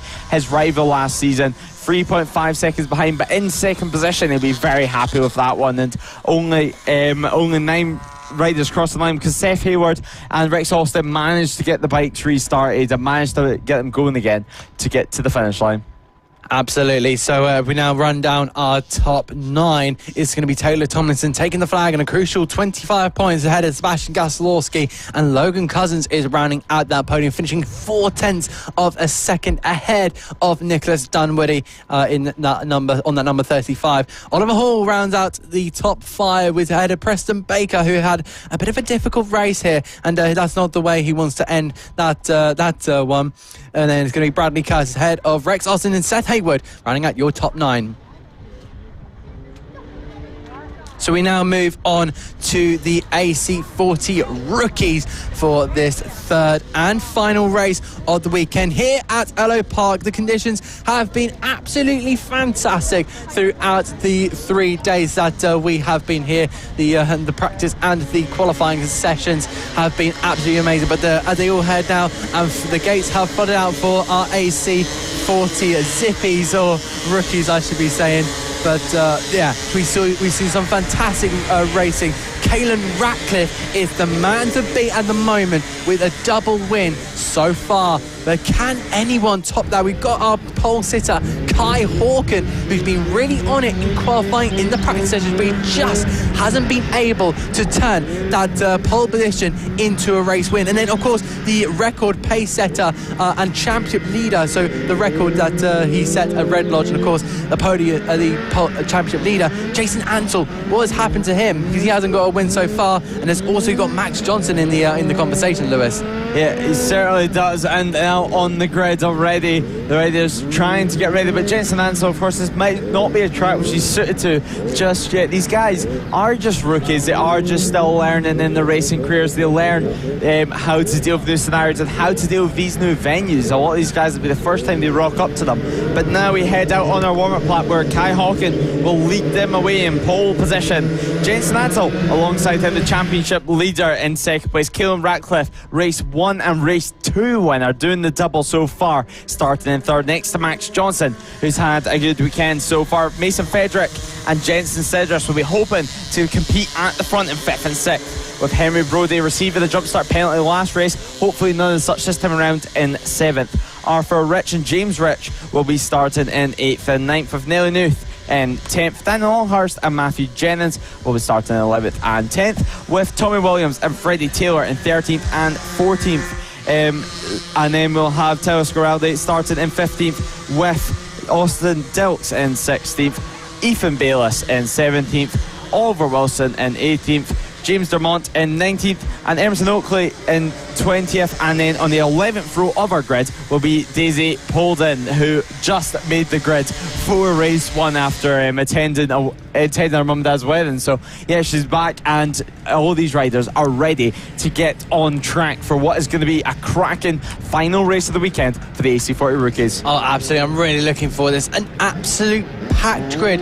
21 riders are going to be out here today for the final race, at the final preparation to get checked. A few more chats going on down on the grid before moving away from the grid, and it's just the riders and their mini motorbikes. So the grid is starting, it's formed, the tension is starting to rise, and this is going to be such a great race. This is going to be one that's worth watching. So the attention will now turn towards the lights. It's just a few more chats going on, and there we go. Everyone is now leaving the grid. Oh, we've still got something here for Jensen Ansell, I believe. I'm not entirely sure what's going on. Can you explain, Lewis? Yeah, so these guys at the moment, they're still getting some checks. Potentially it could be a little delayed to the start, so the parents just making sure that everything is. We actually have a latecomer to the grid, and that is our pole position man, Kai Hawken. Kai Hawken's currently circulating around the circuit, so potentially had an issue on that warm-up lap, so everyone's had a delayed start, so the parents have came back over just to keep the bike running, just to keep the revs rising. So there we go, Kai Hawken, he's getting the bike put over the wall, and actually he's going to retire. So our pole position man is out the race, is he? Or is that over the tire wall? So he's on the grid. He's popping it on the grid. No issues, but I'm sure his heart certainly will be racing after having to do a 100-metre sprint to get over to the grid after arriving late. But will he be able to reclaim the focus and get back out there on the track? Oh, absolutely. So here we go. The lights are about to come on. The point to the lights. The lights are about to come on. The riders, the red riders, and we are racing here at Ellough Park. Good start there for Kai Hawken, but who's that on the inside line? Jason Ansell tries round the outside, and it's going to be the lead there for Caelan Ratcliffe. So once again, getting the start of dreams. Caelan Ratcliffe now once again leads into turn 2. We go. Jason Ansell trying to have a look here on in the early stages. So much lime in these colourful leathers and helmet, but in towards turn number 4, into number 4 we go, and 5, and these riders all over the place. A few manoeuvres there, and just all over the circuit at the moment, but it seems to be clean for now, Lewis. All clean at the front, all clean through the pack at the moment. Jensen Ansell chasing Caelan Ratcliffe. The front two already starting to make a breakaway. Kai Hawken, though, dropping down to 3rd position from the start of this AC40 Rookies race 3. And currently, Kai Hawken, just behind him is Max Johnson and Mason Frederick. So good start for them. A clean start there from Daniel Longhurst as well. Freddie Taylor coming through the hairpin as a rider has just crashed there at the hairpin. But plenty of people there But there, at the moment, Kai Hawkin leads the way, 0.3 of a second of a gap. He has the fastest lap of the race, a 1 minute flat from these guys. So a very impressive start to the race from him. And Jensen Ansel just behind. Jensen Ansel though, that gap has definitely extended between the two, and there is the number 5 machine of Mason Frederick. He's in 5th, and just behind him at the moment is going to be Jensen Cedrus and Henry Brody. So Henry Brody, he managed to get a clean start this time around. No jump start, it appears, for any of the grid, which is very good for them. Oh, absolutely. Great start there from Caelan Ratcliffe. He's done the business, but now there's still a long job to do. 7 laps remaining in this race. We follow through the riders. They make their way now in towards the late apex penultimate corner and on towards the final corner and onto the main straight we go. Max Johnson there, currently running in P4, just trying to get another podium to his name, but into turn 1 we go, and there is Kai Hawkin. He had to make that little sprint there to towards pole position. We thought he was going to retire, but luckily he's seeming to be on the pace at the moment as he sets the fastest lap of the race with a 58.5 for our number 20 man. And I think he's got a little bit of a pressure there from behind him. Oh, that bit of a wide moment there from Jason Ansel. And here comes Kai Hawkin looking on the inside, but no can do at the moment. But still, he's still got to keep on it, keep the hammer down, and keep Kai Hawkin on, keep Ansel under pressure. I might say Hawkin doing what he can at the moment. They make their way now through that little tricky hairpin chicane sequence and on toward the hairpin. They go late on the brakes here. Can any move be done round here? And it doesn't seem to be at the moment. Here, we got one of our riders. I wonder who's that, Lewis? Right now, Max Johnson under pressure from the number 5 machine of Mason Frederick, and that is your battle for 4th place. But Jensen Ansel right now at the front, 2nd place. He's going to want to try and catch up. You can tell he's trying, but the issue he might run into is he might start overriding that bike. That's not what he's going to want to do. And just behind him, if he does make any mistakes, it's Kai Hawkin ready to pounce on. But battles all the way throughout the fields. Nobody can make any mistakes because the top 5 are pretty much glued to each other with 5 laps to go in this race. As now Kai Hawkin looks down the inside. Will he make it work? No, Jensen Ansel, he cuts off the front wheel before Kai Hawkin can even think about that. But Jensen Ansel, his personal best lap of the race, a 58.8, 1/10 faster than Caelan Ratcliffe last time around. Caelan Ratcliffe cannot get complacent in this race, 4/10 of a gap last time around, and you can just see Mason Frederick around that hairpin, a completely different line, more corner speed, he's able to carry it, and wow, look at him go. He takes a different line once again through that final corner, trying to get more drive onto the front straight, but he cannot make it work. Oh, it's absolutely very close between our grid. You can just see so many bikes there just in the background there, and it looks to be a kind of a battle here between about 4 or 5 of our riders. Yeah, our top 5 separated by just under 2 seconds. So it's still Ratcliffe out in the lead, but he's still got that job to do. It looks like Jensen Ansel still just pressurizing him, about 5.5 a second behind him there, 0.5 of a second. They're heading now through this long sweeper and into the really difficult section, the really technical section, and we just continue to follow them. Through we go and on towards the hairpin we go, and Ratcliffe still leading Ansel, but can Hawkin do anything? They all bunch up, and a little bit of a concertina effect heading through the hairpin we go. That's the beauty of some of these slow corners. A lot of our riders here do not like stop starts, but they say this circuit is such a lovely sequence of corners, long sweepers, but it's stuff like those hairpins that can really cause a concertina effect. And I think that's Kai Hawkin under pressure there from Max Johnson, as Ansel now really on the prowl as he wants to go for the win here on Caelan Ratcliffe. He's going to have a look here to the inside of the whole hairpin, and he's going to have a look there, try and poke a tyre in there and just distract Caelan Ratcliffe, but Ratcliffe just doesn't seem fazed by that. Still 3 laps to go, so the time is just running out here for Ansel as he needs to get that move done very, very soon. Moving to the outside, so many different lines being used here. They make their way now into the hairpin chicane section, and through this long hairpin we go, 3 corners to the end of the lap. Picking up here Max Johnson, who has managed to get past Kai Hawkin. So our pole sitter has had an absolute horrible horrifying race. He's not the way he wants to be finishing this round here at Ellough Park. But it's still Caelan Ratcliffe ahead of Jason Ansell. It's going to be Max Johnson ahead of Kai Hawken. I think that's Mason Frederick trying to have a go here on Kai Hawken, but unfortunately he hasn't made that move there. Yeah, 0.3 of a second between Ratcliffe and Ansell, actually. So now we're starting to approach some back markers. So now it's starting to get interesting. Jensen Ansell right out and off the track to try and get a better drive. It hasn't worked, but he has managed to get past Cooley. Max Johnson's been held up there at the entry to the corner. So well has helped Kai Hawken to get into third place. But there's Ratcliffe trying to get past more back markers. Ansell following them through. So Ratcliffe has to do all the hard work, and Ansell's just planning on following them through, following his lines. But he can't do that here though, so Ansell up the inside he goes there. That might help him ever so slightly. Last him around 0.3 of a second. Now that back markers are involved, what is it going to be as we see the last lap flagged out to head on to the final lap of this race? 0.6 of a second separating the leaders. Max Johnson still in that third place, managing to get through now is going to be Ratcliffe. Can Ratcliffe do the triple here in the AC40 Rookies class here at Ellough Park? Still some more back markers to manoeuvre through. These riders still have very little experience, but they're using their heads. They're getting through cleanly. And now Ansell, he's going to have to get a clean drive out of here to get any sort of pace to be able to close this gap between himself and Ratcliffe. Time is running out. Half a lap remaining. The 96 machine leading by about half a second at the moment. But Ansell, he's closing it in. He's trying to close it in as much as he can. Can he make it work?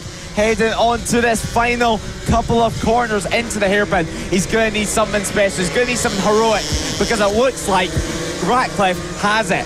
Caelan Ratcliffe comes round the final corner now to claim the triple in the AC40 Rookie class, just ahead of the championship leader Jensen Ansell. 0.4 of a second at the line separating them. Max Johnson comes home in third place on the podium, with Mason Frederick getting into fourth place. So Kai Hawken dropping all the way down to fifth. What a great rookie race that was. Caelan Ratcliffe win the race. Jensen Ansell and Max Johnson. Oh, brilliant stuff there, but a nightmare there for Kai Hawken. He'll be hoping to come back at the next round 5 of the championship. But congratulations, Caelan Ratcliffe, a triple win in this class, and I believe he's going to add a good couple more wins to his tally. Jason Ansell finishing home there in second, ahead of Max Johnson, with Mason Frederick home in fourth place. Kai Hawken will come home in fifth place, ahead of Jensen Seadrath home in sixth. With Henry Brody,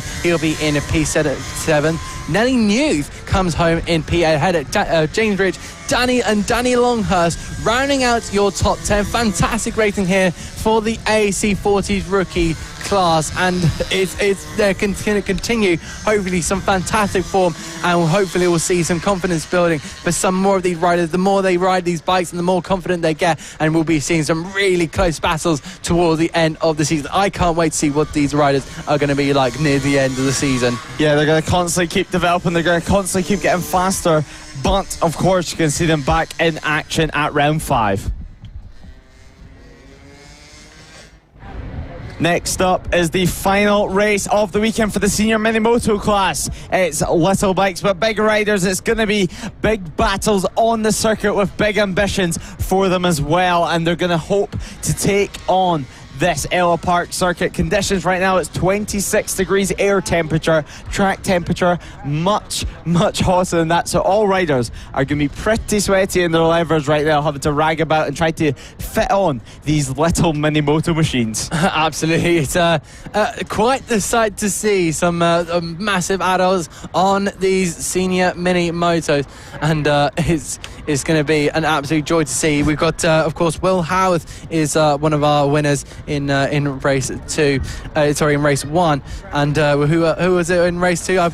Yeah, so in race 2 it was a great battle. Obviously we've seen Reece Gentry have that high side. I don't believe we'll see him on circuit, because I have seen that he's in a sling at the moment, so some injuries picked up there from him. So disappointing. But Josh Birkin, of course, having a great race in race 2, taking that race when and now number 22 has been given a penalty for riding in the paddock, and they will start at the back of the grid for this final race of the weekend. It was told by all the riders today that they would be given a penalty if they rode their bike for the paddock, because there's specifically a sign on the gate to say not to. So it's a rule of the circuit, and it's a rule to keep everyone safe. So David Myatt, he will be at the back of the grid instead of in 7th position. So it's going to be an interesting start to this one. Actually, quite a few riders missing. Yeah, that's a bit of a strange sight to see. Not entirely sure where the rest of them are, so if they do have work priorities, then unfortunately, yeah, it seems like we're off on the good old warm-up lap. So just like Josh Birkin will be away from Will Howarth. Of course, Reece Gentry had that injury. I don't think Bernie Hook is there, or is he? Do you know if it didn't look like it? But Andy Whedon will be in P3 going through the grid. Lamar Morgan in following up with Nick Bennett and Callum White. Elliot Sell will be next on the grid ahead of Ross Michael, Gary Eldridge, and then Isaac Greenstreet riding near the back ahead of Rob Gentry, and then of course David Myatt will be at the back of the grid due to that penalty for riding through the paddock. So what are we expecting here in the final race of the senior MiniMoto class? Lewis? Yeah, it's going to be a dramatic one, because I wasn't expecting so many riders to not be on the grid, but obviously the likes of Reece Gentry and, for example, even Matt Birkin, they have injuries this round. So now Reece Gentry is also another rider that is out and will not be taking part. So a real shame. But I think it's going to be a duke out between Josh Birkin and Will Howarth, and the question is, can anyone latch on to him? Because we've seen in the early stages, Andy Whedon, he was very, very strong off the line and in the opening couple of laps. So can he try and compete with the front boys? But now the lights will go on, and they go off, and we go racing. It's Josh Birkin with an incredible start in the number 2 machine, but Will Howarth, he's trying to catch up and trying to get alongside Andy Whedon in 3rd place at the moment, Nick Bennett just behind. Lamar Morgan in 5th place. A great start for him, and they'll be hoping to try and keep that up for the rest of the race. Ross Michael is in 6th place, so a great start, and now it's Josh Birkin though who leads this entire pack through on the number 2 machine ahead of the 96 bike and ahead of Will Howarth. Will Howarth has been so strong all weekend. No matter what he touches, he's able to go fast on it, and this is no exception. Will Howarth, he's had some nasty crashes on these machines, actually breaking his collarbone last season, and now he's back at it and back at senior MiniMoto racing, and half a second we separated them at the last sector point. So what is going to happen, as right now everyone was pretty settled as they start to find their plans for the race? Absolutely, Josh back in there with a great start, but he's still got pressure from our race 1 winner Will Howarth. But these two will be so full of confidence here. Will Howarth currently with the fastest lap of the race, but they make their way now in towards the first corner. I believe we've got 2 of our riders making their way now through.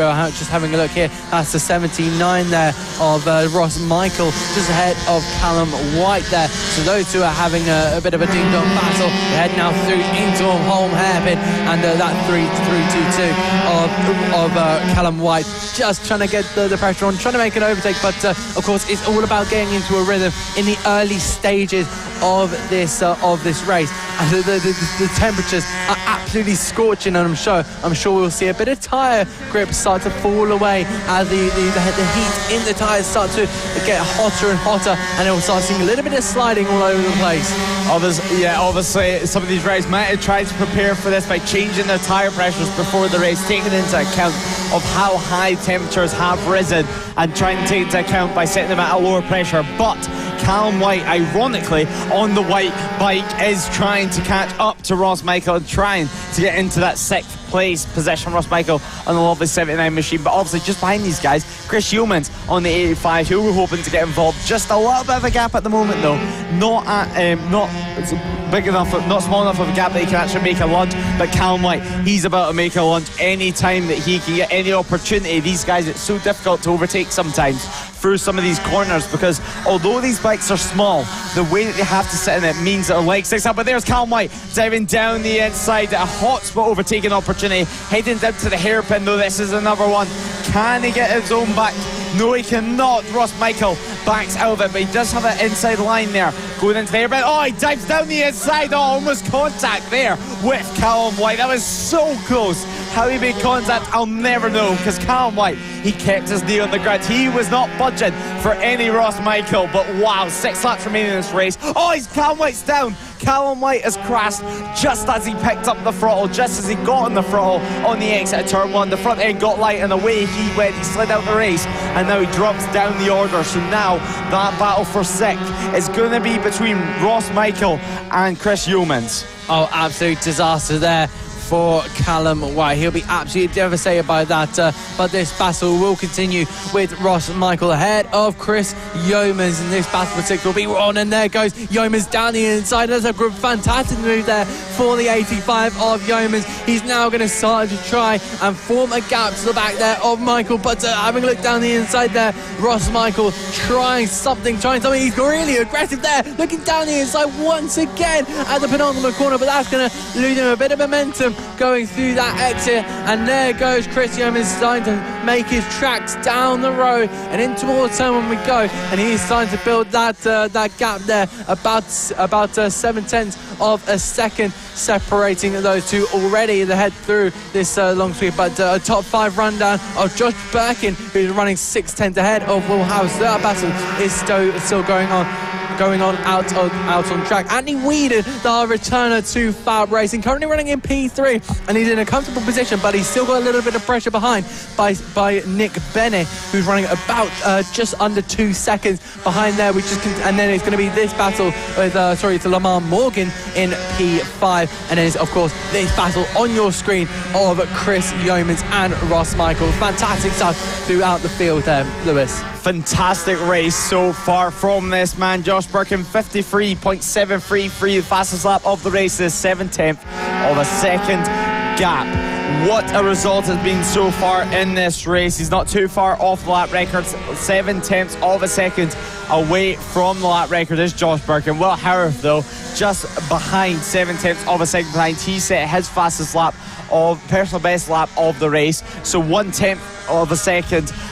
Josh Birkin was faster last time around. So Josh Birkin, even in these later stages with a comfortable gap, he's still able to easily expand that gap. It doesn't look like right now he's pushing too hard. He looks calm, he looks relaxed, and he looks like he's doing all the business right on the track as well. However, you can still see he's trying his hardest. Oh, absolutely. He's trying to absolutely shut that gap down and put Birkin under pressure. Of course, I don't think there's any mirrors on these mini motorbikes, but I'm sure Howarth, if there was any, he would be filling them entirely. Howarth doing the best he can, but Birkin has been so good this weekend. The two championship rivals clashing. First and second in the championship are at the moment out in front, with Birkin looking quicker by just 1/10 of a second last time out. Will Howarth is not letting him get away ahead of 1 second. He's still about 8/10 of the head now in towards a long right hairpin, and then making their way towards this late apex left-hander. Then through the final corner we go. Start 2 laps of this race, and Josh Birkin out in front. He's really commanding this, and I don't think he's going to be losing this win anytime soon. But of course, the commentators curse. It's always a thing, and hopefully I haven't quite cursed him.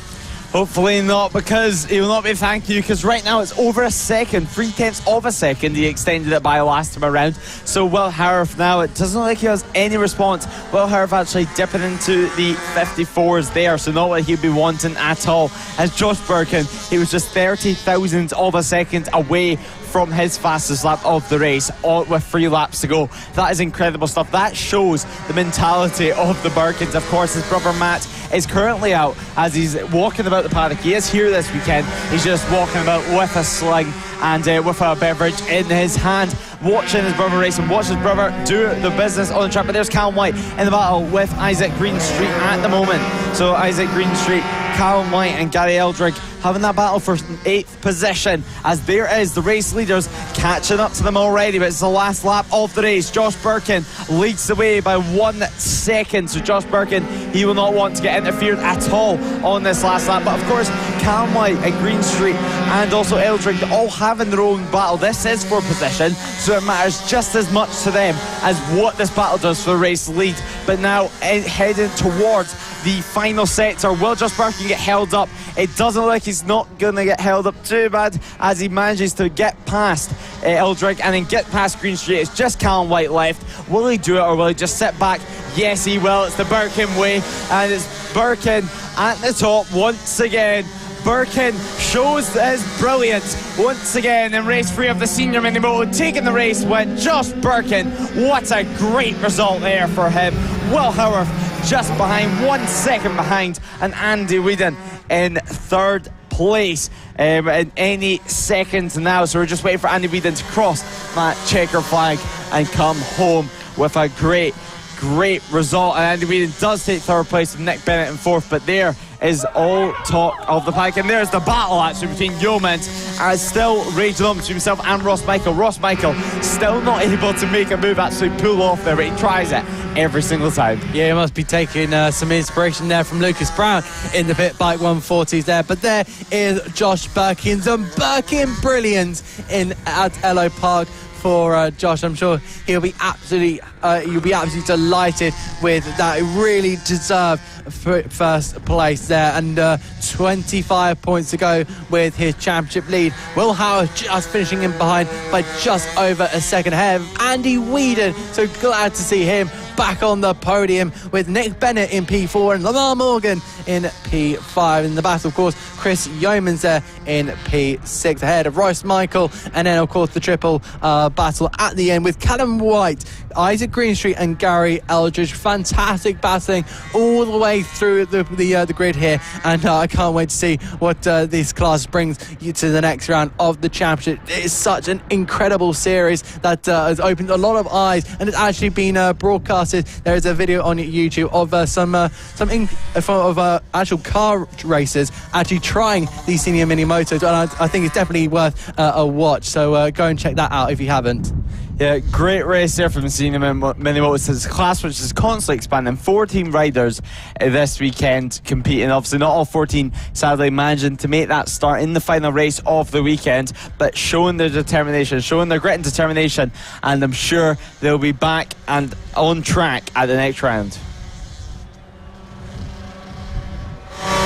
Coming up next is the final race of the weekend for the highest class of MiniMoto racing in the UK. It's the LC40 Elite class. A massive 15 bike field this round, and loads of things to talk about, because Harrison Day, he's won 2 races so far this weekend. Can he do the triple? Can he take 3 out of 3? It would be so impressive, because we've seen Byron Johnson almost turning into human, like he's not been his alien self like we've seen at previous rounds. No, absolutely. It's been difficult there for Byron Johnson. He hadn't had the best of weekends according to himself, but of course it's going to be Harrison Day starting on pole position, our double race winner. Can he make it the triple? Byron Johnson will be lining up in 2nd place ahead of Taylor Tomlinson. He'll be hoping to make an impact on that front two. Lewis Hull will be in P4, and he'll be starting on 2nd row of the grid ahead of Preston Baker and Rex Austin. Nicholas Dunwoody will be starting on the 4th row of the grid. He will be joined alongside the 47 of Matthew Thomas. Ollie Sims there in P9 ahead of Oliver Hall in that number 3. Sebastian Gaslowski starting in P11 on the 6th row of the grid ahead of Bradley Curtis, and Liam Lindquist will be starting on the 7th row of the grid ahead of Logan Cousins, and Archie Hooper will be the sole rider on the 8th row of the grid. There's going to be some fantastic action throughout this 9-lap race here at Ellough Park for our 15 riders taking it to the grid here. There we go. They're all making their way now towards their grid slots, their designated grid slots, and then we're going to have a few chats there. You can see a few adults there. Their supporters moving away now. One more to try and get their last words now. But now clearing the grid we go. The look to the light, the point to the light. The revs will now rise, and we go racing here at Ellough Park. It's a great start there from Harrison Day, but around the outside, there goes Byron Johnson, and just like classic Johnson, he goes round the outside, but here comes Harrison Day back at Johnson, but he can't get it round this time. Look at Taylor Tomlinson there in the background. He'll be trying to attack Harrison Day in the early stages, but in towards Holm Hairpin, on the break they go, and it seems like Byron Johnson has got the best start here. Can Tomlinson do anything with Oliver Hull there at the moment, just sitting in his position of 4th place? They now make their way now through the tricky part and in toward the hairpin they go, through the chicane section, and Byron Johnson has done what he needed to do on this first lap, which is get out in front of the lead and try and stay ahead here of Harrison Day. But Harrison Day looks very strong on that exit here. We just follow Oliver Sims there at the back of the field, but they now make their way now round the final corner and start lap number 2 of this race. And look, here goes Harrison Day. He's looking at Byron Johnson already, but it's Johnson ahead of Day, ahead of Tomlinson, and they make their way now. Look at Lewis Hall there in P1. I think that's Nicholas Dunwoody there, just hanging out in 5th place, and hopefully he'll be trying to get onto the back of this battle. Just 8 laps remain, and it's still Byron Johnson who leads the way after an incredible start to this race. Harrison Day, though, looking down the inside. He's not going to make it work, though. Byron Johnson knows what he has to do. He knows he has to keep behind. What will Taylor Tomlinson do? He wasn't here in race 2. He was a non-starter, and now he's here. He's back in action. He's just been taken over by Lewis Hull, actually. So Lewis Hull up into 3rd place. He had a tough race to himself, but now Harrison Day, he's trying to line up a move. Will he make it stick? Will he make it work? Lewis Hull and Taylor Tomlinson still battling it out through, but Oliver Hull there further down the field, and there is Harrison Day. Harrison Day is in the race lead.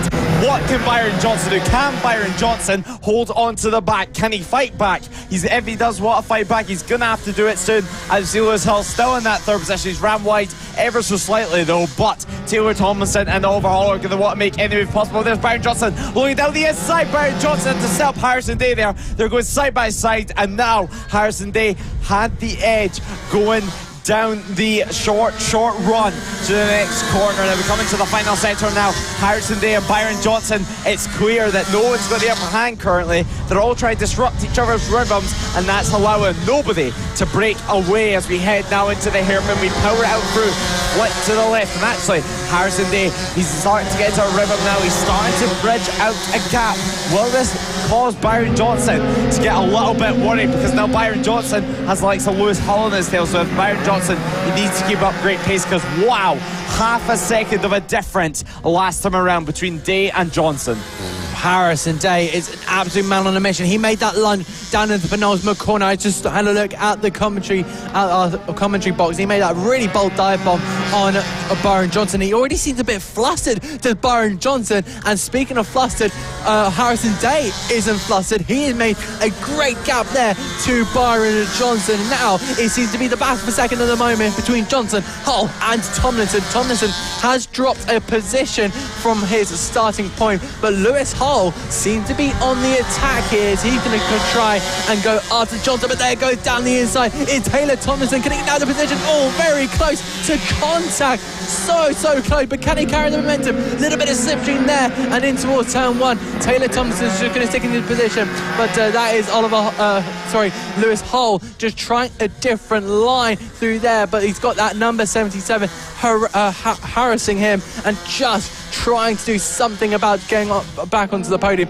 and getting some great points. But at the moment, Harrison Day now with the fastest lap of the race with a 52.8. Fantastic action notes all the way through the field. Fantastic. This is the battle right now between, this is a battle from second all the way down to 5th or 6th place right now. So a great battle that we're watching at the moment as Oliver Hull looks down the inside Matthew Thomas. Matthew Thomas last time around did have quite a moment coming out of turn 1. His foot came off the foot peg actually, and he managed just to keep on to it, but Oliver Hull a slightly tighter line there. That's going to affect his exit and affect his run onto straights. It's going to be slightly slower, but there is Lewis Hull just ahead of these guys as Matthew Thomas looks to have the pace once again. Once he gets past someone, he seems to be unleashed as we see him there diving down the inside. Taylor Tomlinson, he's absolutely on it as Taylor Tomlinson fights back. He sticks around the outside. What a pair of riding there from the two riders.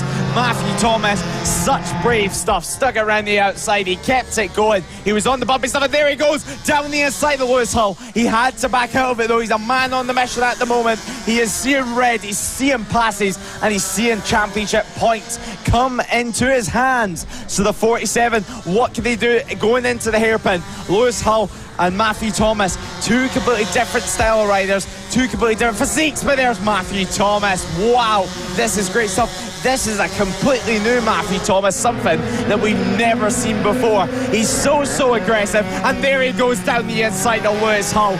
Wow, what great stuff. Third position now is Matthew Thomas, going to catch up to Byron Johnson. Oh, absolutely. Matthew Thomas right on the pace, and now he's really showing it in this middle stage, and this is where he's going to start using his tyres up now and see if he can overtake Byron Johnson. Hopefully he's got a little bit left in that in those tyres to try and do something, but it's only at the moment Byron Johnson leading this second place back, and it's going to be Matthew Thomas joining them on the podium. It's going to be it's going to be Lewis Hull ahead of Taylor Tomlinson. So Tomlinson has lost a couple of places compared to his starting position. So I'm not sure if he's going to be happy about that. But now looking down the inside goes Matthew Thomas. He's already having a look here at Byron Johnson, making their way now around the final corner. There's Harrison Day with the lead, but here comes Matthew Thomas. He's not going to try that bold move that he did in towards turn one. He's just going to back off now. Think smart. That's what you've got to do now. They're still so young, but they're using their brains to full effect. They know what they've got to do. They know the track off the back of their hand. Is he going to have a look here down the inside? But it looks like it's going to be Lewis Hull having a look here now, just trying to pee his way into the battle. Maybe Taylor Tomlinson can just try and sneak through if a little mistake happens between the two up front. But here comes Matthew Thomas having a look once again, but he's just going to stay where he is for now. A bit of a wide moment there for Lewis Hull, and he's under pressure here from Taylor Tomlinson, but he's not going to get past is the number 77. But can he have a look here down the inside? And unfortunately, no, it's not going to be it for Tomlinson. Not going to be it yet, but it could be coming as we go into the last lap of the race. Matthew Thomas, Byron Johnson, who is going to claim that second place as Taylor Tomlinson gets in front of Lewis Hull there. They're continuing to battle as Matthew Thomas tries his best on the 47 machine. He takes the outside line once again, not going red the outside of anyone this time though, just trying to find a bit more mid-corner speed to try and carry that on to this straight run here. He's driving down the inside. Will he make it work though? It doesn't look like it. Byron Johnson, he's pinpoint perfect at the moment. He cannot make one mistake. Is Matthew Thomas going to make a move here, or is he going to wait and try and make it out of here? But Lewis Hull though goes up the inside of Taylor Tomlinson, Byron Johnson, and there is your race leader. There is Harrison Day at the moment. He's on a perfect run. He does the triple. It's been such a tricky time over the past year, but he's came out and he's succeeded here at Ellough Park. Great stuff as Byron Johnson just takes that second position by 55 thousandths of a second from Matthew Thomas. Lewis Hull manages to get in front of Taylor Thompson at the line, but wow, Harrison Day, pinpoint perfect performance, winning by 3.8 seconds from Byron Johnson and Matthew Thomas. And wow, we see some great contenders there. Such a great race. Harrison Day, perfect result, and Matthew Thomas in a completely different form. Oh, it's been absolutely brilliant, but you've got to clap for Harrison Day. He's been absolutely on fire this week, and it's really shown. 3 wins on the bounce, and the things that he's gone through in the past year, and then to go and do that, it's stupendous. It's honestly, it's heartwarming in all honesty. When you really get a sense of what's been going on in the Day family, it really brings a smile to your face. Byron Johnson just managing to hold off Matthew Thomas in there for the podium. So they've both had a fantastic weekend, and hopefully they can then bring it to the next round of the championship. And then we've got Lewis Hull in P4 ahead of Taylor Tomlinson, who's managing to pick up 5th place ahead of Nicholas Dunwoody, Oliver Hall, Sebastian Gasolowski, Ollie Sims and Bradley Curtis, your top 10.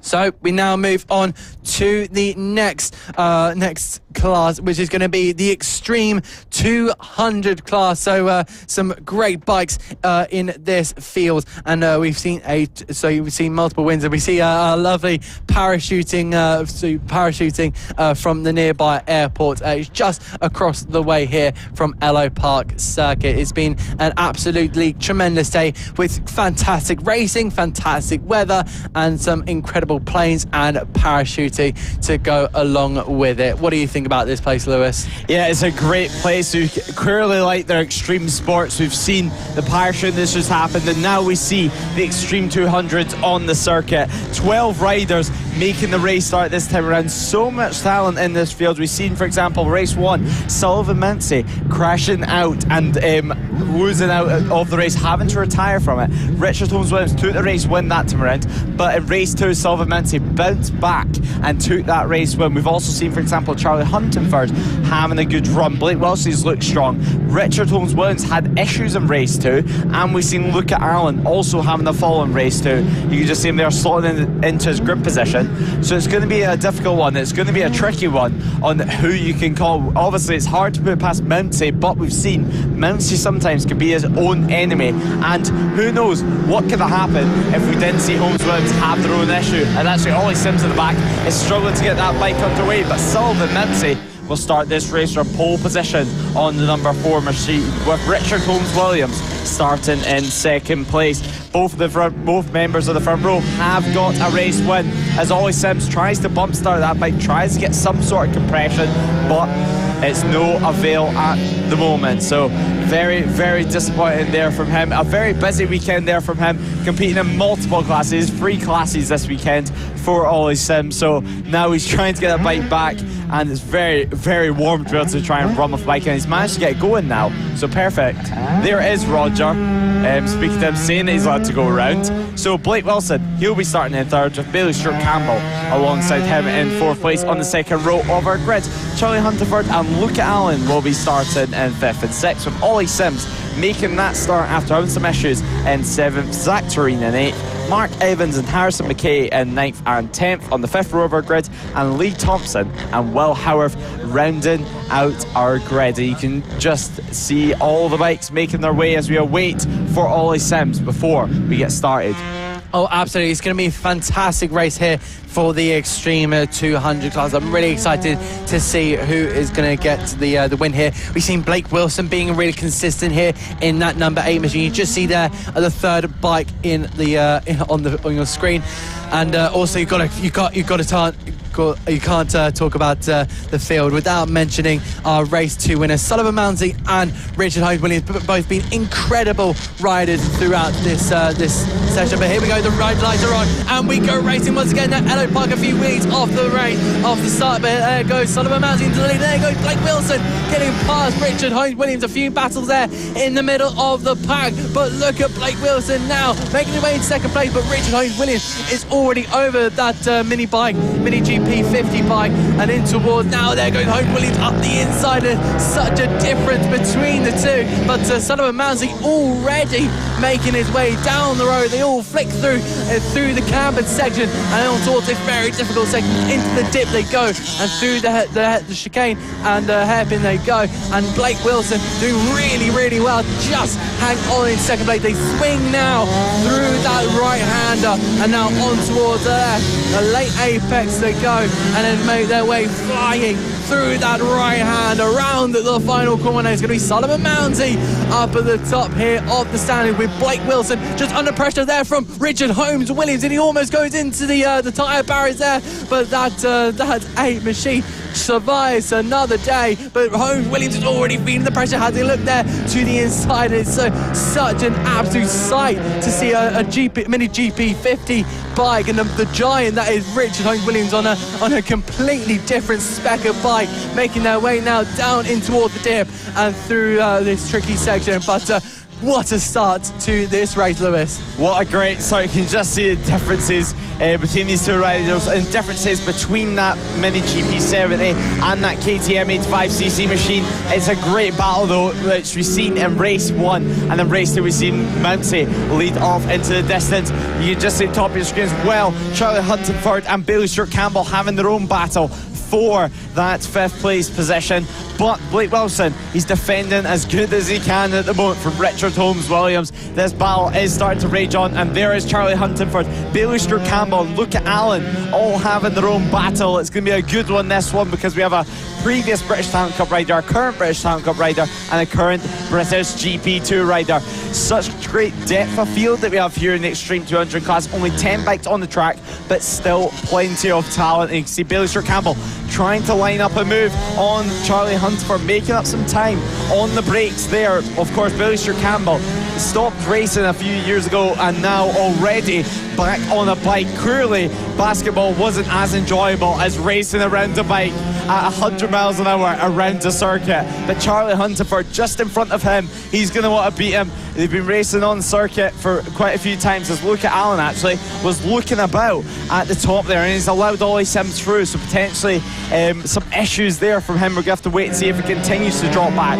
or if he just missed the gear. So now Luca Allen still carrying on behind Ollie Sims, but interesting race so far, and we still have plenty of laps to go with plenty of time to decide these positions. Oh, absolutely. Fantastic race so far. We just see, I believe this is the battle between Huntingford and Stuart Campbell. So glad to see that he's back in the FAB-Racing scene. And then we have a look back here between Ollie Sims, who has made his way up to P7 with Luca Allen in behind him. But now looking back, so this battle for second place, Blake Wilson. So it's pretty much race 1, but in reverse. And for second place, Blake Wilson currently leading Richard Holmes Williams. They make their way now in towards Holmes Hairpin, and a fantastic little sequence using that curve there on the right hand side. They dip through now, through the sweeper, through the cambered little sequence, then flicking it through, now getting right down there into the dip and really challenging themselves, trying to get right down to get the turning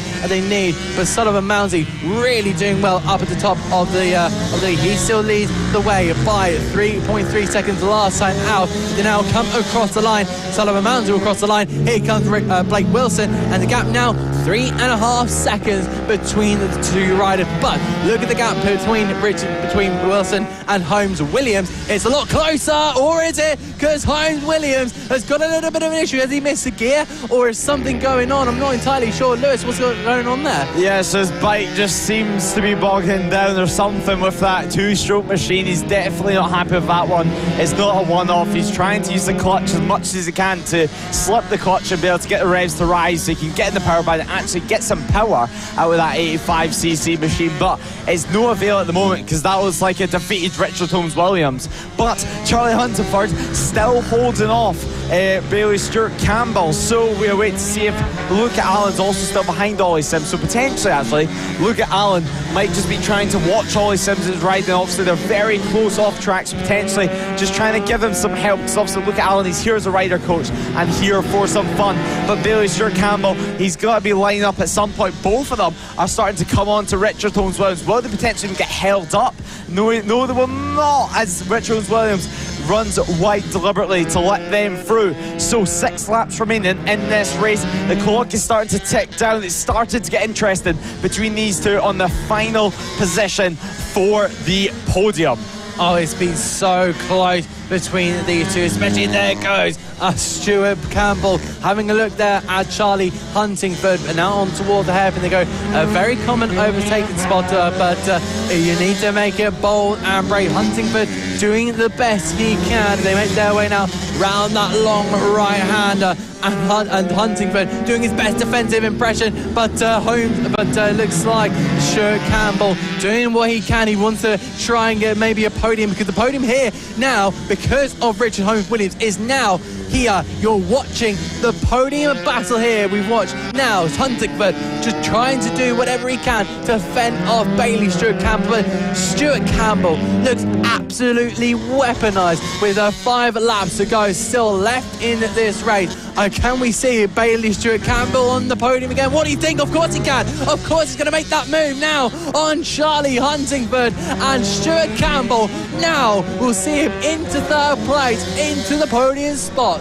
What a move there from our returnee. Great move there, pinpoint perfect, pinpoint precision in the chicane, and now Bailey Stewart Campbell tries to edge away. Richard Holmes-Williams has retired to the paddock now, so that is his weekend over in the Extreme 200 class. So Bailey Stewart Campbell now leading the way. Is it going to be a game of cat and mouse at high speed? 4 laps remaining in this race. What does Huntingford have? Does Huntingford have anything left to show what he can do, or is he just going to sit behind Stewart Campbell for 1 or 2 laps to be able to decide what he's going to do, what his plan of attack is, and where he can get past these riders? Of course, both of them very talented. Both of them have had quite a few experiences in the Honda British Talent Cup, but now look at them on circuit at FAB. Both of them FAB graduates returning in the sunshine at Ellough Park, and you cannot blame them as they cross the line, and now the gap between them is half a second. Oh, it's been great battling between these two,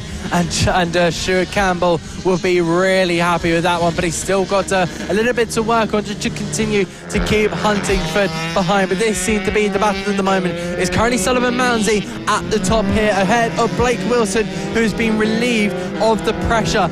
Is Richard Holmes-Williams, who's really hounding him until that issue. But then we've got Bailey Stewart Campbell running in P3 ahead of Charlie Huntingford. Ollie Sims is running in P5 just ahead of his mentor Luca Allen. Now the riders come through the hairpin. You just see everyone watching on the outside of the circuit, enjoying it. And as mentioned, Ollie Sims still ahead of Luca Allen. Luca Allen, he's still probably analysing, maybe he might make an overtake. He's been sitting behind for a couple of laps now, but he just looks quite relaxed back there, and it's great to see this friendship showing through at the moment. Or maybe he might try to get past to try to show him some different lines and try to show him where he can go better. So we'll wait to see what's going to happen. Luke Allen actually using Fraser Rogers' old gear like Kawasaki levers. As there we go, down the inside he goes from Ollie Sims. He looks, checks that he's not too close to him, and checks that the move has been done safely. But now they power it through to the middle sector of the circuit, and there we have it going into the final stage. Ollie Sims actually trying to fight back early on, so very, very impressive, as now we're into the hairpin now. So Luke Allen is going to power out through for what is going to be their final lap, and this man's final lap, Sullivan Mounsey. What a race, we've barely seen anything of him. 6.6 seconds up the road on the number 4 machine. Perfection there from him, perfection in race 2. It's an almost identical race 2. Sullivan Mounsey at the front, Richard Holmes-Williams retiring, but Sullivan Mounsey, nobody can stop him, only himself, like we've seen in race 1. He comes round the hairpin, elbow practically on the floor. He likes a bit of showboating, he likes victory, and now he experiences it once again in the Extreme 200 class in race 3. The final race of the weekend goes to Sullivan Mounsey. In second place, we're going to have Blake Wilson, and then we'll wait to see Bailey Stewart Campbell, and we'll wait to see what can happen in this battle here with Luca Allen, Ollie Sims having their own battle for that 5th place. A great race there, and a great run from Luca Allen and Ollie Sims as well. Oh, absolutely brilliant throughout this entire race. Sullivan Mounsey, he's been continuing to perform with confidence, and he's really been bringing that out, giving a little wave to the camera, but I'm sure Donington and race 2 have really helped our young rider. And then of course a brilliant podium there for Blake Wilson, so deserved, as well as Bailey Stewart Campbell, and a little battle there between Luca Allen and Ollie Sims. That was such an incredible battle. I think there was also a little bit of tutoring for the young Ollie Sims, but there you go, going through the full results now is Sullivan Mounsey in P1, a winning margin of over 7 seconds, and a great lap there. It's going to be Blake Wilson in P2 ahead of Bailey Stewart Campbell. On his return, he has managed to get a podium for himself. Charlie Huntingford managing to hold off the charging Luca Allen and Oliver Sims, with Mark Evans in P7, with Zach Turin in P8, and then Harrison McKay P9, and unfortunately a retirement there for Richard Holmes-Williams. Fantastic from the Extreme 200 class, and I can't wait to see what they're going to be producing next time out at the next round.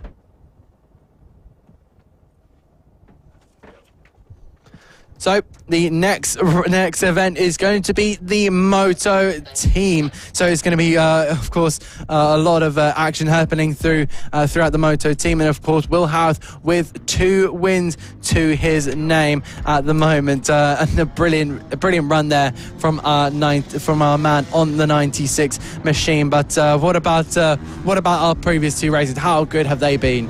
They've been really good for the Moto team, guys, and we've seen some great action from both the Open and the Standard classes. The Open class last race, though, seemed to be more of a race of attrition, with many teams experiencing some mechanical issues, so hopefully none of the such this time around. So hopefully they can have a better run. Hopefully the likes of FAB-Racing can be able to finish this race. And actually, I don't see FAB-Racing on the grid right now, so maybe they might be non-starters. We did see them pull over, and that might have been terminal there from them. But Will Howarth will be starting on pole position, where Team FAB-Racing should have been alongside them, but no signs just yet on the grid. Team Pinky and the Brain in the Standard class will be starting in 3rd place on the 2nd row of the grid, next to Team Italia, who's been very, very strong this season so far. Team Dis will be starting in 5th, next to Scott Jewett, and Team Ernie the Badger also experienced some mechanical issues in the opening couple of laps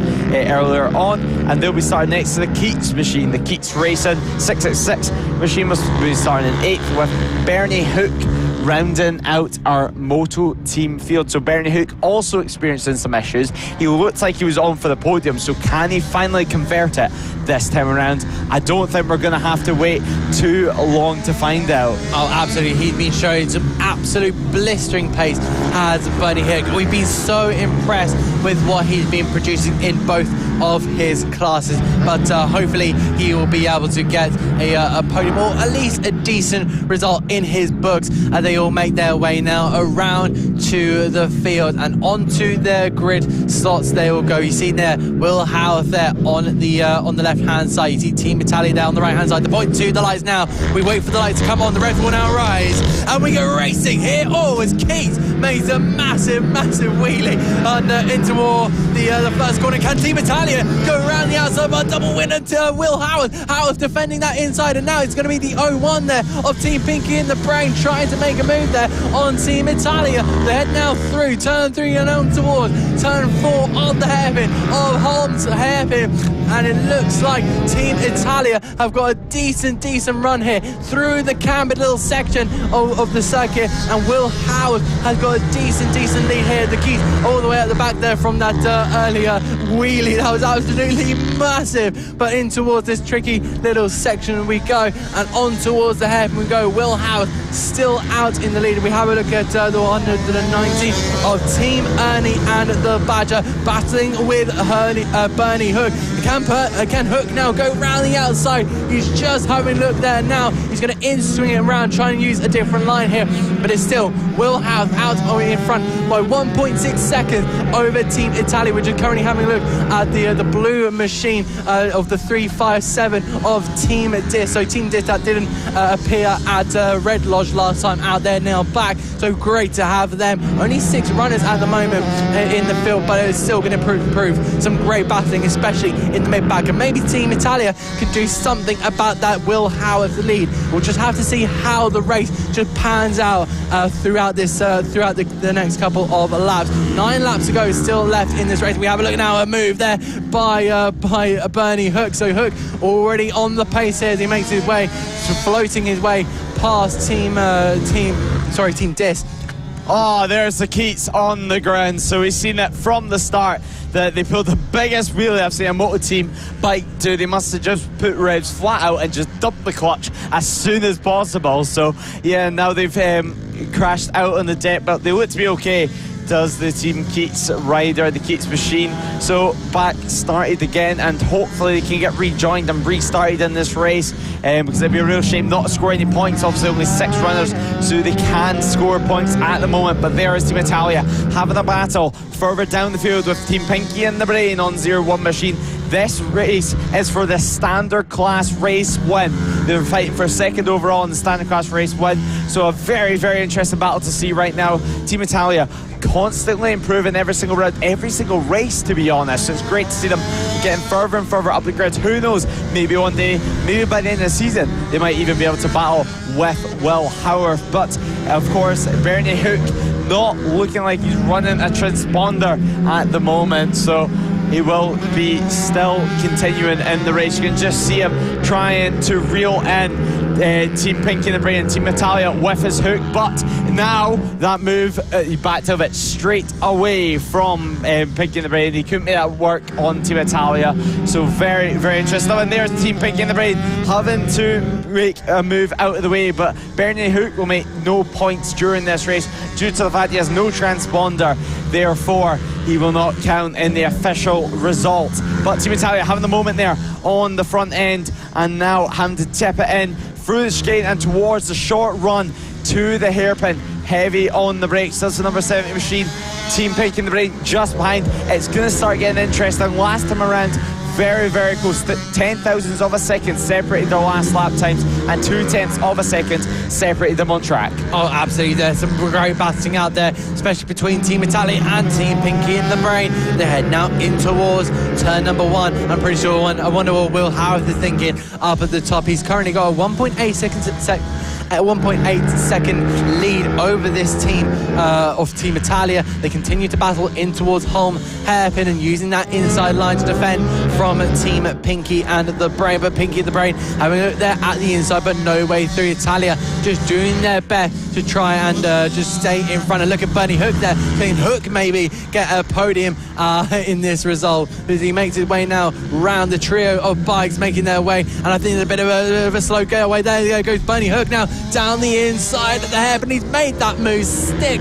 Great move there from our returnee Bernie Hook, but now he's going to be on the charge there for Team Italia. Can he get the two bikes in a couple of spaces round the outside of turn 1? Can he do it? He's gone for it, and Bernie Hook is up into P2. He's gone a little bit wide now, and now in towards turn 2. He's got to go round the outside of Team Italia and make that move stick. Bernie Hook up into P2, and now Will Howarth, will he be feeling pressure? But here we go. Team Italia is just defending now from Team Pinky in the Brain. Is a Bernie Hook now going to start heading down the field?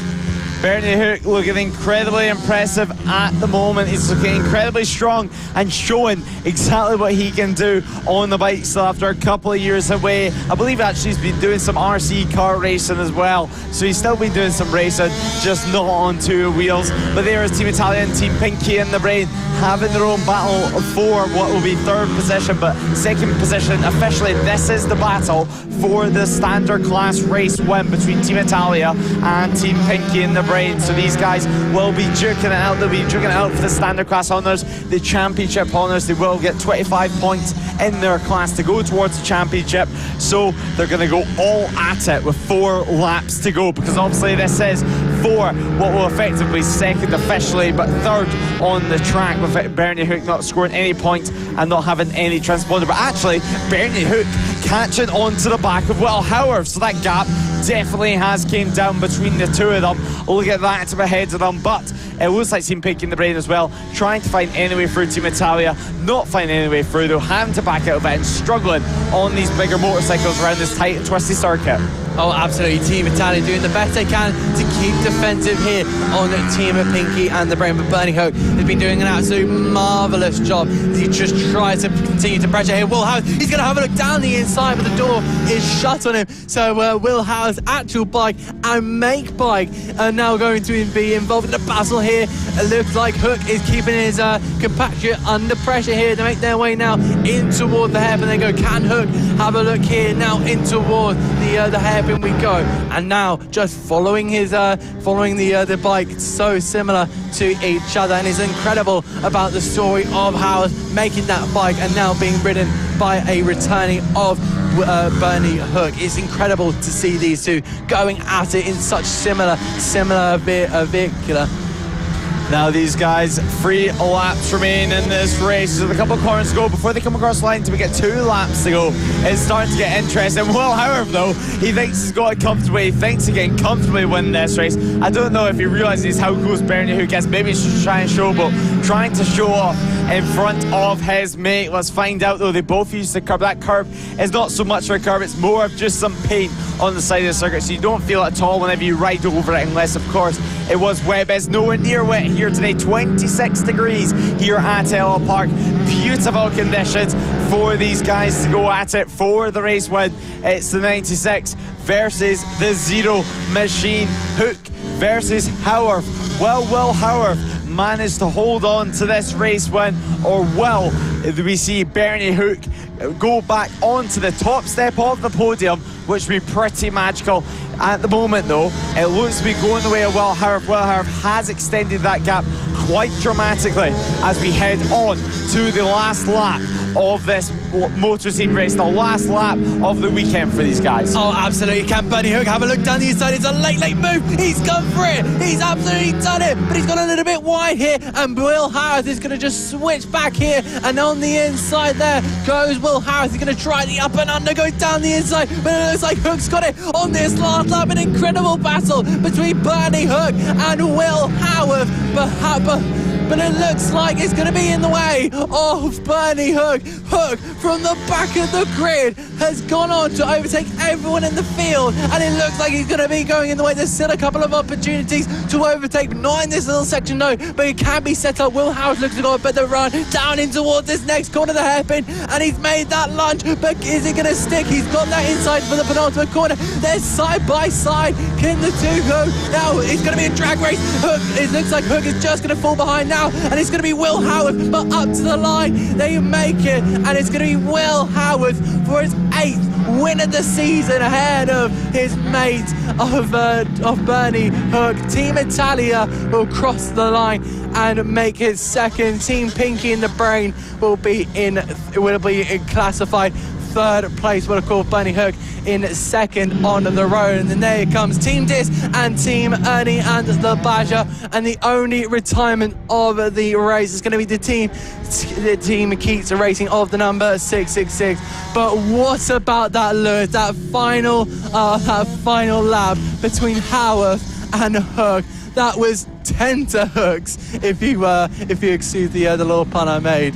Yeah, an incredible race on that final lap. You didn't see it coming, to be honest. With 2 laps to go, it looked like it was a sizable gap between Howard and between Hook, but Hook managed to reel him in and managed to get that move done at turn 1. But Will Howard fought back, and he fought back really, really well in that final lap. He didn't get flustered. He managed to keep calm and keep going. You can see a conversation between the two. They'll be happy about that one, and we were certainly happy up here to watch that. So will everyone at the circuit, because the motor team class, all 3 races this weekend, producing some great racing. We now move on to the Mini GP 50s. So we've seen some fantastic races throughout this class. Luke Fletcher was your race 1 winner, and then I believe it was Fletcher again. Correct me if I'm wrong. Yeah, incredible race 1 and 2 so far. Marco Holt, of course, having a terrible start in race 2 and struggling on the forefront and dropping back quite significantly. He managed to fight his way through. But we've also seen the likes of Wilson Dix who could come into play. We've seen him in other classes go very, very strong, and now he's going to be hoping to try and transform that on the 50s. Loads of front runners in this class. We've seen as well some jump start penalties can potentially come into play, and now we await to see what is going to happen for this race, the final race of the weekend, where the 21 and the 77 machine will start at the back of the grid due to riding their bike in the Paddock. So one of them, of course, being Taylor Tomlinson, who will start at the back of the grid. So very, very disappointing for him. And alongside me for the final Mini GP 50 race of the weekend is a guest in the commentary box, Sylvain Mincy. Sylvain, how are you? Yeah, I'm really good, thank you. Sorry, I literally had to sprint all the way over it as I was just helping get Luke ready and a couple of the riders. But as you can see, looks like there's some trouble on the grid here with Archie O'Brien and Frankie Watson after him getting that collision with Luke. Yeah, now everyone is getting told to go off the grid. It's a massive field once again in the Mini GP 50 class, and it's going to be Marco Holt who's lined up on pole position with Luke Fletcher alongside him on the front row of our grid. Frankie Watson had a great start to race 2 and got in the race lead briefly before crashing out. He will start the race from 3rd place. Wilson Dilks will start in 4th, with Archie O'Brien starting in 5th, with obviously some drama happening on the grid. Byron Johnson will start in 6th on the 3rd row of the grid, with Austin Johnson and Finley Paulhill on the 4th row of our grid. Matthew Thomas and Sam Garner will line up in 9th and 10th, with Jensen Bishop and Travis Shaw in 11th and 12th on the 6th row. Seth Hayward will start in 13th, with Chloe Gleeson in 14th position. Harley Baker starts in 15th place, with Taylor Tomlinson should have been starting 16th, but looks like he will go to the back of the grid. Dylan Turin will start in 17th, with Annabelle McCarthy joining him on the 9th row of our grid, with Bethany Ashby and Ollie O'Gorman on the 10th row. So incredibly impressive there from them, an incredibly impressive grid once again that we have this year in the Mini GP 50s. And quick, Sullivan, one more answer. Who is your money on for the final race of the weekend, and who's going to win it? Well, it was looking like quite a strong race from Luke in that first one. So same here for Marco as well. And Frankie, I feel like this is really good from him. He's stepped up quite a bit this round, and we'll see what he's going to be able to do. Hopefully Archie will be able to get in the mix, but this is probably the best weekend for Wilson as well, so it's going to be a tough one to call, I must say. It's going to be a tough one. It's going to be Dylan Turin and Taylor Tomlinson, who starts at the back of the grid due to riding in the paddock. You can see at the back of your shot they're getting pushed to the back of the grid, so clearly they weren't notified of that or forgot about. But what is going to happen? Marco Holt on pole position. Will he get a better start? He struggled in race 2. Everyone clears off the grid. The tension is certainly rising. The revs will rise now. They'll all look up to the lights, and the lights go out, and we go racing for the final time in the Mini GP 50 class. Marco Holt pushing Luke Fletcher all the way to the edge of the track. Frankie Watson, another great start in 3rd place, pushing Archie O'Brien in 4th place. Wilson Dilks making his way up to 4th now, so that's Archie O'Brien into 5th. That's Annabelle McCarthy there, straight up onto her feet though, although she is limping away. But at the front, it's going to be Holt, who's having a great run so far from Luke Fletcher. So 2.2, a great start there from him. Luke Fletcher, he got pushed at the start, and so far no answer for Holt, but obviously early stages in this race with 10 laps to go. Yeah, we'll be able to see what Luke can do, because they've just got a little bit of a gap over Frankie and Wilson. So if they're not, if Frankie's not careful, oh wow, red flag. Hopefully Annabelle's okay, but she did look a little bit winded from that crash. Yeah, so our first red flag of the day is out, and everyone is safely coming to a halt. So while some obviously the medics and the officials here at FAB do a great job of keeping everyone safe, do a great job at keeping the event running so well. There's obviously the confirmation of the red flag with the marshals dotted around the circuit at their marshal post, but the riders will slowly head back to the grid, and then they'll wait on there until they get some further confirmation, it looks like. So yeah, we'll wait and see what's going to happen. Obviously it was turning up to be a great race. Marco Holt, a great start from him, and it's clear that he learned from his start in race 2, because he really bogged down and just didn't get in the power band in race 2, and he got dropped down to about 6th position. Yeah, well, yeah, I think some of these 2 strokes are hard to keep in the power band, so it's just he must have just got it wrong, but you don't really see that mistake very often. But as you can see, Annabelle's now up on her feet, looking okay, and the medics are attending her, and she looks okay, just a little bit winded, but I guess it's quite frustrating because it looked like it was more of a on the straight collision or crash, so hope she's all good. Yeah, she's getting talked to by the medics, getting checked over. Medics doing a great job here at FAB. Quick response well for the red flag to come out, because she was initially on her feet, managed to get out of harm's way, out of danger. Obviously the bike was in the middle of the circuit as well, so quite a lot of debris as well might have been dropped as well by the bike. So yeah, obviously safety first here at FAB, but yeah, she's up on her feet, and that's the main thing. And then hopefully, with the riders now back on the grid, I mean, what would you be thinking at this point if, for example, I know you work quite closely with Luke Fletcher, so what do you think Fletcher will be thinking right now, sitting on the grid during the red flag? Well, if this was me, I would just be thinking, how can I do Marco? How can we get a better start and go round his outside? Because, as you can see, Luke is further behind, but he's going to need to start thinking of where the overtaking moves are. He's got a lap or 2 laps behind Luke, seeing where Marco's best. But, right, looks like they're turning off the engine, so this looks quite serious. I think Annabelle's got an injury to her arm or wrist. Well, now the riders still on the grid. Obviously, these 2 strokes as well, they don't like just sitting there revving, keeping it all through them, but they get really, really hot, and the last thing you want is an overheating bike anyway. They need the air going through them practically at all times once they're up to temperature. So the riders wait there for hopefully not too long, because obviously you have tyres and stuff to think about as well. And with these tyres, I'm sure you've been in these situations yourself in this exact class. I'm racing similar tyres, these slick tyres, so how difficult is it once you've been sitting for a couple of minutes to get temperature back in them? Well, it depends how hot the day is, and it's a really hot day, so they should stay hotter for longer. And maybe literally one warm-up lap, maybe 2 would be enough to get their tyres back up to heat and ready to race temperature.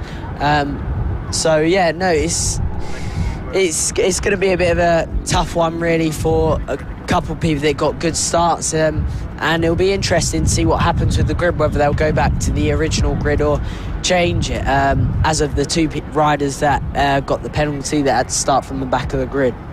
Yeah, we'll wait and see at the moment what's going to happen. I'm sure we get some official confirmation very soon, but we shouldn't be too far away, I wouldn't think, from a start at the moment. Obviously, talks being done, and actually quite a lot of focused faces, quite a lot of frustrated riders sitting there, but safety is first. Marco Holt, though, he's looking relaxed on that grid, and he's definitely looking confident this weekend, because this is the circuit which he's always been quick at.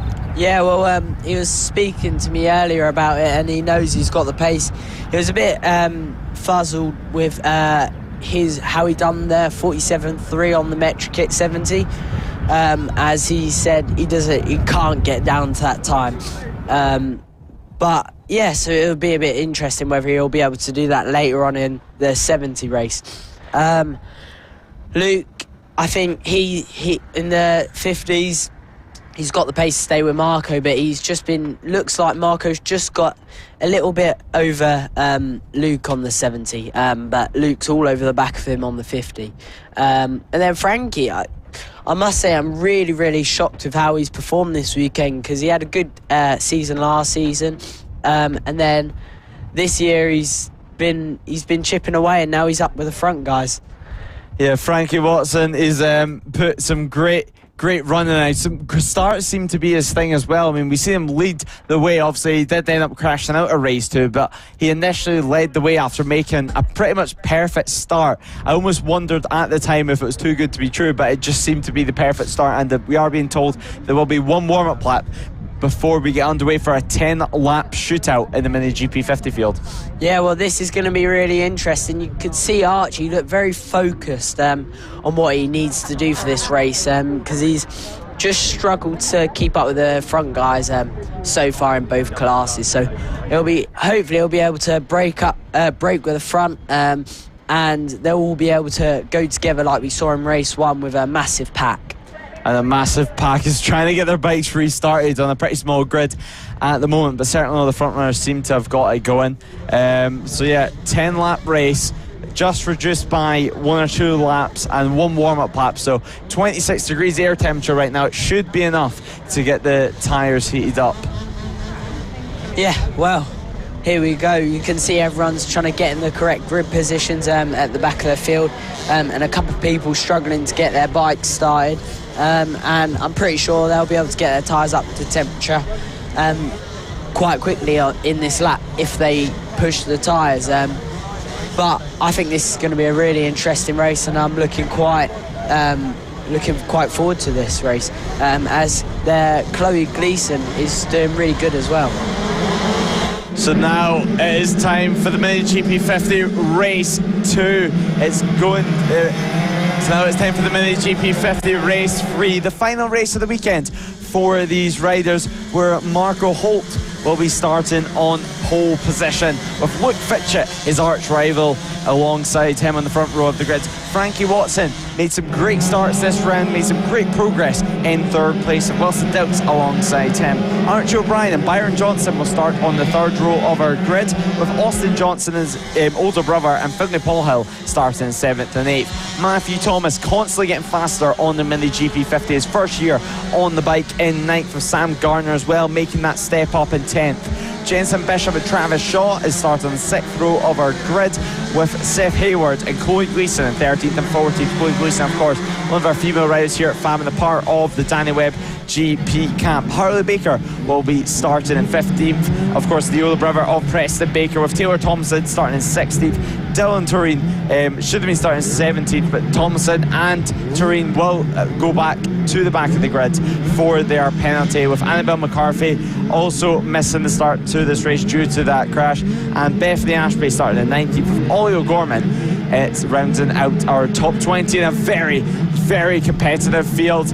It won't be long until we get lights going on, and the lights will go out, and then the whole Ellough Park circuit will roar. Will Marco Holt be able to make a good start this time around? There's a lot of tension, a lot of pressure on the grid. The lights are on and the lights are off, and we are racing for race 3 of the Mini GP50s. Luke Fletcher looks over to his right, but it's Frankie Watson who takes the race lead. Once again, Wilson Dilks sat up there. Wilson Dilks has an issue with his motorcycle, potentially he's missed a gear coming out the final corner, from the first corner, but Marco Holt dropping down to second. Luke Fletcher into third at the moment. Archie O'Brien fourth. It looks to be Byron Johnson in fifth place as well, just ahead of his older brother, with Wilson Dilks in seventh, ahead of Finley Paulhill. So far, everyone through cleanly, and Frankie Watson, wow, what a start that was there, Sullivan.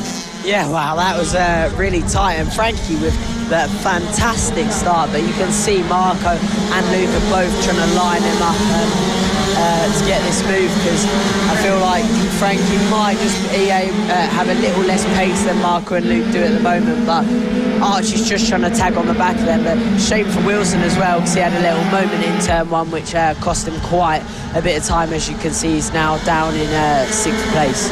So what can Frankie Watson do? Can he hold on to this race lead? Can he hold on to the front pack? Because it's incredible pace that they've been running all weekend in the Mini GP50s. A 48.569 was the lap record that was set in race 2 by Marco Holt. It's a circuit which he loves. So can he take the race lead this time around?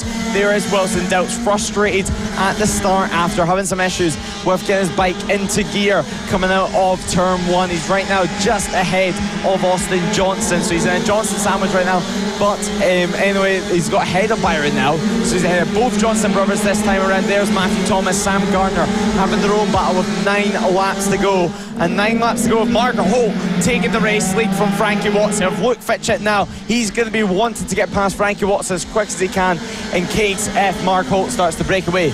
Yeah, well, Luke done him a move up the inside, but Frankie's just been a little bit more cautious on that inside now. But it looks like Frankie's been able to stay on the back of Marco at the moment. But now Luke must be trying to line up a move. But Frankie looks like he's upped his pace a little bit more, even more for this race, and got a little bit more racecraft since the restart. But as you can see, Marco just is edging away a little bit every lap, but no, it's going really good for Frankie, I'd say. Yeah, Frankie Watson, he compares riding from this year, this round, compared to last season. It's night and day, and it's so great to see, and it's so great to see him sticking with Marco. Luke Fitchett just behind as well, and Archie O'Brien, though, he seems to be dropping off ever so slightly. The gap 0.8 of a second between himself and Fitchett last time around. So 7 laps remain in this race, and what do you see this becoming? Do you see this sticking as this 3-horse race, or do you see it increasing in riders or decreasing? I feel like it might decrease if Luke gets a move on Frankie, but we'll have to just wait and see, because Frankie is still just tagging on the back of Marco, but Marco is a little bit better out of the chicane, but Frankie's very strong on the brakes, as we can see.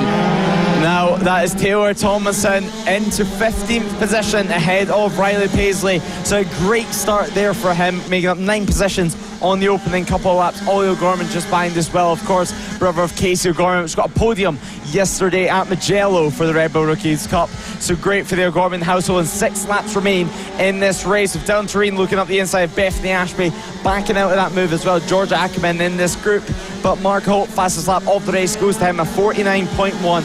Incredible pace that they're running at the front, and like we've seen all weekend, they just seem to be getting faster and faster, and a 49.1 is only building into it.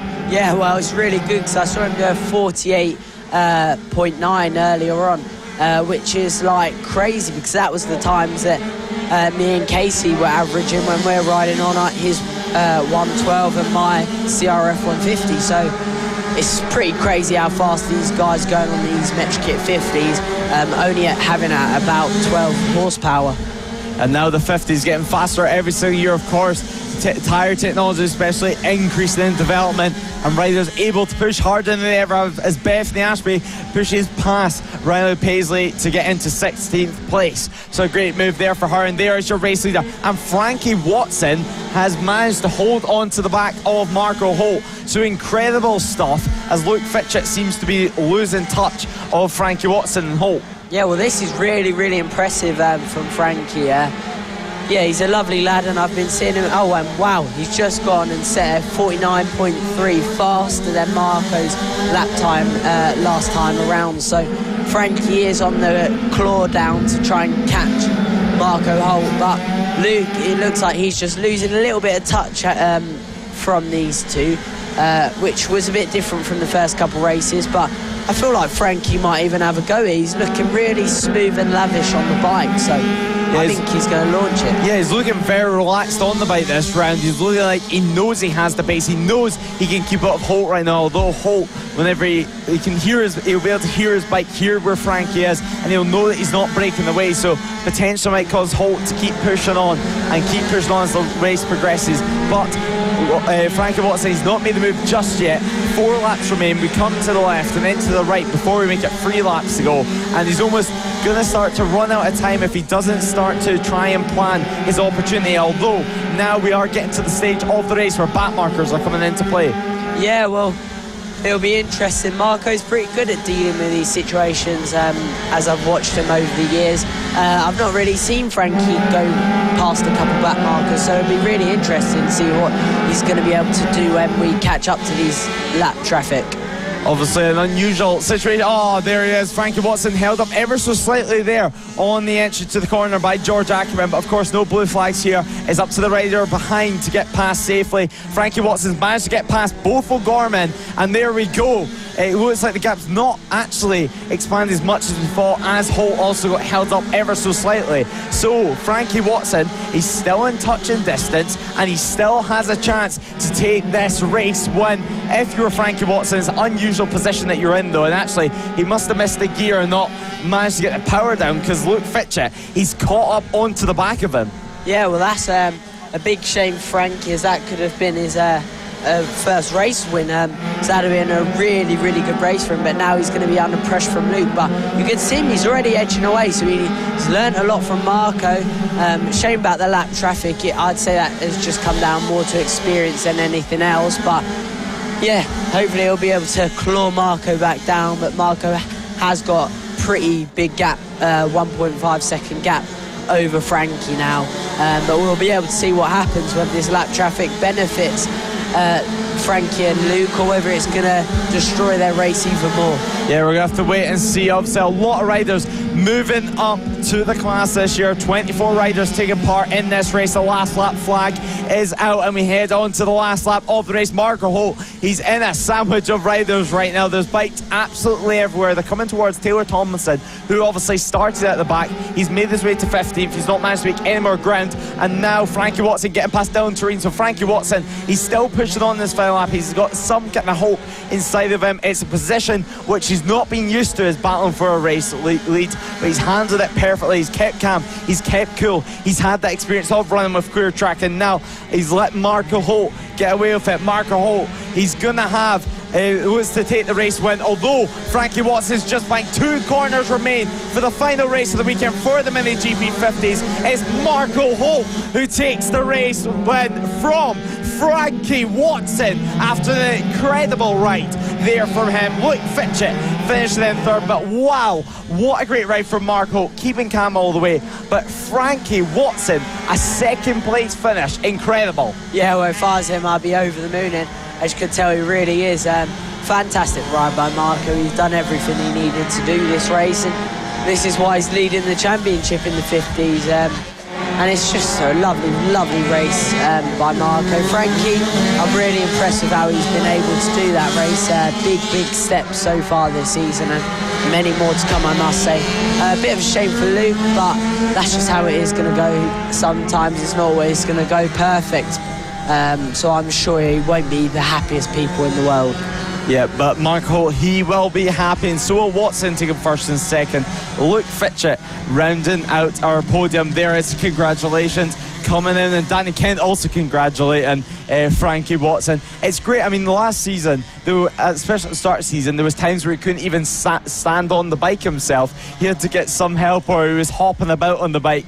And now look at him. He's a podium contender. He's potentially even a race winner this season. So Frankie Watson, he's been putting on incredible pace, and clearly Fast Frankie has plenty of friends in the paddock to come and congratulate him. But well done to him. I'm sure he'll be happy about that one, because Marco Holt, he takes the race win from Frankie Watson by 1.2 seconds. Luke Fletcher finishing the race in third, with Archie O'Brien in fourth place. A quiet race from him, with Byron and Austin Johnson in fifth and sixth. Finley Paul Hill finishing the race in seventh on the 199 machine, with Matthew Thomas and Sam Garner in eighth and ninth, and Jensen Bishop in 10th. And wow, what a final Mini GP 50 race we've seen this weekend. Perfect end and a perfect fairy tale ending, with Frankie Watson stepping on the podium. Yeah, well, it's really happy for Frankie. Danny Webb's definitely going to be over the moon with that one, and I think so will the whole team, because that's the first one this season so far. But I'd say many more to come. Shame about Sam. It looked like he struggled a little bit this weekend with pace, but I think it'd be the same for Finley, because he's normally battling a bit higher up with the Johnson brothers. But it's really good by Austin Johnson as well, because he's a big rider. Yep, great battle from the Mini GP 50s. A lot of drama in race 3, and obviously more to come at round 5.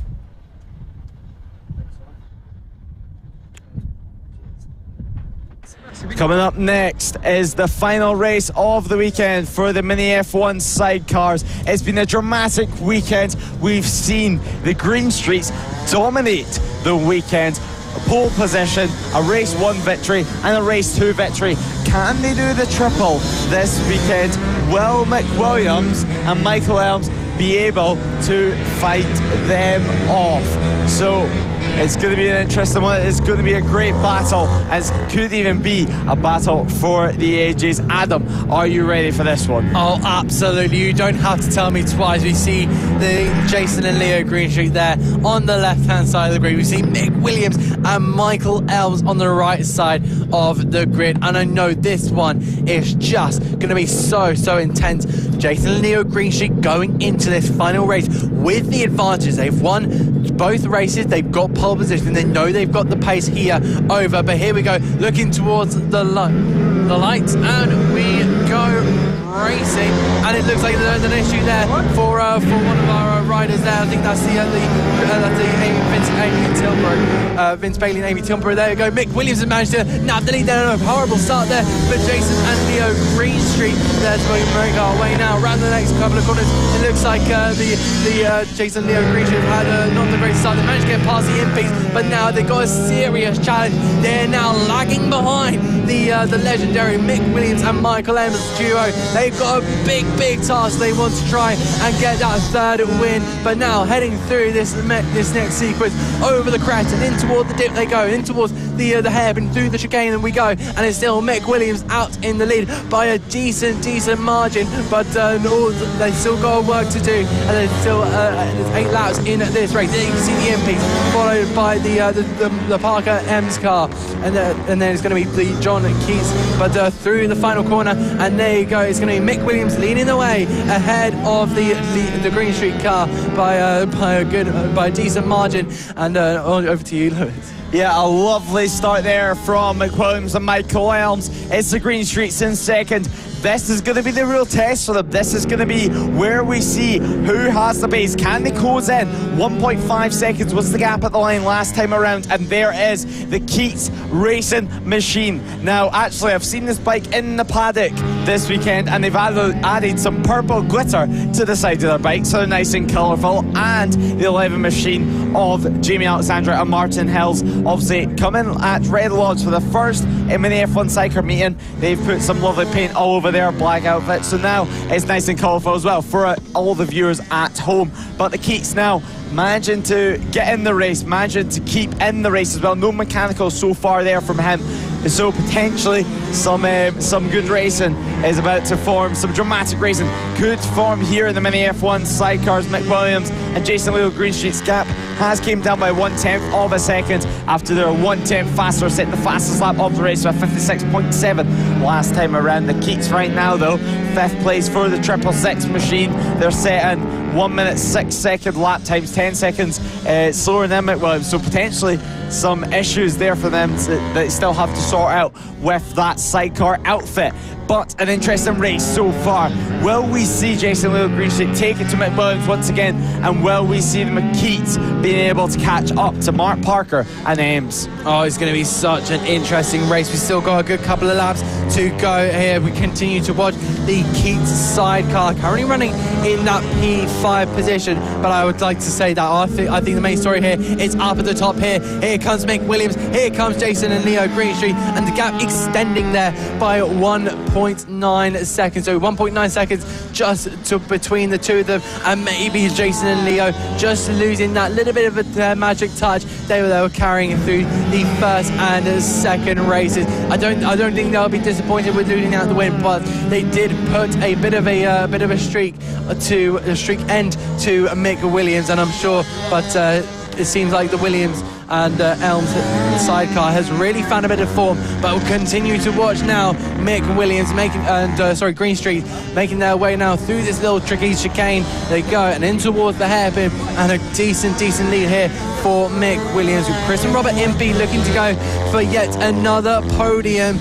They currently lead Mark Parker and M's sidecar by a decent margin, but here we go up the top, and it's still advantage Mick Williams, but that gap coming down slightly, down to 1.7, but 4 laps to go, and time is instantly running out. This sidecar race goes so quickly, you don't even realise until you look at that and see 4 laps to go. And we currently continue to watch the Keats sidecar still staying ahead of Jamie Alexander and Martin Hills in their number 11, trying to make their way, and there is Mark Parker. So maybe a little bit of a battle about to come into play between 4th, 5th and 6th, Lewis. Yeah, potentially, and we're going to have to wait and find out, because the Keats have definitely closed in that gap on the 666 machine, but this is the Green Streets. They've definitely closed that gap in. 1.7 seconds at the line last round. There's the Keats through the grass there, so steam coming,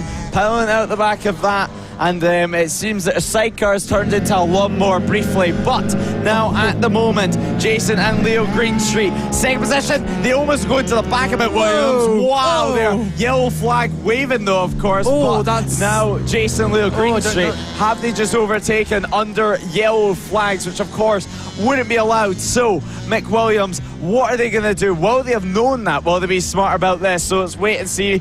Jason Leo Green Street, though, they are in the lead provisionally at the moment, and a 56.4 last time around from Jason and Leo Green Street. 0.4 of a second was the gap between themselves and Mick Williams at the line last time around, but they've definitely closed that in, and now that gap is definitely bigger. But that overtake looked to have been done under yellow flags. We're going to have to wait and see what is going to come of that. 3 laps to go. Oh, I can't believe what I just saw there. Yeah, it looks like Jason and Leo were starting to build a massive move there, but I'm hearing in my ear that is under investigation. So just having a think of what happened, they came around turn 1. I noticed, of course, you may be noticing that Mick Williams was really struggling through that first corner throughout this whole entire weekend, and the Green Street Sidecar just really took that advantage into their own hand. But now in towards that little section there, the yellow flag was out, and then Mick Williams was overtaken by that green. I'm not entirely sure if they saw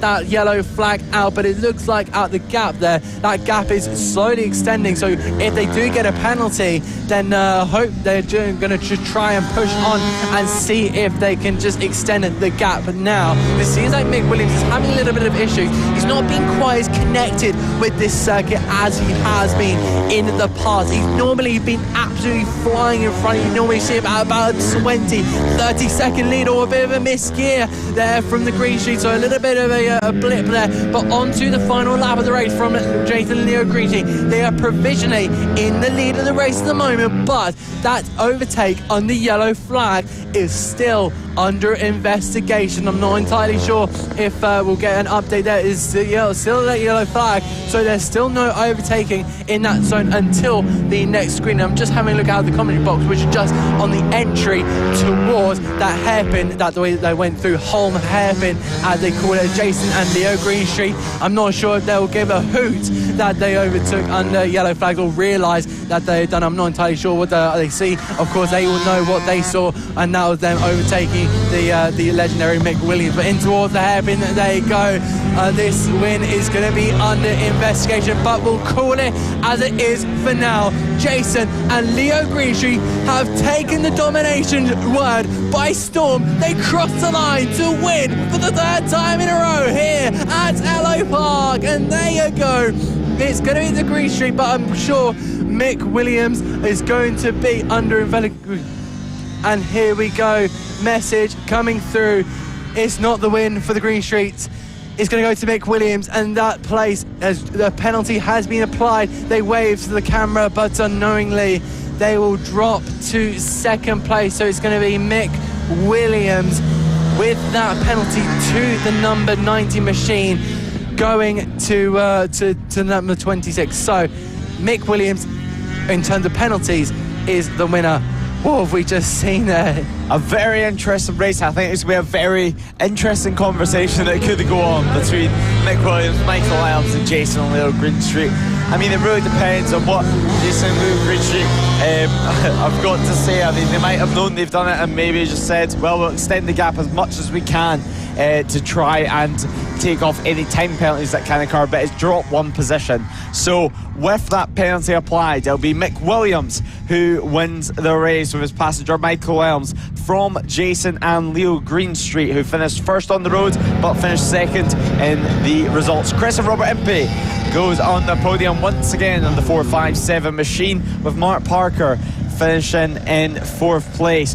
In 5th was Jamie Alexander and Martin Hills, with 6th place Vince Bailey and Amy Tilbrook, with John Keats retiring and bringing out that controversial yellow flag. So now conversations being done in the paddock at the moment between Mick Williams and Michael Elms, as we await to see what they're saying to each other. They might not even know that they have the race win just yet. They might have to wait till later on, but I don't believe there's any sign of the Green Streets in that holding area either at the moment. But there is Chris and Robert Impey stopping as well next to them, just behind, and yeah, I'm sure they'll all be having a good chat about that race.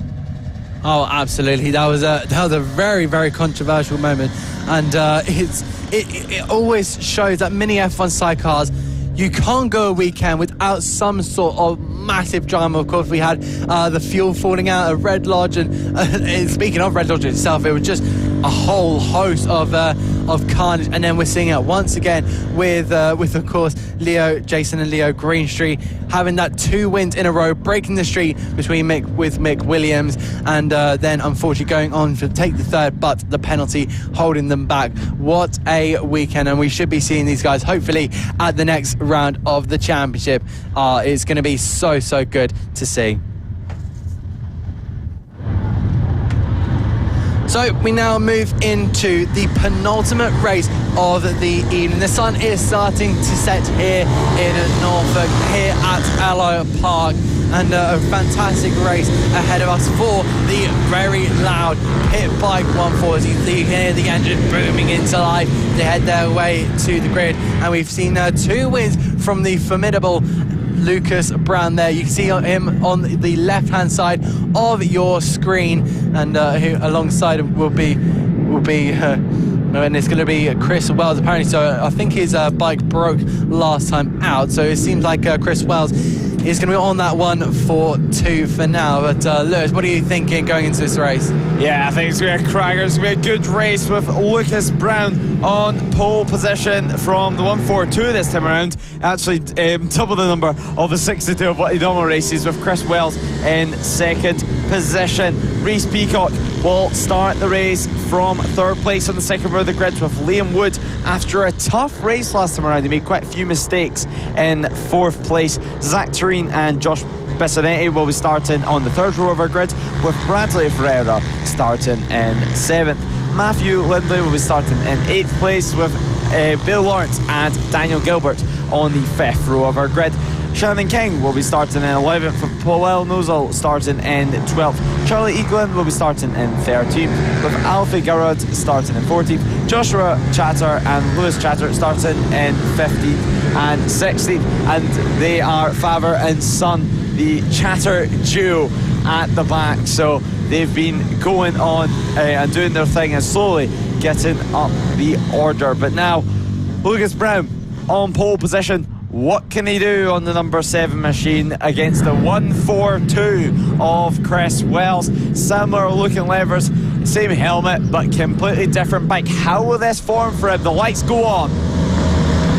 And the lights go up, and we go racing for the final time in the pit bike 140 class. Lucas Brown should take the lead in turn 1. No, he does not. It's Chris Wells on his brand new pit bike. He uses all the track and then some. Lucas Brown looks to his left and takes the race lead into turn 2. There's Liam Wood in 3rd place at the moment. Will Liam Wood try and make any move with Reese Peacock just behind him in 4th place? There is the bike of Lucas Brown going off into the distance. Bill Lawrence having a clean start further down the field, but Lucas Brown, wow, what a gap he already has, and it almost looks like a train is forming behind Chris Wells, who gets set up out of the way, and Liam Wood gets past. So 71 of Shannon King has a 3-second penalty due to a jump start penalty at the start of this race. There she is, going for your picture, and actually some of the good race just ahead of Charlie Eaglin, but a jump start means she will have 3 seconds added onto her time at the end of the race. But now Reese Peacock on the back of Liam Wood. What is going to happen as Lucas Brown extends his gap to 2.3 seconds on the number 7 machine, and Liam Wood also having a good start to his race, managing to keep ahead of Reese Peacock. Oh, it's been an absolute fantastic start there for Lucas Brown. He really needed that. I know he's already heading off into the distance, into the sunset. He goes. He got that. He didn't get the best of starts, but he managed to re-overtake Chris Wells now, who's dropped back massively down to 5th place. He might be having a few struggles with the circuit or with his brand new pit bike. They head now in towards the hairpin. We go with the number 29 of Reese Peacock down the inside. Goes Peacock, but he's had to back out of that as he tries to overtake Liam Wood. And maybe they need to start working together, try and work as one to try and get onto the back here of Lucas Brown. They make their way now on towards a bit of wide moment there from Liam Wood, almost going into the tide. That's a really heart in your mouth moment. You just want to tighten up there, but luckily just avoiding the tyre barrier to make their way now in towards Holm hairpin and out of the corner, and Reese Peacock just managing to a little bit of a moment there for Peacock. He tries to overtake Wood in there, but a decent showing from these two. But can they go on and catch Lucas Brown, who's been so formidable throughout these 3 races so far. Those two at the beginning were amazing. Now in towards the penultimate corner once again. Reese Peacock trying that move, but he's just hurting his momentum every time, and he's clearly not wanting to work with Liam Wood. He just wants to try and get past him in second place and just make sure he gets enough championship points. Liam Wood, great ride, as you said so far. Zach Turin, though, he's only about a second behind these 2 riders at the moment, with 9 laps remaining in this race. Zach Turin overall 4th place, as Chris Wells now drops down to 7th position. And although he's having a tough race, although I've seen him run wide quite a few times, so he is struggling with that new bike, I don't think he would be too disappointed with it being a new bike. I mean, at the end of the day, it's better than not getting out on track at all. He's still able to get some championship points, hopefully, as Reese Peacock right now following Liam Wood out of the chicane, out of the hairpin towards that left-hander. And wow, coming for the final corner now towards the start-finish line. Over the start-finish line they go. 8 laps to go for these guys now, and it's still going to be the 94 of Wood versus the 29 of Peacock. At the front, though, it's another 4.7 seconds up the road from these 2 riders that Lucas Brown is sitting in. So Lucas Brown, he's dominated race 2, and he's dominating race 3 at the moment. It's perfection from him. It's what we love to see. There's no one actually able to catch him at the moment. It's such a great ride from him. But Chris Wells managing now to get past Bradley Ferreira for that 6th place position. So awesome ride there from him, slowly trying to hang on to whatever point scoring position that he can. Oh, absolutely. These 2 going right at it. We have a look here. Is he going to try the same move? Of course he is, but he's just going to have to again slot in behind. A bit of a wide moment there for Liam Wood, so maybe he's going to try and go a little bit out wide here, tuck into the slipstream, but in towards the first corner. That 29 Reese Peacock still all over the back of Liam Wood with 7 laps to go left in this race. And can Reese Peacock do anything before going in towards that final lap? And he just has a look on the inside here of Liam Wood and then turns the fastest lap. Oh my goodness me, they're separated by 3,000 of a second. You can't write this up. They're so equal on pace, and these 2 are just going at it. Lucas Brown still going out into lead. He's 1.3 seconds ahead of Liam Wood and Reese Peacock, but down the inside goes Peacock, and he has a fantastic manoeuvre there between the 2. Zach Turin is currently running in P4 at the moment in that number 89, and Josh Bissonnetti rounding out the top 5 with Chris Wells just in behind. He's been under pressure from Bradley Ferreira. 6 laps remain in the last race of the day for the Pit Bike 140, guys, and it looks like it's been a very, very impressive run from Chris Wells. He's showing his grit, he's showing his determination with this new motorcycle. There's Bill Lawrence following at the back at the moment, trying to make up positions wherever she can on the 09 machine. She's following Daniel Gilbert and Bradley Ferreira at the moment. So a good ride there from her. A strong weekend, 9th position at the moment. She's really took to these pit bikes. She had a tough few years on the Mini GP50. Moving to the Pit Bike 140 class has been a great thing for her. Built her confidence up a lot, and now she's fighting within the top 10. I've not seen any sign of our older brother Taylor Lawrence this weekend, so hopefully he is watching along wherever he is in the world and enjoying the coverage right now. But there is Zach Turin on the 89 machine, 4th position still for him, 11.9 seconds away from Lucas Brown. I mean, 4 positions behind Lucas Brown. What a race he's having so far, but what a battle we could have forming in just a couple of laps time. With 5 laps to go in this race, can Billy Lawrence start making her way up the order to get past the likes of Daniel Gilbert and Bradley Ferreira? Absolutely. Daniel Gilbert and Bailey Lawrence have both been quite similar on track. They've been in similar positions, but again they're going to go up against each other once again. That's the 07 there of Lucas Brown. He heads now over the timing line to start. 4 laps remaining here at Ellough Park. If you're just joining us, you've joined us at the pretty much near the end of a fantastic series of races. Thank you so much for joining us at the moment. You join us in the middle of the Pit Bike 140 cars. It's currently Lucas Brown leading the way with 4 laps to go ahead of Reese Peacock, who's got past Liam Wood with Zach Turin and Josh Bissonnetti as your top 5. Chris Wells of the brand new bike, he's going to be on the number 140 compared to his usual 62 machine. Then we've got a little bit of a battle going on behind that with Bradley Ferreira in P7 with Daniel Gilbert and Bailey Lawrence. We currently watch now with Lucas Brown making his way through the penultimate corner and in swinging round through that long right hander and on towards the timing line. He will now set another lap. It's going to be a 150.3 that time round. 3 laps to go, and he's currently running so well ahead of Reese Peacock. 7.2 is the advantage, and Liam Wood is starting to lose a little bit of touch between him and Peacock just up ahead. That number 7 machine is moving at swift pace, and he's got a little bit of traffic, but he's moving past those guys at absolute storm. Yeah, and Reese Peacock's had a great race himself, although he's not been able to catch the storm of Lucas Brown, 7.2 seconds behind. He's still in second place. He'll still be buzzing for Lucas Brown. I'm sure he'll be almost as happy with Lucas Brown winning as what he would to be winning. They're such great friends, and of course mechanics for Lucas Brown in the British Talent Cup.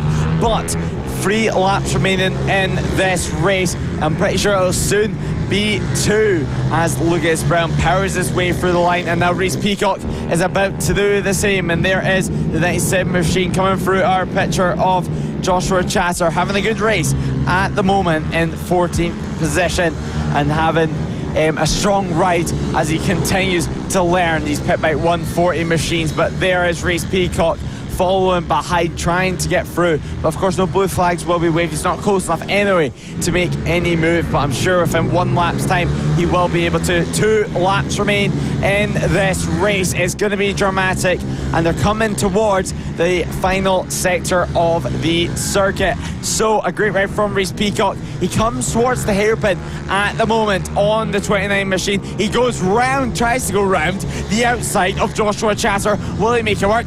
Yes, he will. A great move there as we head on to the last lap of the race, where Lucas Brown leads with a 50.5 second lap, in the fastest lap of the race on the penultimate lap.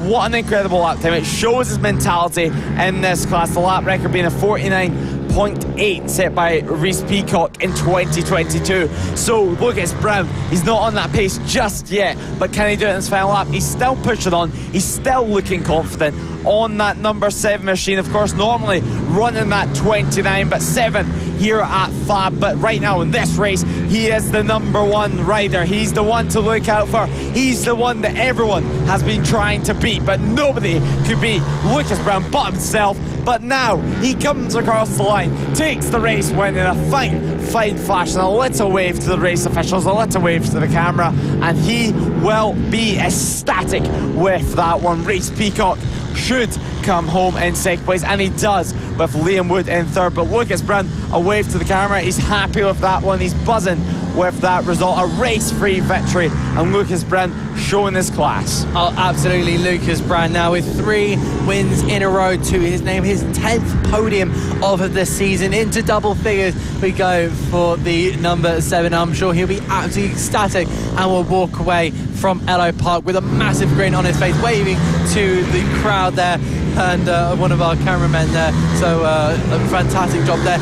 Also can't leave out Reese Peacock and Liam Wood. Gave us a fantastic battle at the beginning, but unfortunately Liam Wood's pace did start to drop off. Maybe the tyres were starting to get a little bit hot there, so he was starting to just slide around a little bit there, and as the fuel burnt there, Lucas Brown was just going quicker and quicker and quicker.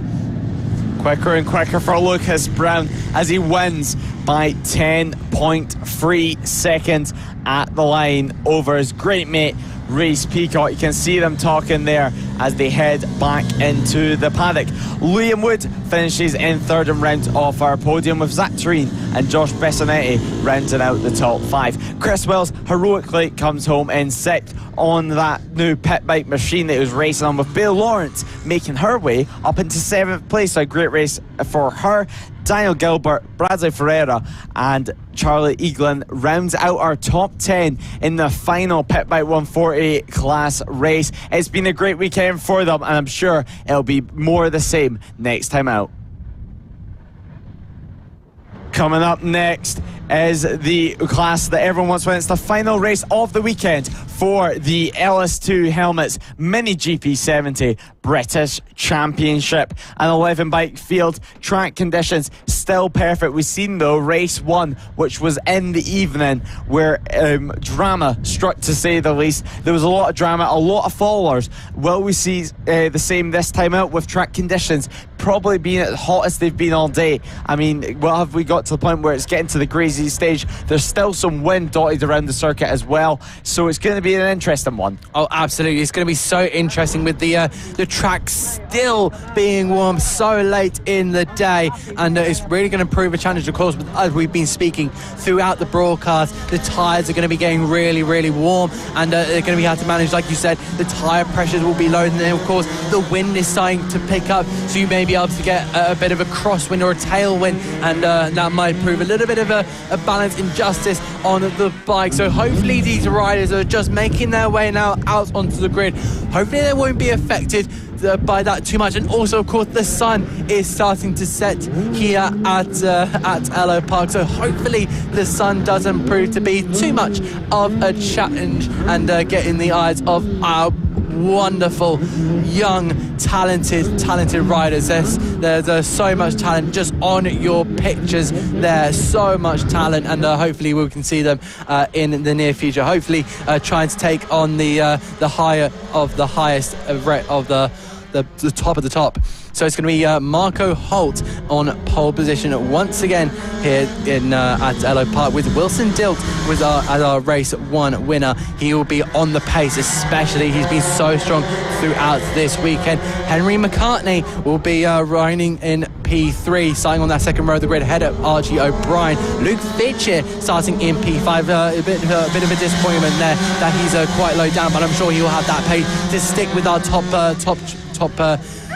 leaders and see what he can get from the weekend.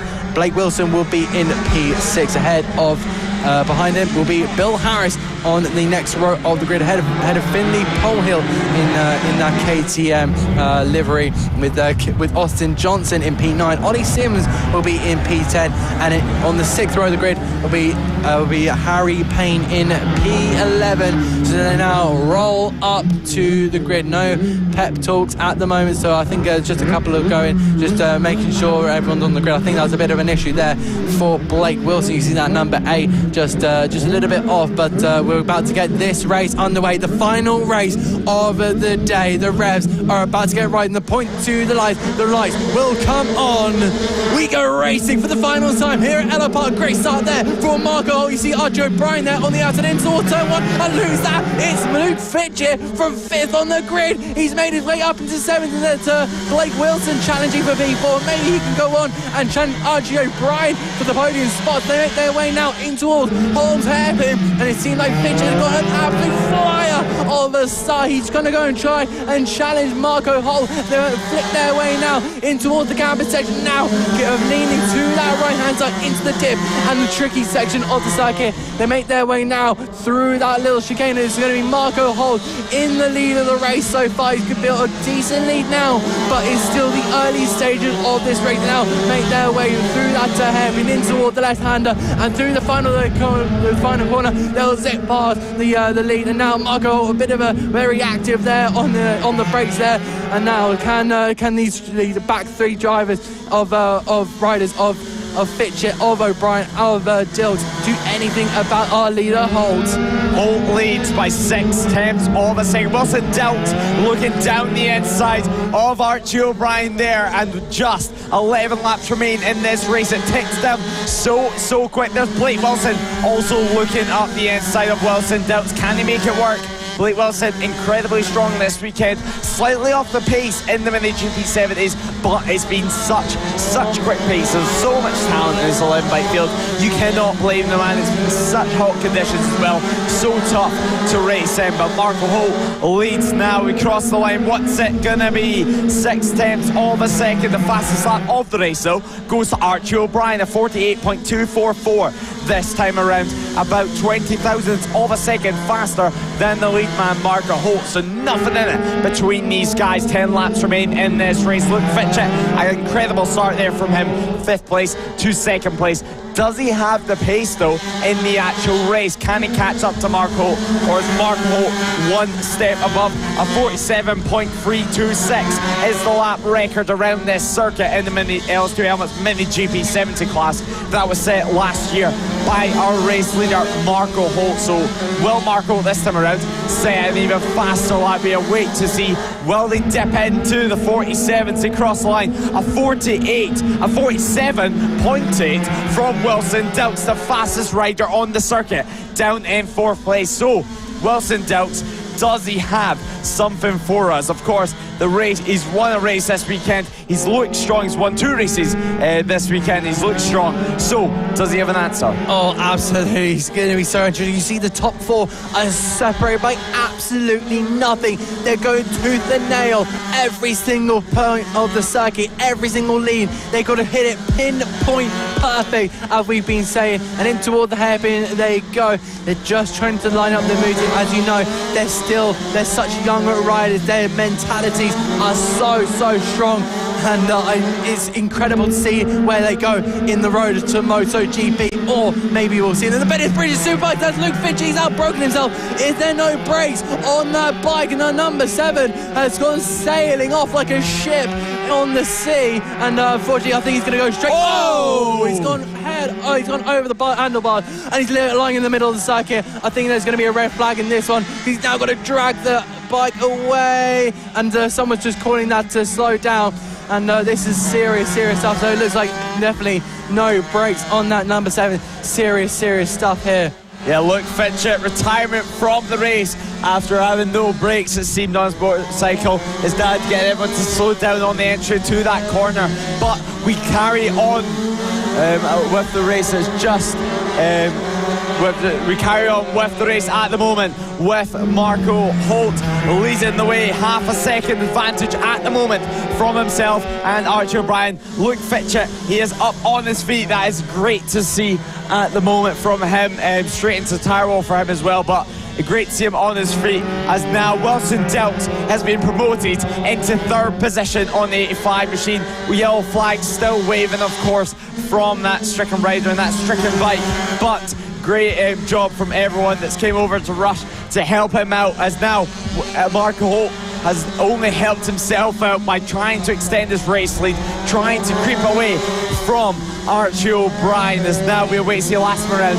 It was just over half a second was the gap between the race leaders. Now the green flag waves. It's 2/10 of a second, just under 3/10 of a second is the race lead between Marco Holt and Archie O'Brien. So Wilson Dilks, 3rd place, 85 machine, 6 laps remaining in this race. He looks up the inside, tries to peek up the inside, cannot make it work. It's a dramatic finale here in the LS2 Helmets Mini GP70 British Championship Race 3. Oh my goodness me, how close is this? You see Marco Holt there just still holding the lead here from Archie O'Brien. Archie O'Brien currently in the podium position, so he's going to be very familiar with that side, but he wants that P1. He's only had 1 win so far in the LS2 Mini British Mini Bikes, Mini GP70 British Championship, and he'll want yet another one on the board and try and grab those 25 points. As Marco Holt now on the break to go. We just continue with this trio of riders. They're making their way now in towards turn 2. Can Wilson Dilks do anything with this stupendous pace that he's been carrying all weekend long in all of his classes? Through on the inside there of Archie O'Brien, but he's not going to overtake Spider-Man with the Spider-Man helmet. Very iconic amongst the FAB-Racing paddock. Heading now in toward the downhill, into the crest we go, and in toward the very tricky hairpin chicane section. Second hairpin we go, and onto the brakes they go, and it seems like Holt just holding the lead for now. And they come around the penultimate corner, and they'll in swing through this final corner, and we've now took down to 4 laps to go. Currently looking at the other riders, Blake Wilson currently holding in P4. He's holding his own against Finley Polhill, and a big battle going on as they we just wait for the timing screen to refresh and cross the line. A big battle at the moment, 5th between Finley Polhill and Bill Harris, but in towards Holmes hairpin once again, and it just seems that Marco Holt still holding his own down, still really holding, still really doing the business here. Archie O'Brien just doing whatever he can to hold on and keep second place, but he wants to try and find the momentum and fly past Marco Holt. Marco Holt last time out with a personal best. And now the move at the hairpin is trying to be made between Wilson Dilks and Archie O'Brien. It's going to be an impressive end to this race. What is going to happen? Will Wilson Dilks manage to make a move? He looks at turn one on Archie O'Brien. Yes, he does. He makes it work. Will Archie O'Brien have the better drive? Heading into turn two, we await to see his 85 versus the 91. The Spider-Man helmet of Archie O'Brien in third place. This battling from second and third is allowing Marco Holt to edge away 4/10 of a second at the gap last time around. And I'll tell you, Marco's dad, he's very, very stressed at the moment watching all of this on full. Marco Holt leading the way. He's had a tricky weekend, but this is a circuit that he loves. This is a circuit which he's always been quick at. Has the 58 rider who leads the way though, still from a close-in. Wilson Dilks, will we see Wilson Dilks line up a move into turn one? He's in the slipstream. Will he pull out? No, he will not. He'll wait until at least next corner, which of course is turn two. Another right-hander, but no, he will not make it work. Oh, so close there. Wilson Dilks, like we were saying, showing that pace once again. He's so good around this circuit. When he's in that clear air, when he passed Archie O'Brien, he was so good trying to latch onto the back here, as he is now doing on Marco Holt, looking around the outside, trying to get the cutback, build that pull the momentum now into the slipstream we go, and on towards the hairpin now. Who's he going to have a look now around the outside? He's going to do a little lunge here on the penultimate corner. No, he's a smart rider. He thinks about if he can make that move or not. And now this is it. Onto the final lap of the race. It's Holt versus Dilks in towards turn one. Probably one of the biggest overtaking opportunities. Turn one already done and dusted. So now Dilks has just got to keep Holt under pressure, using a bit of the inside curve and trying to see if he can just sneak something up the inside. He's now using a bit of different line. Holt using that middle lane to just fend off Dilks. These bikes seem really thinner compared to what I'm used to, but Holt going through now. Over the crest they go, and he might have it for now, but there's still two more opportunities. Can Dilks do something on the way down to the hairpin? Don't outbreak yourself, Holt. Holt has managed to keep it for now. Dilks, can he do anything into the penultimate corner? No. Marco Holt is going to be the winner here in the final race of the day, the final race of the LS2 British Mini Bikes Championship, and it's an absolute fantastic win there for Holt. Dilks did his best, but it was going to be the 58 to come out on top today. A great ride there from Marco Holt. He didn't make one mistake under the pressure. 6/10 of a second separated Holt and Dilks at the line. Archie O'Brien came home in third place, rounding out our podium. But wow, that was a dramatic one for the LS2 helmets. Mini GP70 British Championship. Marco Holt getting his elbow down on the cool down lap, but a massive crash that we've seen there from Luke Fletcher. As we see here, Ollie Sims, Austin Johnson and Bill Harris coming in on their cool down lap. A great race there from him, a great ride from Marco Holt, who wins the race by 6/10 of a second. Wilson Dilks on the 85 machine battled him all the way to the line in second place. And there is confirmation of that 6/10 of a second win from Holt to Dilks. Archie O'Brien rounding off the podium a further 1.4 seconds behind.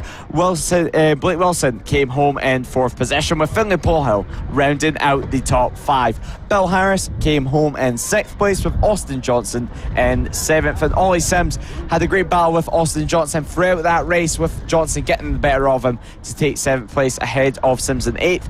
Harry Payne came home in ninth, with Luke Fletcher coming, DNFing from the race early on in the opening stages on the third lap. So a very dramatic start to that race, and I'm sure Fitchett wouldn't want to be doing that, and it would have eaten into some championship points there. So Luke Fitchett, disappointing end to the weekend for him. That'll be on his mind until the next round. But Marco Holt, wow, what a result. Yeah, absolutely fantastic. It's this class just shows how incredible we get at FAB-Racing. We have some incredible races, but this is such an incredible eye-opener, and it does seem like the day is finished here at Ellough Park. I just want to say thank you to all the riders that have turned up. You've made an incredible show that we put on the broadcast, and it's been incredible to see all the action that has happened. This is why we love FAB-Racing. All of our riders, such a close community here amongst the riders. And I also want to say thank you to the volunteers and the marshals that take their time during the weekend to keep our riders nice and safe. And it's been an absolute joy to commentate over at here at Ellough Park as the sun now sets, and I can't wait for some more FAB-Racing. It's such an incredible championship. I also wanted to say a big thank you to our sponsors we have on the entry towards that hairpin. You're just seeing on the left hand side of your corner, but me and Lewis will be off, so thank you so much, Lewis, for joining, and we will be back very, very soon. Want to say any last words? Yeah, just basically repeat what you said. It's been a great weekend, great conditions. We've had a great weekend. Obviously, thanks to all the race officials keeping everything running so smoothly, all the marshals as well for policing the events, and all the Roman marshals, of course. We've a limited number of them now, and they've been doing a great job at keeping everyone safe, helping especially younger riders getting the bikes restarted, and of course all the medics as well that have been doing a great job keeping everyone safe. We've been very lucky not to need them too much this weekend, and we've only had one red flag over the course of the whole weekend. That really shows the testimony of how well especially the Roman marshals are doing keeping everyone safe. But it's been a great weekend, and I can't wait for round 5. It's been lovely weather the whole weekend here at Ellough Park, and well, I think it's fair to say until next time, it's goodbye. Have a safe journey home, everyone. Please get home safe, and we'll see you soon.